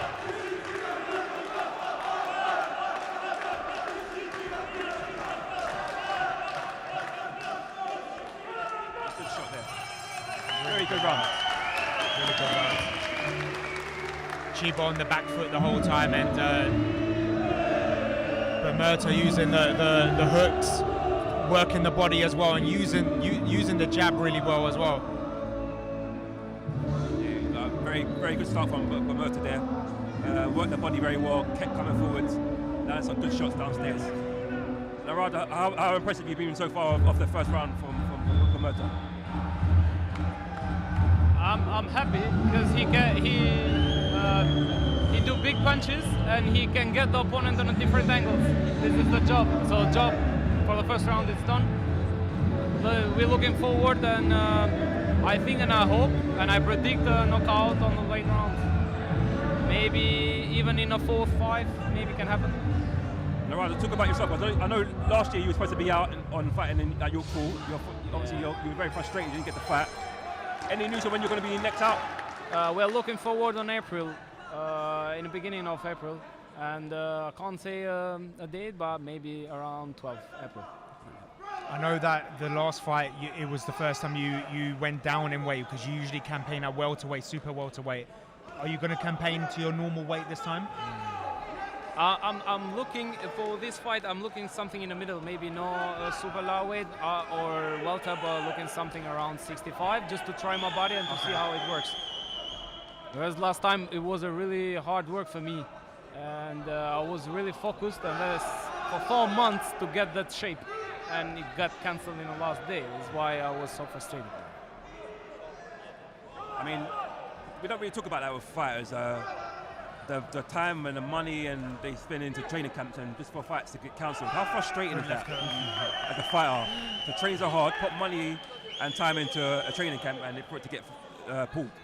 I don't want to moan, but what I can say is like you're working and you're not getting any new rewards in the end. You're doing all the work, you're building the house, you're building a building, and after you don't get any money. So it's kind of same for me. No rewards, no emotionally.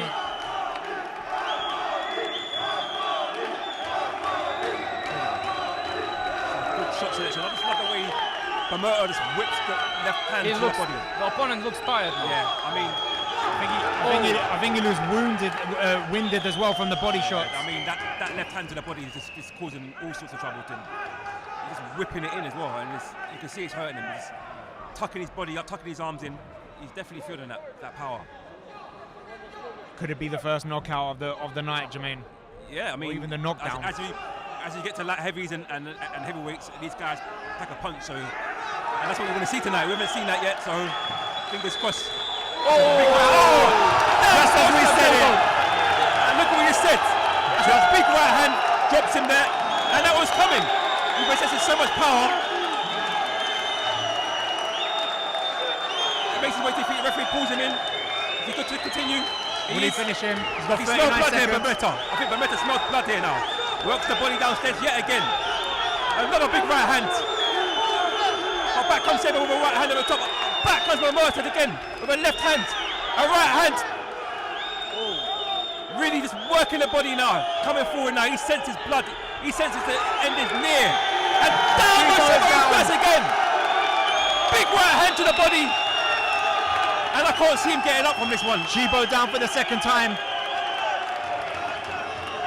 He gets up. It's a big round. Saved by the he bell beats now. the bell. Saved by the bell now. What a round. What a round. That's a big round for Babetta now. I mean, if another 30 seconds longer and he's getting them out of there. If he gets hits with a big hook on the next round, he's gonna get knocked out. Very, very big round there for Babetta there. The shots to the body there just causing all sorts of problems there. Chopping the tree. He was chopping the tree. Yep, chopping them down there. And as J-Bo in the corner there, mouth was wide open, very, very tired there. You can see he felt that now. He hasn't got long left. Yeah, I think if it continues like this, he hasn't got long left. Absolute onslaught so far.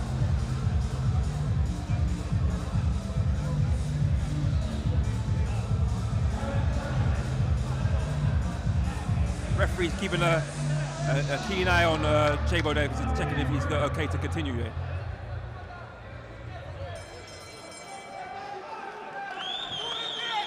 Touch of the gloves there for both fighters here. Round 3. Another big right hand there from Babetta there. But J-Bo comes, swings the right hand. Oh, look at the shots there. Just whipping the shots there from Babetta there. Spiteful. Real spiteful shots there to the body.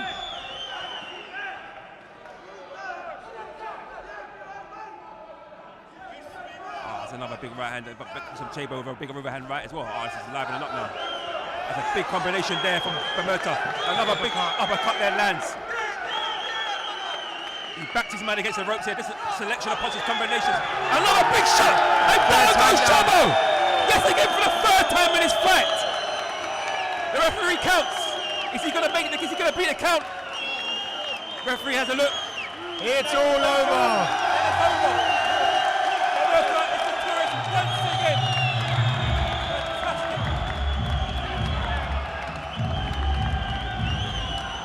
Album Babetta moves more closer to the top 10 of the WBO. Listen to this crowd. I mean, look at the crowd here. Fantastic, fantastic reception here. And a fantastic knockout here. Absolutely fantastic. I mean, the punch power that he possessed today and the selection of punches there to the body was just an absolute onslaught. And it was only a matter of time that he got him out of there. He probably could have got him out there a round before. It was another 30 seconds down there. Yeah, 100%. There was no way he was going to survive this round. You saw when he got off the stool, he was hurt. He just wanted to survive, and it was only a matter of time. It was only a matter of time. Narado, what's your thoughts? He was, since the first round, as I said, the difference on mentality. He was scared, then after he got drained because of the body shots, the tree was chopped, and he got shot with the big hooks in the head. Alban did what he do well, which is big hooks, and the results, knockout round 3. I mean, Narado, how far can this guy go? I mean, two knockouts in the last two wins in the UK now. How far can he go then? Can he see being involved in some big fights here now? Honestly, I think he's not gonna stop because he is a fighter and a really tough fighter. When he gonna beat the right opponent, maybe he can do a longer dance. At the moment, nobody can compare with him, as we see.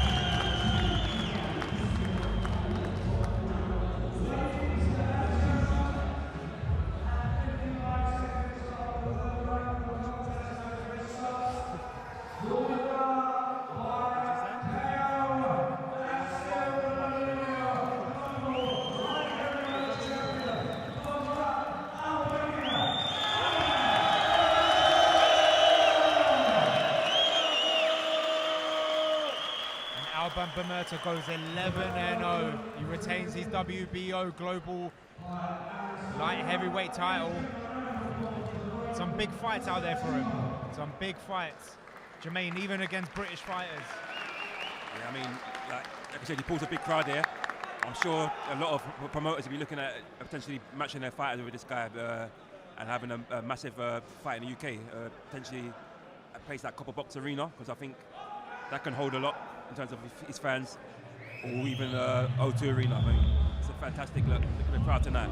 I'm just putting it out there. We had Zac Chelly here earlier. He said he could go to light heavyweight, and he wants a belt.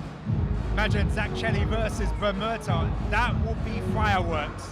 I mean, yeah, I mean, what is so good about like heavyweight division is that we've got so many good fighters here in the UK as well. So who knows? He could be in there with the likes of Craig Richards. I mean, he's not. I don't know if he's got opponents so far, but Craig Richards out there. I mean, there's so many good fighters out there. Willie Hutchison, another fighter you can fight there. That's a great fight. There's so many fights out there. With the Queensbury connection there, that'd be a great fight. Lyndon Arthur, Zach Parker. There's so many fighters in the UK that you can fight. I mean, worked closely with Queensbury, with the Warrens, the WBM. You know, this fight possibly could happen. So yeah, but fantastic performance in that, and a very spectacular knockout. Narado, is there anyone in the world that you would love to see him in the ring with, or as long as he gets the big opportunities? I think when the right time will come, the right moment and the right opponent will show up. And as long as I want him to win, I'm not going against this one.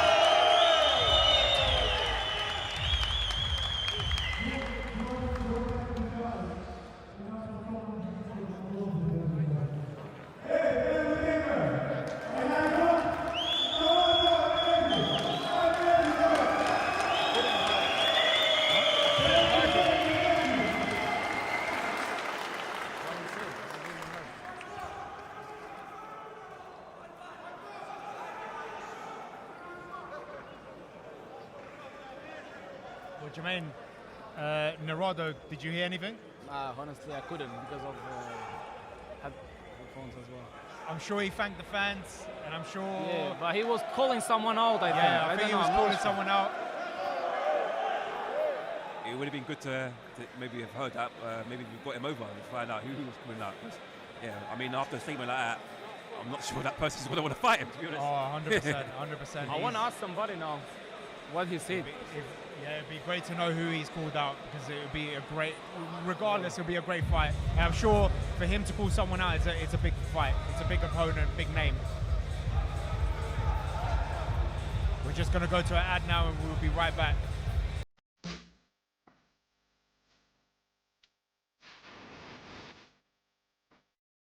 Muay Thai is the art of 8 limbs, so you can use your fists, your elbows, your knees, and your kicks, your legs. So I started about 17 years ago. First I just did it for self-defense and just learning. And then when I started training, I thought I wanted to learn and try to test the skills in a competitive way. Been at Rival for 8 weeks now, and it's a nice community vibe. I feel like the level here is really high boxing, and then I'm here to start a Muay Thai team at Rival, and they give me a great opportunity to do it here. Everyone's got to start somewhere, and then once you jump in, you just enjoy it. Nobody's watching you, nobody's judging. Just come in and it's just a fun vibe. The classes are for all types of level, beginners, intermediate and advanced. If you want to get fit, if you want to lose weight, if you want to fight, it caters to all levels.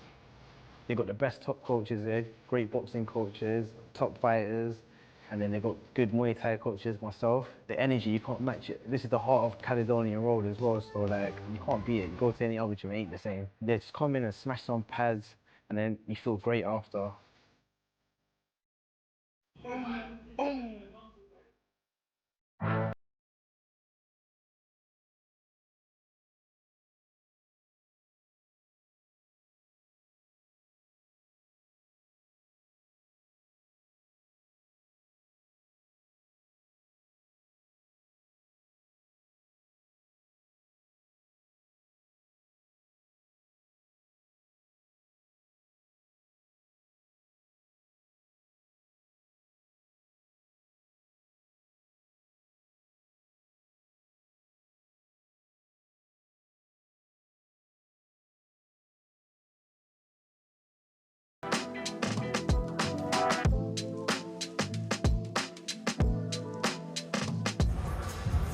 Ladies and gentlemen, welcome back, and we are joined by Mr. WBM himself. It's Mr. Oli Bessel. Mr. WBM himself. I know everyone keeps saying that. I don't know what it is. Probably all the social media photos I keep putting myself in. Must be, but you are the spine of WBM. You've got to give yourself credit for that. I appreciate that. But listen, guys, what a night we are having tonight. The atmosphere in here in the last 20 minutes has suddenly exploded with the Albanian supporters that have come in here. Fantastic performance for Bermerta. And yeah, I'm buzzing for this HUSSAIN fight. Jermaine, we've just been told, someone translated what he said, he just called out Ben Whittaker. How big is that fight? Yeah, he just said that Ben Whittaker, I don't know if he had the title, he said if you want this title, come and get it. So maybe he's potentially eyeing the winner of Ben Whittaker versus Liam Cameron too. How big is that, Ollie? That's huge, and why not? You know, Bermetta's come over here, 2 fights now in London in the last few months. You know, the first one was an absolute war. He's a warrior, he showed everybody that. And now, stoppage here in Harrow tonight, you know, there's no limits to where he can go. We just saw the atmosphere for Bermetta. Imagine when the main event comes out, Nelson Hysa. How big is that going to be? It's going to be huge. You know, he was supposed to be fighting in Manchester last week on the Chisora undercard. Hugely disappointed. He was devastated that he got pulled off of that card. Obviously, visa issues with his opponent, but we've got it on a week later. Here we are in Harrow, and the noise in here is going to be it's going to be electric for this one, guys. How far can he go, Ollie? I mean, look, we're looking after this one. He's got to get through tonight, of course. We're not underestimating the opponent, but then we get tonight done. We're straight back, looking to get him back on a Queensbury card soon. Certainly springtime. You know, he's got to put in a big performance in front of Frank, in front of the you know, the eyes right at the very top, and then, you know, provided he can put in a performance, you know, we're looking for titles with him. We're under no illusions, you know, we know his age. However, he's still got a few big fights left in him, and there's some big names on the table. Well, the fighters are ready, the fans are ready, and our MC is ready. Over to him.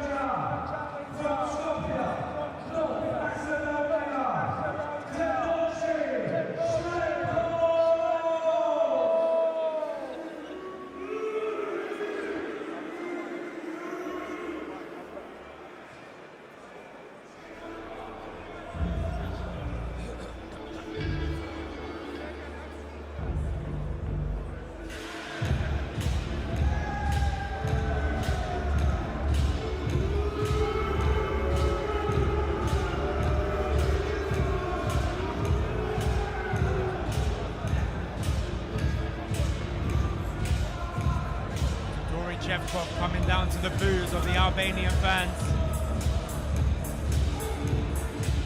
It's like his last, the last opponent there. A few boos there for what you expect. Having a big Albanian following here tonight.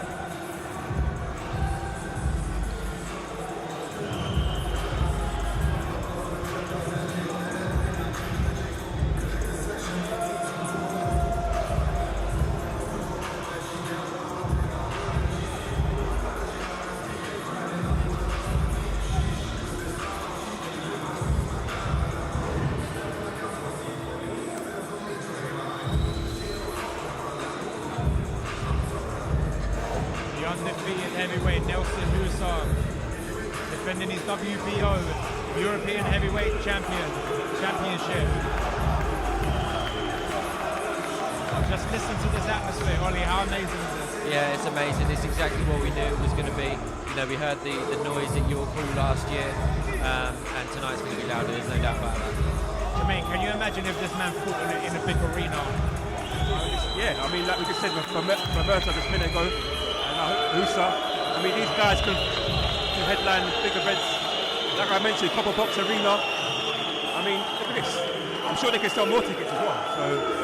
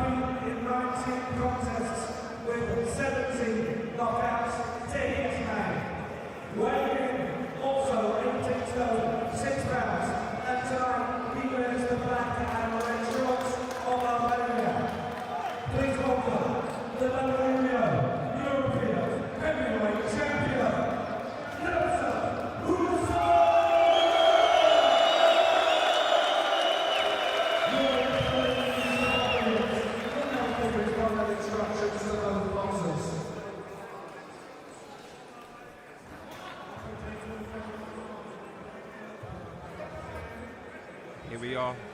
Main event. Heavyweight clash here. Nelson Hysa, Cvetkov. It's Cvetkov's first fight for a title and has happened to be in the UK.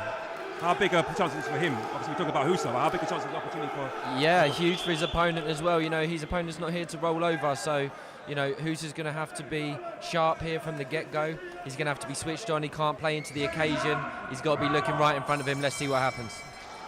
Round one. The size difference is just crazy, isn't it, Ollie? He's a big guy. I mean, heavyweights at the best of times when you're sitting ringside and looking at them, you know, they're obviously large human beings, but yeah, I mean, these two are absolute giants in here. Both fighters just trying to get behind a jab. Hysa just taking the center of the ring there, just leading forward, working a jab there.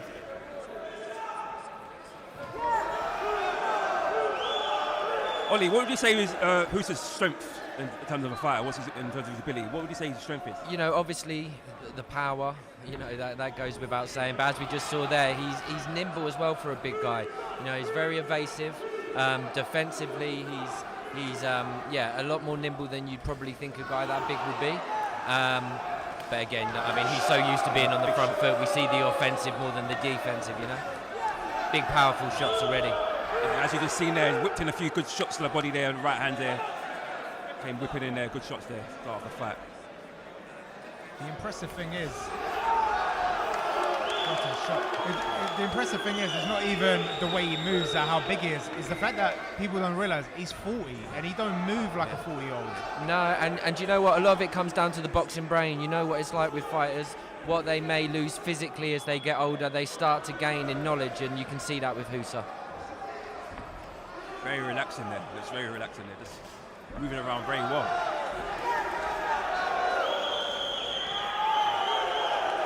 I mean, there's a red. I mean, look at the red on the top of his head already. It makes you think how powerful those shots are. Wow, the red on already. You can see the power of the punches land on the top of the head. Very good start. Supremely confident as well, Nelson Hysa. You can see he's having fun in there. He's enjoying himself. He's just got to make sure, though, that you know he stays switched on, like we said right from the start. Yeah, just throwing a jab there, really. Just touching him a bit there with a jab.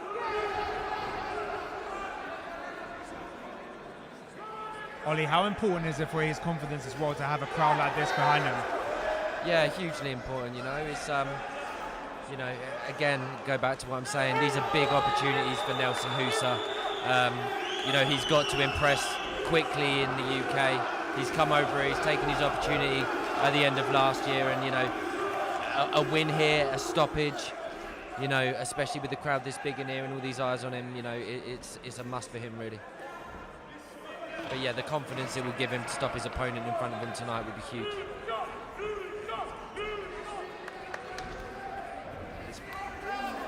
Again, just moving around the ring so well. A dominant first round there, just boxing that easily, working behind the jab there. Like you saw a bit of red into his head as well. Good start to the fight, Ollie. Great start to the fight, and listen, Hysa's gone in there and he's doing exactly what we at Warren Boxing Management know he can do.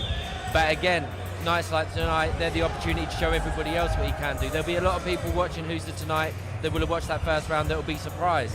Not just by his power, but his movement. You know, offensively, like we say, he's light on his feet. He can switch stances if he needs to as well. And you know, like we see, his opponent already the reddening of the face. We expect that to get worse for his opponent as we go along. Nando, your thoughts so far in the first round? He seems comfortable, and when a fighter is that comfortable that early, he's only going to get better as the rounds progress. So, yeah, I think his opponent's in trouble. Looking at the redness in his head, if it continues like this, I don't think he's going to last long. Yeah, you sense he's got a few more gears to go through as well in this fight, so that's what makes it more frightening for his opponent. The one thing I will say though is he, like we said at the beginning, he has to stay switched on. His heavyweight boxing. You guys know what it's like. It only takes one shot for it to go the other way, so he's got to make sure, however much he's having fun, he's still staying switched on. Ollie, I've got to ask you, we call you Mr. WBM, but you was there for the relaunch of Box Nation. Now you're here at the relaunch of the Box Academy. How's it feel? Do you know what? It's been such a huge year for Warren Boxing Management the last 12 months. Like you said, the relaunch of Box Nation. Now we've got the relaunch of Box Academy. We've got fighters fighting on huge Queensbury shows. Obviously, Masood, unfortunately, didn't get the result he wanted, but fought on a huge card last weekend in Manchester. So it's going to be an absolutely massive year for us, and we're just enjoying the ride, boys. What a ride there will be, and also WBM are with Premier Promotion Management and Trinity Entertainment Boxing for this. How big is that to combine all three together? Yeah, and do you know what? It's not going to stop there. It's not just going to stop with Premier Promotions and Trinity Entertainment. The whole aim of Box Academy is let's bring all the small hall promoters under one umbrella. Let's start working a lot closer together. We see how well that's worked at the very top of the sport, and now if we can get that going at the lower end of the small hall shows, then it's only going to benefit everybody. As a crowd start singing Hysa's name, he's landing a few good shots there. Ollie, you said to bring all the other small promotions in as well. You know, we've seen it with Uncle Frank and Eddie. Can we see a 5v5? Yeah. WBM versus, I don't know, Premier Promotion Manager? It could be anyone. Do you know what? We get asked the question all the time. And we see it happening with other small hall promoters already. Listen, we don't rule anything out. We don't, of course, we don't want to go down a gimmick route just for the sake of going down a gimmick route. It would have to work and be the right idea for everyone involved. But listen, we rule nothing out. Boxing is it's entertainment at the end of the day, right? Hysa has a good 1-2 down the middle. He definitely feels his opponent's hurt that now. He's just hanging on here now. You see, he's up in the ante in this fight now.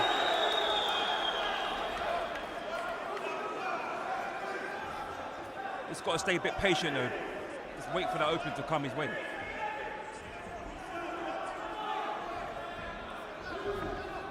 It's interesting for us as well with someone like Nelson Hysa. Obviously, he's got a big crowd behind him tonight.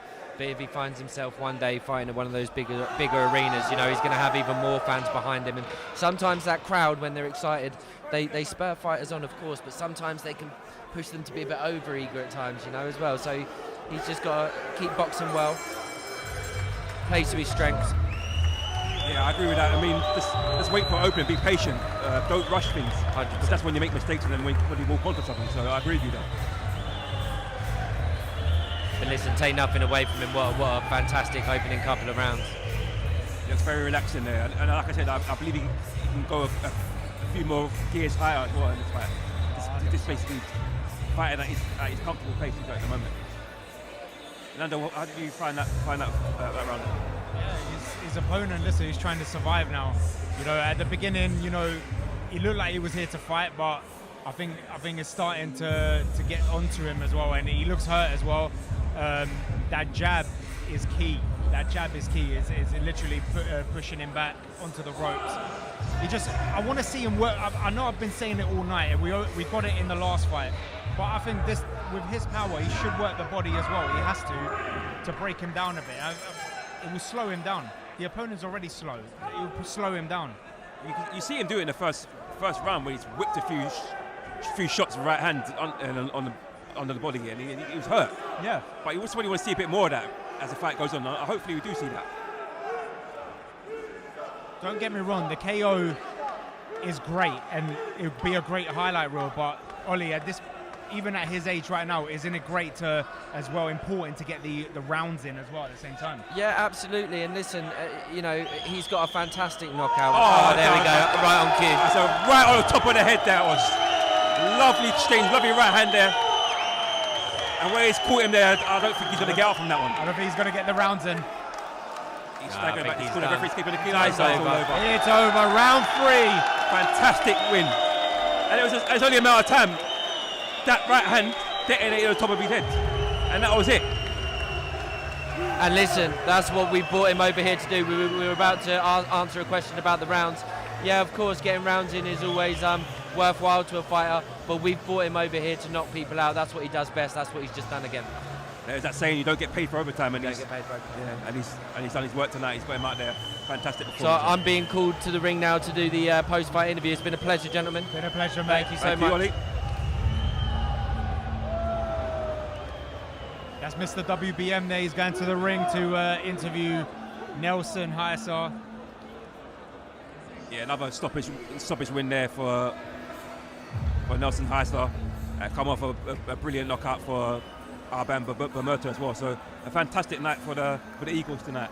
Nando. Oh, 100%. It's the night of the Eagles tonight. And for those that didn't tune in earlier, we had a heavyweight here at commentary. Nick Webb said he would love to fight this guy for that WBO belt. How big would that be, Jermaine? Oh, I mean, massive. I mean, he just talked about it earlier that he said he wants to fight for another belt. He's won the Southern area. I mean, I'm sure the promoters watching this will see that tonight, and that's probably easy to make. And that'll be an entertaining fight as well. They both got a good following as well. 100%. And he was ranked number 12 in the WBO, so surely this will push him now to the top 10. Number 11 is Otto Wallin. Could that be a fight down the line? I mean, if Otto Wallin wants to continue, I mean, some people will probably say that he might call it a day, but I mean, there's not many people going to want to fight him after that performance. He's a tough guy, and like I said, there's other opponents he could fight as well. There's also lots of Huey Fury. That will be a brilliant fight. Kubrat Pulev. Good fight.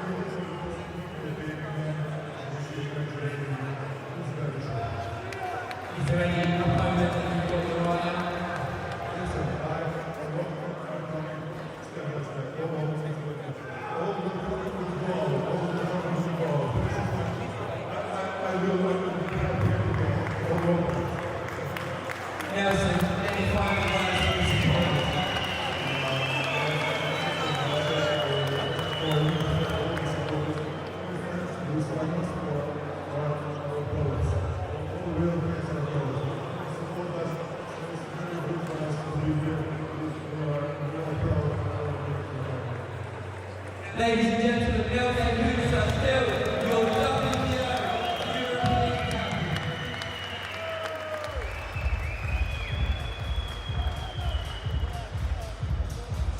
Welcome back, ladies and gentlemen. Nelson Hysa retains his WBO European Heavyweight Championship.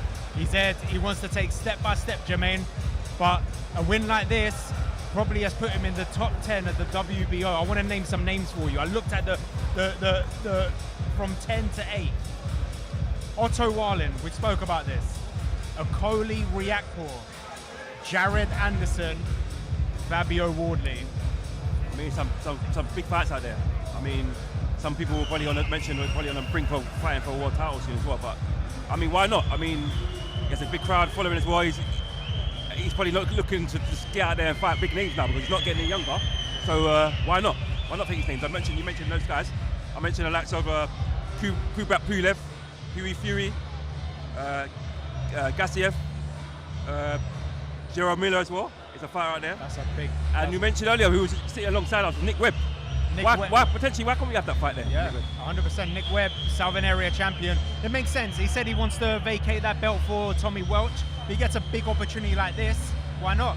It makes sense. But let's talk about the show. It's been unbelievable. But we have to talk about that Southern Area title fight between Newman Hussein and Frank Arnold. Ended in a draw. WBM, everyone, we want a rematch. Do you agree, Ollie, with that Southern Area title fight? Oh, well, Newman and Frankie Arnold. What a fight that was. What a fight that was. Do you know what? I was sat ringside and I thought the first 3 rounds, Newman boxed as well as I've ever seen him box. I thought he was 3 up. I don't know how you guys saw it, but I thought he was 3 up after the first 3 rounds. And then Frankie Arnold, to his credit, came back in. His corner team looked over to me at the end of the fight and said, "What do you think?" I said, "I thought draw." And that's what it was. But it has to be run back, of course. Absolutely. What a fight. Can it be the next Box Academy show? It has to be the main event, right? Do you know what? Our WhatsApp group started going off as soon as the fight finished to try and work out when we were going to put it on. I think the guys are probably going to aim for maybe June time. So whether that's a Box Academy or a Box Nation show, we'll see. You just spoke to Nelson Hysa in the ring. He said he wants to take step by step. He's number 12 in the WBO. Surely he's number 10 now. Otto Wallin, Akoli Riakpo, Jared Anderson, Fabio Wardley. Who can it be? Earlier on, I said to you guys, look, we're aware with Nelson Hysa that time is not on his side. However much we've seen his ability in there tonight, we've seen him get the stoppage again. We know that we haven't got 3 or 4 years to build him up. He's got to go in there with the top names now. If he's going to fight on a Queensbury card, we're going to be looking for big opponents. You know, so look, he's done it twice in London now in the last few months. The next step is for our team to obviously have conversations with Frank and George, and let's see who we can get him in there with. Jermaine, who was you impressed with tonight? Who stood out for you, apart from the Southern Area title? I mean, the last 2 fights were fantastic as well. Alban Bermerta and Nelson Hysa there, fantastic fights. But for me, the fight that stood out tonight was the Southern Area title fight. I mean, I was on the edge of my seat for the most of the fight. I mean, fantastic performance from both fighters there, and that could have been a main event. That could have been a main event in another card. So I'd love to see them run it back again, and I'd love to see them have it in maybe a York Hall, or even knows, like a York Hall fight would be fantastic. And hopefully we get to see that again. We had John Harding Jr. Make his return tonight. He came on commentary after. He said he wants to win his first ever belt. He's 38. It's the last roll of the dice. He wants the Southern Area title. Can that be done? Yeah, of course. It's the same. It's a similar situation to Hysa. We've signed him. We know his ability, but at the same time, we know that we haven't got years to get him to where he wants to be. So yeah, the plan with John Harding Jr. is keep him active, get a couple of fights under his belt, and then see what we can get for him. But I've got no doubt he'll get his opportunity. I know you're a busy man, Ollie, and the next one, 7th of March, Real Steel, live on Box Nation. Sean Noakes defends his English title on the line, and then we've got Ezra Taylor, and then the very, very talented Ellie Massey. I heard Yorkall still trembling after that knockout. Do you know what? Yeah, I heard Yorkall is still trembling. Every time we put on a Box Nation show, we always say this is our biggest one yet, and again we're going to say this is our biggest one yet. When you look at the lineup, it's huge. Sean Noakes, English title got announced yesterday. Like you say, Ezra Taylor, we got Elliot Elamasi, and a flurry of Queensbury fighters on the undercard as well. So it's going to be a huge night. And then we've got a big announcement about our next Box Nation show after that, which will take place at the end of March, which hopefully we can announce on Monday. So yeah, huge month of March for Box Nation and for WBM. Brilliant as well. You had the Young Guns as well back in January. How impressed was you of Khan winning the WBC Youth title as well? Very impressed with Khan. You know what, really good family as well. Not just a good fighter, but very respectful. You know, he was a pleasure to work with, and we really hope we get to work with him again in future. Brilliant. And that's it for tonight. Thank you for joining us. That was the relaunch of the Box Academy, and we will see you soon. This was with WBM, Premier Promotions Management, and Trinity Entertainment Boxing. Thank you, and good night. Good night.